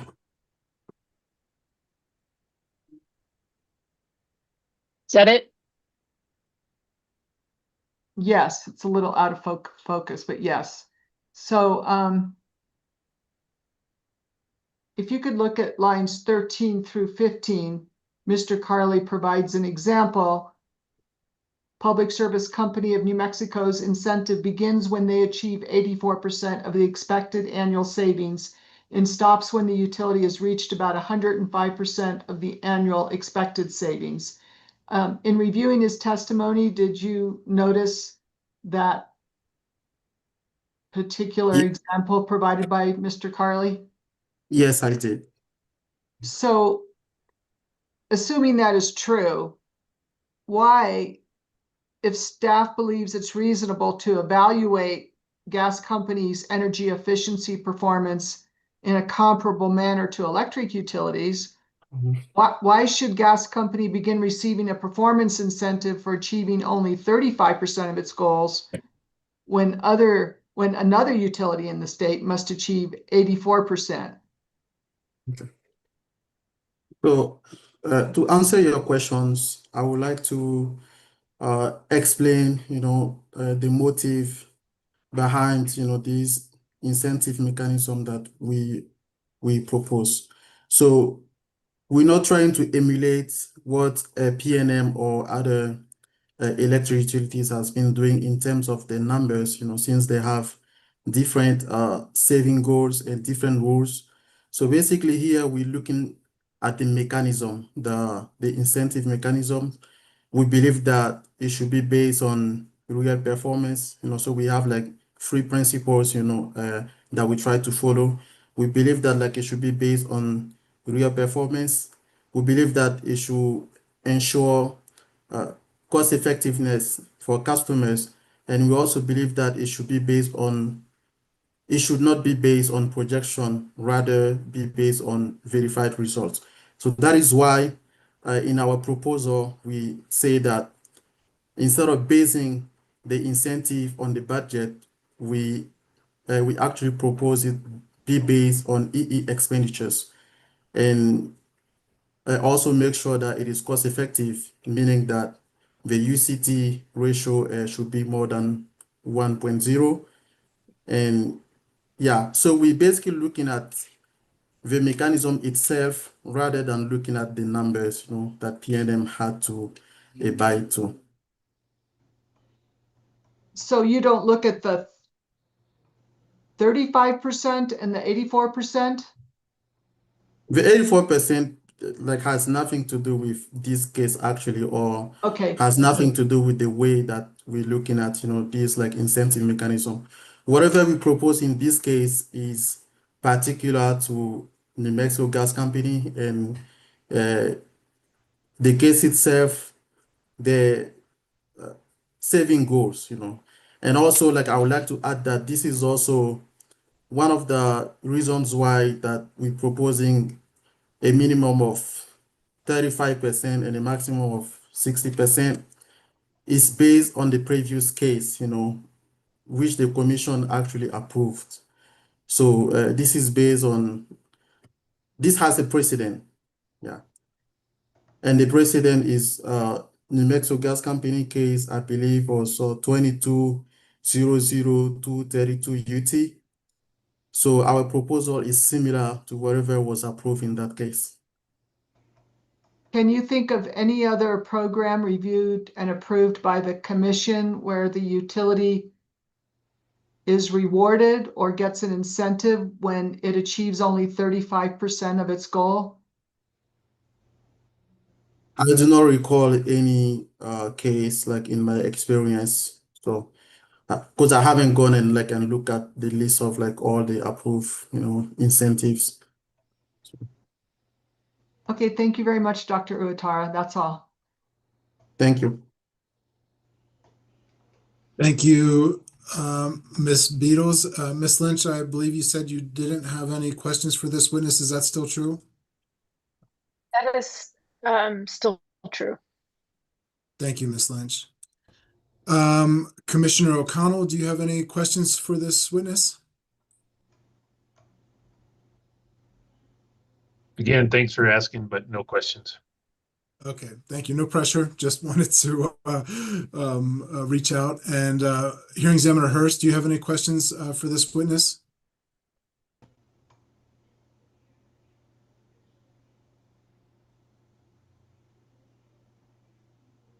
Did gas company not have any questions? Hearing Examiner Schaefer? That's correct, Ms. Hurst. Okay. Yeah, I've got a couple of questions and I guess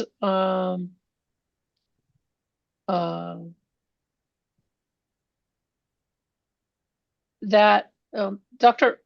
Uetara, you've seemed to have relied on precedent. Do you think because something's a precedent means it's right all the time? No, that is not what I only base my opinion on. So as I explained before, these incentive mechanisms, we basically try to base it off of three principles. So we are making sure that, we rewarding real performance and that the incentive is based on verified results, instead of using just like the budget. And we're also looking at the cost effectiveness. So it's not just that this is a precedent that is right. It's also because that we have all these principles, that we're making sure that are followed. Do you use those principles when you're determining the incentive for electric Yes, I energy do. efficiency plans? Yes, like I usually look at, performance, verified result, and also cost effectiveness. And as a matter of fact, you disagreed with the precedent in case 22-00232, didn't you? Because your testimony at page 4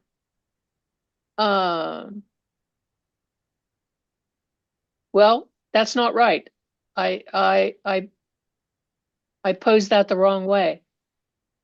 You disagreed with gas company's proposal of an incentive, and as a matter of fact, you proposed 2 modifications to gas company's proposal so that it would be, as you say, consistent with the commission precedent in 22-00232, correct? To be exact, like I did not oppose rewarding the company an incentive. If you refer to my testimony on page 4, line 13, I say that staff is not opposed to awarding NMGC I an didn't incentive. say that you were opposed to giving them Okay. incentive. I said you were opposed to the way that they proposed to get the incentive so that it would be more in line with the commission precedent in case number 22-00232, correct? Yeah, correct. As a matter of fact, the 2 modifications that you proposed in your testimony on line 18 is that that the percentage be calculated on actual expenditures, not a approved budget, correct? Correct. And the second was you recommend the percentage to be set according to a performance-based sliding scale tied to the company's verified annual term savings, with the incentive capped at the current authorized WACC of 6.79%, correct? Correct. Um,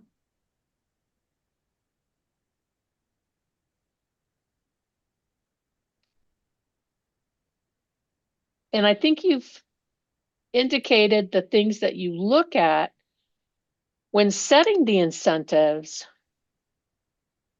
but perhaps you might like to explain a bit more how it appears that all from the testimony that we've heard today, that the electric utilities have a substantially higher performance goal before they get an incentives. And why is it fair for basically another publicly owned utility, gas company, to have to achieve less than half of what the electric utility must achieve in order to get the same incentive or same type of incentive?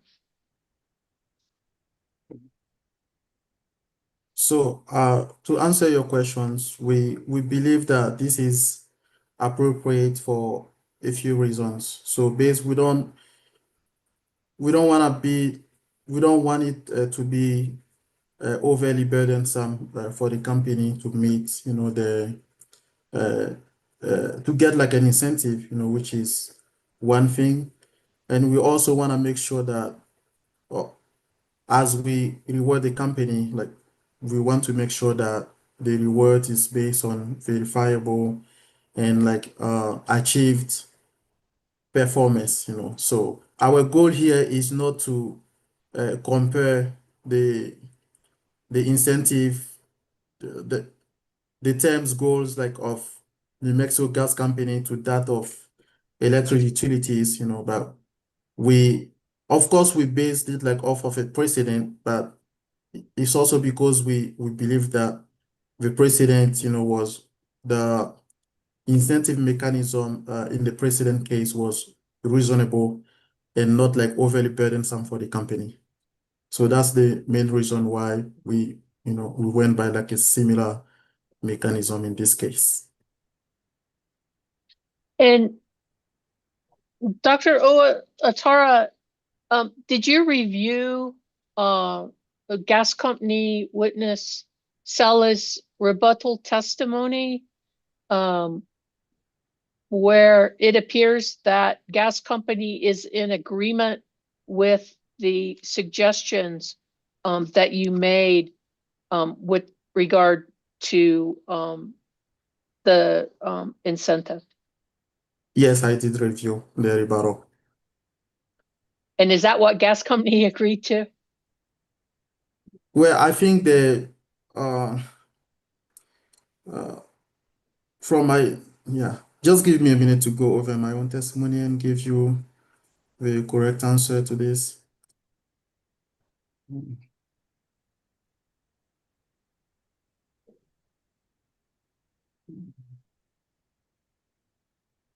Yeah, so I think the company actually like indicated that, like you just say, in response to WR's second set of interrogatories, the company stated that New Mexico Gas Company is not proposing to eliminate the sliding scale incentive.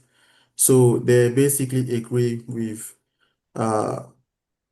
agreed to continue to use a sliding scale based on actual expenditure, with eligibility beginning at 35% like I proposed, and also reaching a maximum at 60% of proposed term savings, like I also proposed in my testimony. So yes, I believe that the company agrees with this proposal. Well, and I was specifically referring you to Miss Sala's rebuttal testimony at page 3. Line 12, what recommendations did staff make regarding the incentive? And she says staff makes 2 recommendations, actual expenditures and sliding scale. And then she poses the question, is gas company agreeable? And she says yes. On page 4. So gas company is in agreement with your proposed modifications to their incentive. Correct? Yes, that's what yes, correct. That's what I Okay. gathered as well. Mhm. So you also, at the bottom of page 9, you pose the question at line 16. Is gas company's proposed energy efficiency portfolio projected to be cost effective? And you say yes, based on the company's filing, it's projected to be 1.18 in each of the plan years, and that means it exceeds the UCT greater than 1 threshold, which indicates cost effectiveness to you. Is that's your testimony, sir? Yes, that's my testimony. Does it bother you in looking at some of the proposed programs contained within this that that gas company projects them to be less than 1? The UCT, for example, like the income qualified programs. I mean, it doesn't bother me personally because I believe that we are looking at the overall portfolio UCT instead of uh, individual programs UCT. Did you see in the testimony, and I asked a question earlier today about it, that basically there's testimony that from gas company that they have to raise the number of participants in the qualifying programs or the programs that are actually going to achieve the UCT, that they have to raise the participation in those to basically carry the income qualified programs to result in this UCT of over 1. Do you hear that testimony? Yes, I remember that. Does that give you any pause about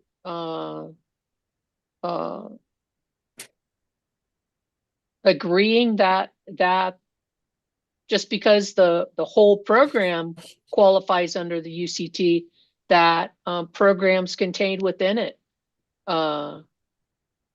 that they all shouldn't be qualifying? I mean, I believe that the company should do its best to make sure that like every program achieves like UCT greater than 1. But I think that the rules, if I'm correct, in my like interpretation of the rules is that the company like is not required to have like every individual program have like a UCT greater than 1, but the overall portfolio should be greater than 1. But I consider that yes, the company should try, its best to make sure that like every program is cost effective. Very well. Thank you, Dr. Oatara. Thank you. That's all the questions I have. Hearing Examiner Schaefer. Thank you, Hearing Examiner Hurst. I believe now we can proceed to staff if there's any redirect, Ms. Lang. Staff has no redirect. Thank you. Shall I indicate to Dr. Jimenez to try to sign on again? No? Oh, yes, please. In Yes. case it takes, because we don't know. All right, thank you. Just hoping. Thank you. Okay, so Ms. Lang, there's no redirect? No redirect from staff, thank you. Thank you. Dr. Hurtado, thank you so much for being with us today and for your efforts and professionalism. And you may be excused. Thank you.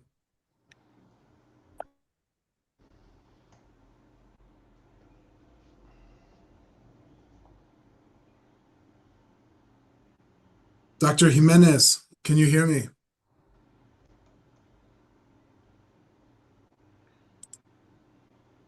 Dr. Jimenez, can you hear me?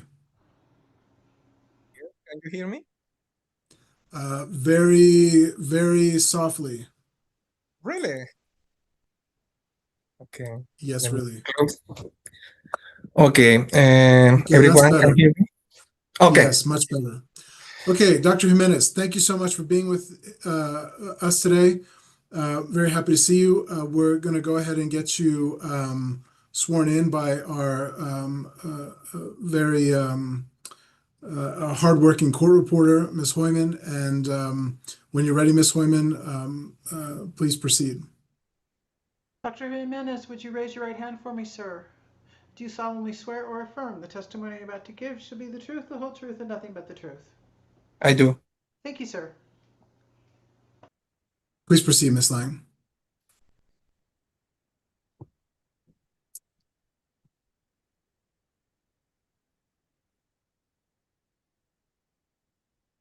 Oh, sorry, let me unmute myself. Dr. Jimenez, could you state your full name for the record, please? My name is Edison Jimenez. And how are you employed? I'm an economist in the utility division, and PRC. Thank you. And as part of your duties, did you review this application? Yes, I did. Did you prepare direct testimony for this proceeding? Yes, I did. Dr. Jimenez, do you have in front of you what has been labeled Staff Exhibit 1? Yes, I just opened it. Okay, and is that your prepared direct testimony? Yes, it is. And was this prepared by you or at your direction? Yes, it was under my direction, by me. Okay. And if I were to ask you the same questions today, would your answers be the same? Yes, they will. And are the answers true and accurate to the best of your knowledge? Yes, they are. Dr. Jimenez, are there any attachments to your testimony? Yes, I have in my direct testimony several attachments. I believe they are around 8. Yes. Okay. Is the first exhibit number 1 your participation list? Yes. And is the second attachment, if you could look at it, is that an interrog? Could you tell us what that is, please? 1 second. Okay. The second attachment is a question and answer for discovery. Okay.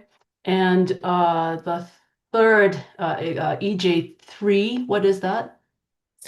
That's an extract of a page from the past energy efficiency case in New Mexico Gas Company. Yeah. And let's just go through all of them just for the record. EJ4, and what is that, please? Also is also a Western Resource interrogatory answer. Okay. And let me go to EJ5. Is that also an interrogatory answer? Yes, from the staff. Okay. And EJ, wow, 5 is a lot. Okay, EJ 6. Interrogatory answer from staff as well. Okay. And I guess we have 2 more. EJ7. Answer to staff interrogatory.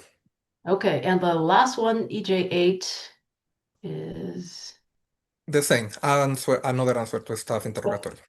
thank you. At this juncture, staff moves to admit what has been labeled staff exhibit 1 into the record. I'd like Thank to you. inquire about EJ3. Yes, I ma'am. believe Dr. Jimenez says it is an abstract. I think he said extract. Extract. From what? It's from the application of New Mexico Gas Company in the past case in 22-32. Okay, might be good to actually indicate what case it's from on the plan. I believe I indicated in a footnote where in my testimony. Okay, I don't see it labeled, Dr. Jimenez, on the exhibit itself. It says something about page 71 of 77. Is Madam that Hearing, correct? It's just one page? Yes. Thank you. Thank you, Hearing Examiner Schaefer. Thank you, Hearing Examiner Hurst. Are there any objections to the admission of this exhibit into the record? Okay, hearing none, it is admitted. Dr. Jimenez, moving right along, did you also prepare rebuttal testimony for this proceeding? Yes, I did. Do you have a copy of what has been labeled as Staff Exhibit 2 in front of you? Yes, I have. Is that your sworn rebuttal testimony? Yes, it is. And was this prepared by you? Yes, it was. If I were to ask you the same question today, would you answer the same? Yes, they will. And the answers, are they true and accurate to the best of your knowledge? Yes, they are. Let's go and look at the attachments. Let's look at what has been attachment EJ1. Could you tell us, please, what that is? It's a memo of communication received from the measure and verification company, Cometric. Thank you. At this point, staff moves to admit what has been labeled Staff Exhibit 2 into the record. Ms. Hurst? I might suggest that staff rename its exhibit EJR-1 so that it can be distinguished from EJ1, which is the first exhibit to Dr. Jimenez direct testimony. Yes, ma'am. I can. Would a errata be acceptable tomorrow morning, or I can do it tonight too? Whatever is required. How would You you can like? just refer to it, Ms. Lang. Okay. I just want the record to be clear that you Okay. have two EJ1s. All right. Okay. Yes, ma'am. So let's go over that again, Dr. Jimenez. The attachment to Staff Exhibit 2, which we are now going to be calling EJR1. Could you identify that for us, please? Again. It's a communication or memo received from Ecometric, that is our measure and verification company. Thank you. Staff moves to admit what has been labeled Staff Exhibit 2 into the record. Thank you, Ms. Lang. Are there any objections to the admission of Staff Exhibit 2 rebuttal testimony of Dr. Jimenez? Hearing none, it is admitted into the record. Thank you, Ms. Lang. I pass the witness for cross-examination. Thank you. Thank you. Ms. Beatles, I believe you're first in the list for cross-exam. Thank you. I'm ready. Go ahead. Good evening, Dr. Jimenez. Good evening, Sydney. How are you? How are you? Fine, thank you. How are you? Have you been listening to the hearing today? Yes, I just missed the first part of my team colleague, Bamadou, because I was restarting the computer, but I've been paying attention to everything. Is it your understanding that New Mexico Gas Company appears to have used the TRM to select minimum energy efficiency levels for some appliances. Yes, that's my understanding. They are basing their calculations on the manual. Mhm.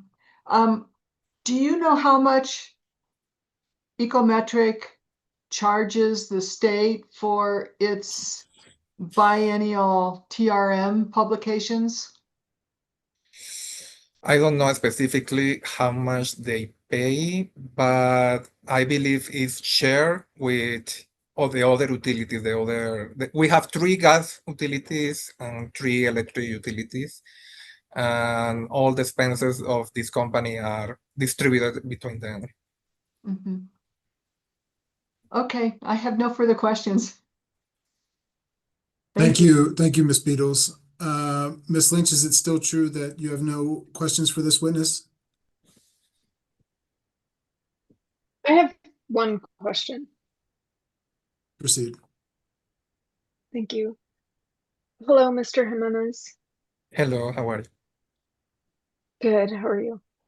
Good. I just had one question about the TRM and the figures that are included in the TRM. Would you agree that the TRM does not contain the most up-to-date Energy Star ratings? Yes, I will agree. It doesn't contain the most updated Energy Star because the company explains that's not the goal of the manual. Do you know if the company can exceed the TRM requirements? I Or believe. the Let him finish, Go Ms. ahead. Lynch. Go ahead, Dr. Jimenez. So I believe you are asking me if the company can go above the manual, right? Correct. I believe the reason we have this intervenor and we hire him is so they can determine or give us the path to follow. So even though maybe there is nothing stopping New Mexico Gas Company to go above, the intention of paying this company with the ratepayers' money is to follow what they are doing. They have several years expertise on this field, and New Mexico State is not the only one. They have been cooperating doing this update. So I will say, yes, the company can go above, but also our intervenor, measure and verification, ecometric, they have experience on this, and I will say they know what they are doing.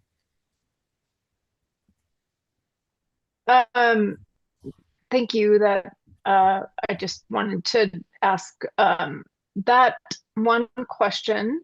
I appreciate everyone's time. Thank you, Ms. Lynch. Hearing Examiner Hurst, Commissioner O'Connell, are there any questions for this witness?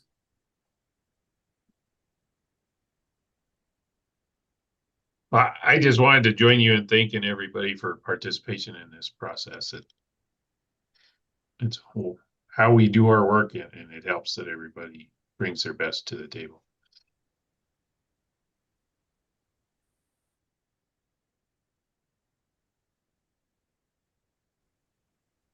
I have a few questions, Hearing Examiner Schaefer.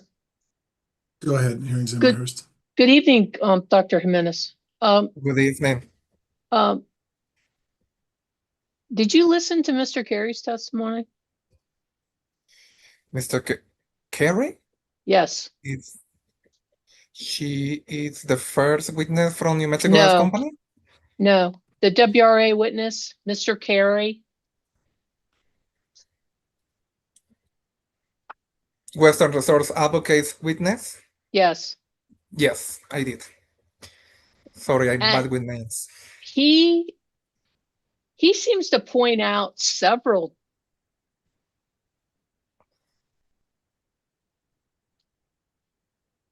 bits of information that are contained in that that manual. And I believe they are in addition to just using Energy Star. Is that your understanding? Well, after communications with them and reading this memo, I believe the intention of the manual is not give us a limit that we should give rebates only for the higher tier of Energy Star. So they use it as a reference. The manual is very complicated. It's full of equations, and you have to do multiple iterations in these equations to calculate the estimated savings. So as I understand, the purpose of make a reference to Energy Star's standards is for when a situation of a device or some rebate for a specific device for water or space or other program is not available, and you cannot see it, or you cannot see really how much savings this device is producing, then you go to the question and input the star's energy standard number in that table. So that's what I'm inferring from the memo that Ecometric sent. So we made the manual made reference to the Energy Stars standards only when the utility or Ecometric don't know the savings capacity of a device. So they go to the manual, to the Energy Star standard, extract the number and put it inside the equation. But also in the memo, they explain this is very rare. This doesn't happen that they don't know how much is the savings, because the company, the utility can access those numbers, and also they can calculate them through surveys and through the annual report.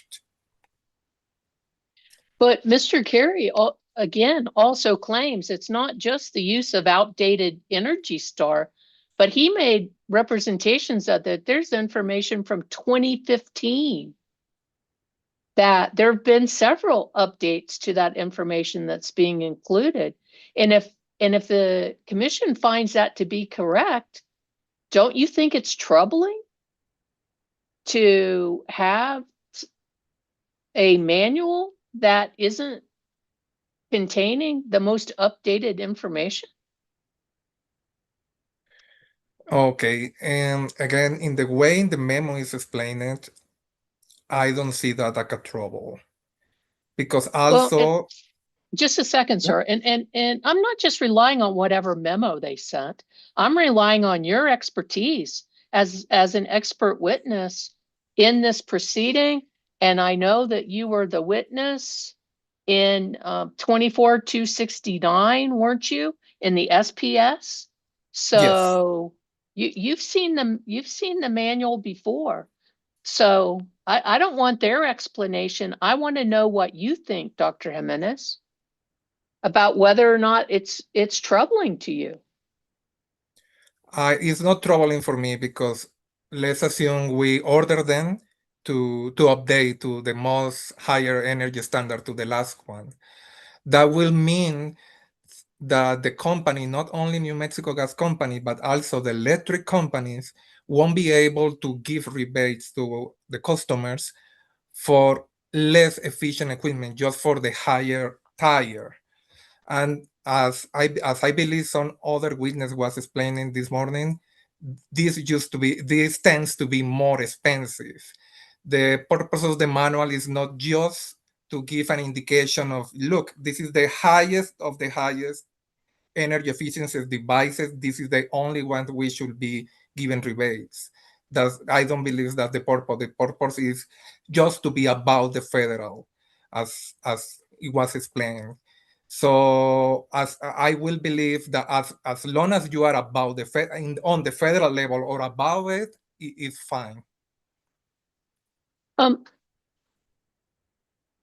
had another question with regard to some of the measures that gas company has offered. And you're addressing that. I think you begin on page 11 of your testimony. Question posed at line 16, please describe customer link rebate tool and sophisticated HVAC contractor portal proposed for the water heating and space heating program. And then on page 12, at line 9, what is staff's position with respect to these measures? And you say at line 10, staff considers the technological tools proposed by gas company as an excellent approach for the systemization of the rebates processing and to promote access to information. That's your testimony, sir? Yes, it is. Do you have any concerns, Dr. Jimenez, that there are potential gas company customers out there, particularly in the lower income community, or maybe even in the senior community, that aren't going to have access or knowledge to using smartphones or have internet access or even have computers, that might be marginalized by the money that's going to go into this program for some of gas company potential customers? Yeah, that was a concern. When I first reading the application, I was going through it and I was like, well, how is this going to work? How much is going to cost? And in one of the discovery questions, I request that information, how much specifically these tools will cost to the budget, to us. And I consider the value they are giving, that I believe is around 100, I think it's there, $118,000. Is reasonable. It's for the 3 years. It's not every year. It's for the 3 years. There is not operation and maintenance additional cost to this number. Is for call it like this, is this, and that's all. So I saw the number and I think it's reasonable for keep a home page for systematize the rebates. And regarding to your specific questions about elderly people that doesn't have access to internet or to information, I don't believe the company is withdrawing the current methodology or access to the rebates. This will be offered at the same time. So I believe these people can still call the company or can approach to an office or call a phone number.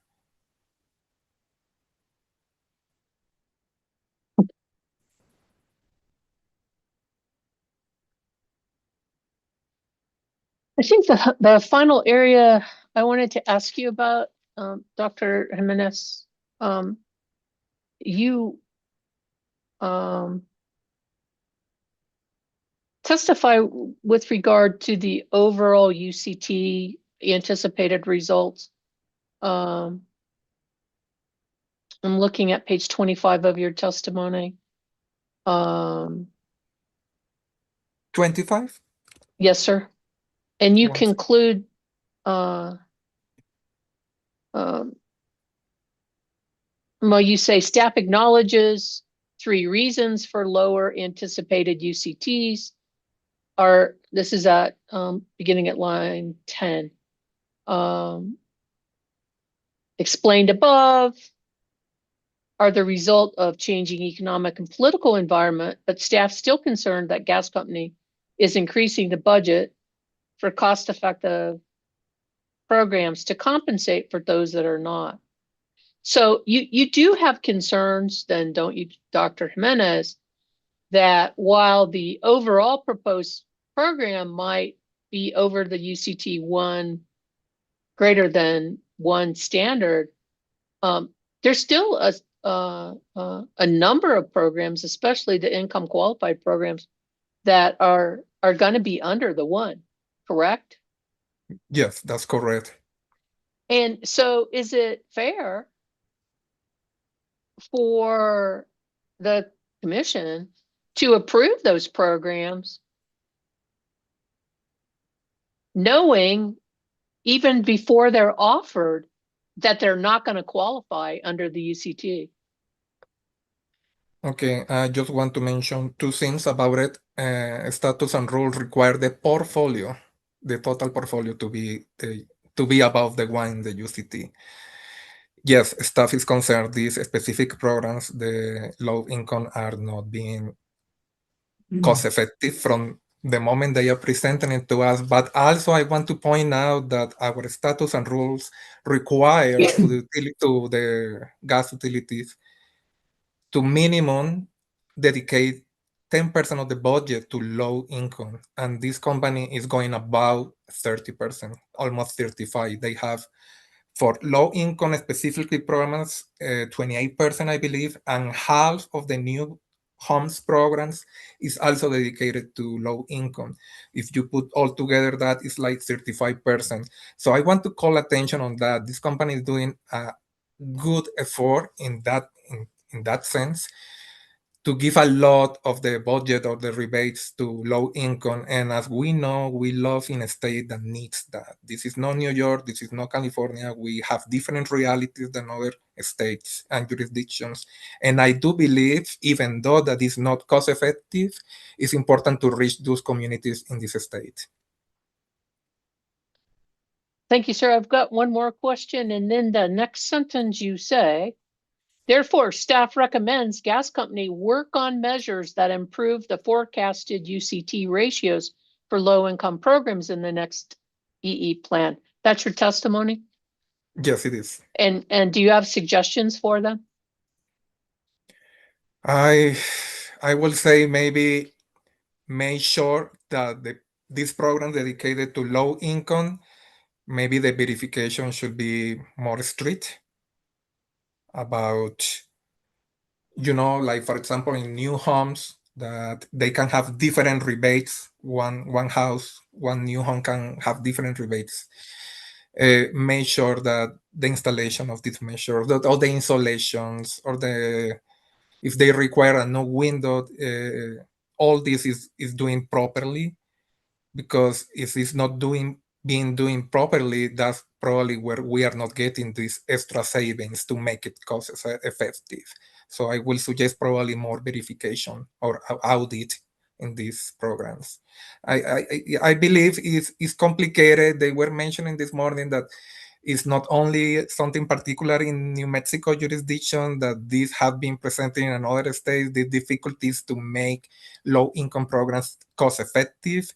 But I believe the company in the new filing case maybe won't be able to bring those numbers to 1 or about 1, but at least closer, like 0.9 something, Very well. Any other suggestions? Or any other thing you want to tell us what you were thinking about when you thought that they should be working on measures? I believe I was thinking in more following to these programs, how they work, and maybe reevaluate the calculations of the saving. Maybe they have more savings than we are calculating, Maybe we are underestimating the term savings of these low income programs, and they are actually being better. That's something probably the measure and verification company can help. Thank you very much, Dr. Jimenez. That's all the questions I had for you. Thank you, Hearing Examiner Schaefer. Thank you, Hearing Examiner Hurst. Ms. Lang, do you have any redirect for this witness? Staff has no redirect. Thank you. Thank you, Ms. Lang. Dr. Jimenez, I just wish to also express to you our thanks and gratitude for your time and effort on this case, and for being available for us late in the day, and for your professionalism. So thank you for that. You may be excused, Dr. Jimenez, and thank you once again. Thank you, everyone, and Happy New Year for everyone. Thank you. Thank you, Dr. Jimenez.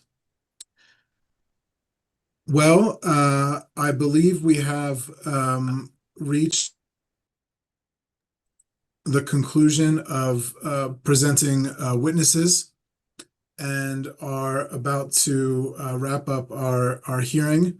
I didn't know that it would yield such a fruitful discussion, but I'm glad it did. I just also would like to reiterate and echo the commissioner's remarks that he just shared with us. None of this is easy, and energy efficiency cases, I think, are much more difficult than they can seem at first glance. So everybody, I think, worked very hard today and leading up to the case. And I just personally, and also on behalf of Hearing Examiner Hurst, thank everybody for their temperament, comportment, and again for their professionalism. I think we need to discuss perhaps post-hearing briefing. I think Hearing Examiner Hurst and I will get together and convene on that and communicate with the parties after the hearing. It's been a very long day, and we don't need to belabor this hearing right now with some of those particulars. Hearing Examiner Hurst, do you have anything to share as we conclude? Thank you, Hearing Examiner Schaefer. Let me just thank Allison. We really appreciate you being willing to stay. As you know, it's the court reporters doing the actual physical part that we're not doing, and really appreciate it. Thank you, Allison. And then let me thank all the parties, attorneys, and commissioners for staying with us and being engaged. We really appreciate your participation. And thank you, Hearing Examiner Schaefer, for presiding over this matter today. And that's it for me. Well, thanks, and thanks again, Ms. Hoyman. We'll be in touch. We're in recess, and thank you again to everybody. And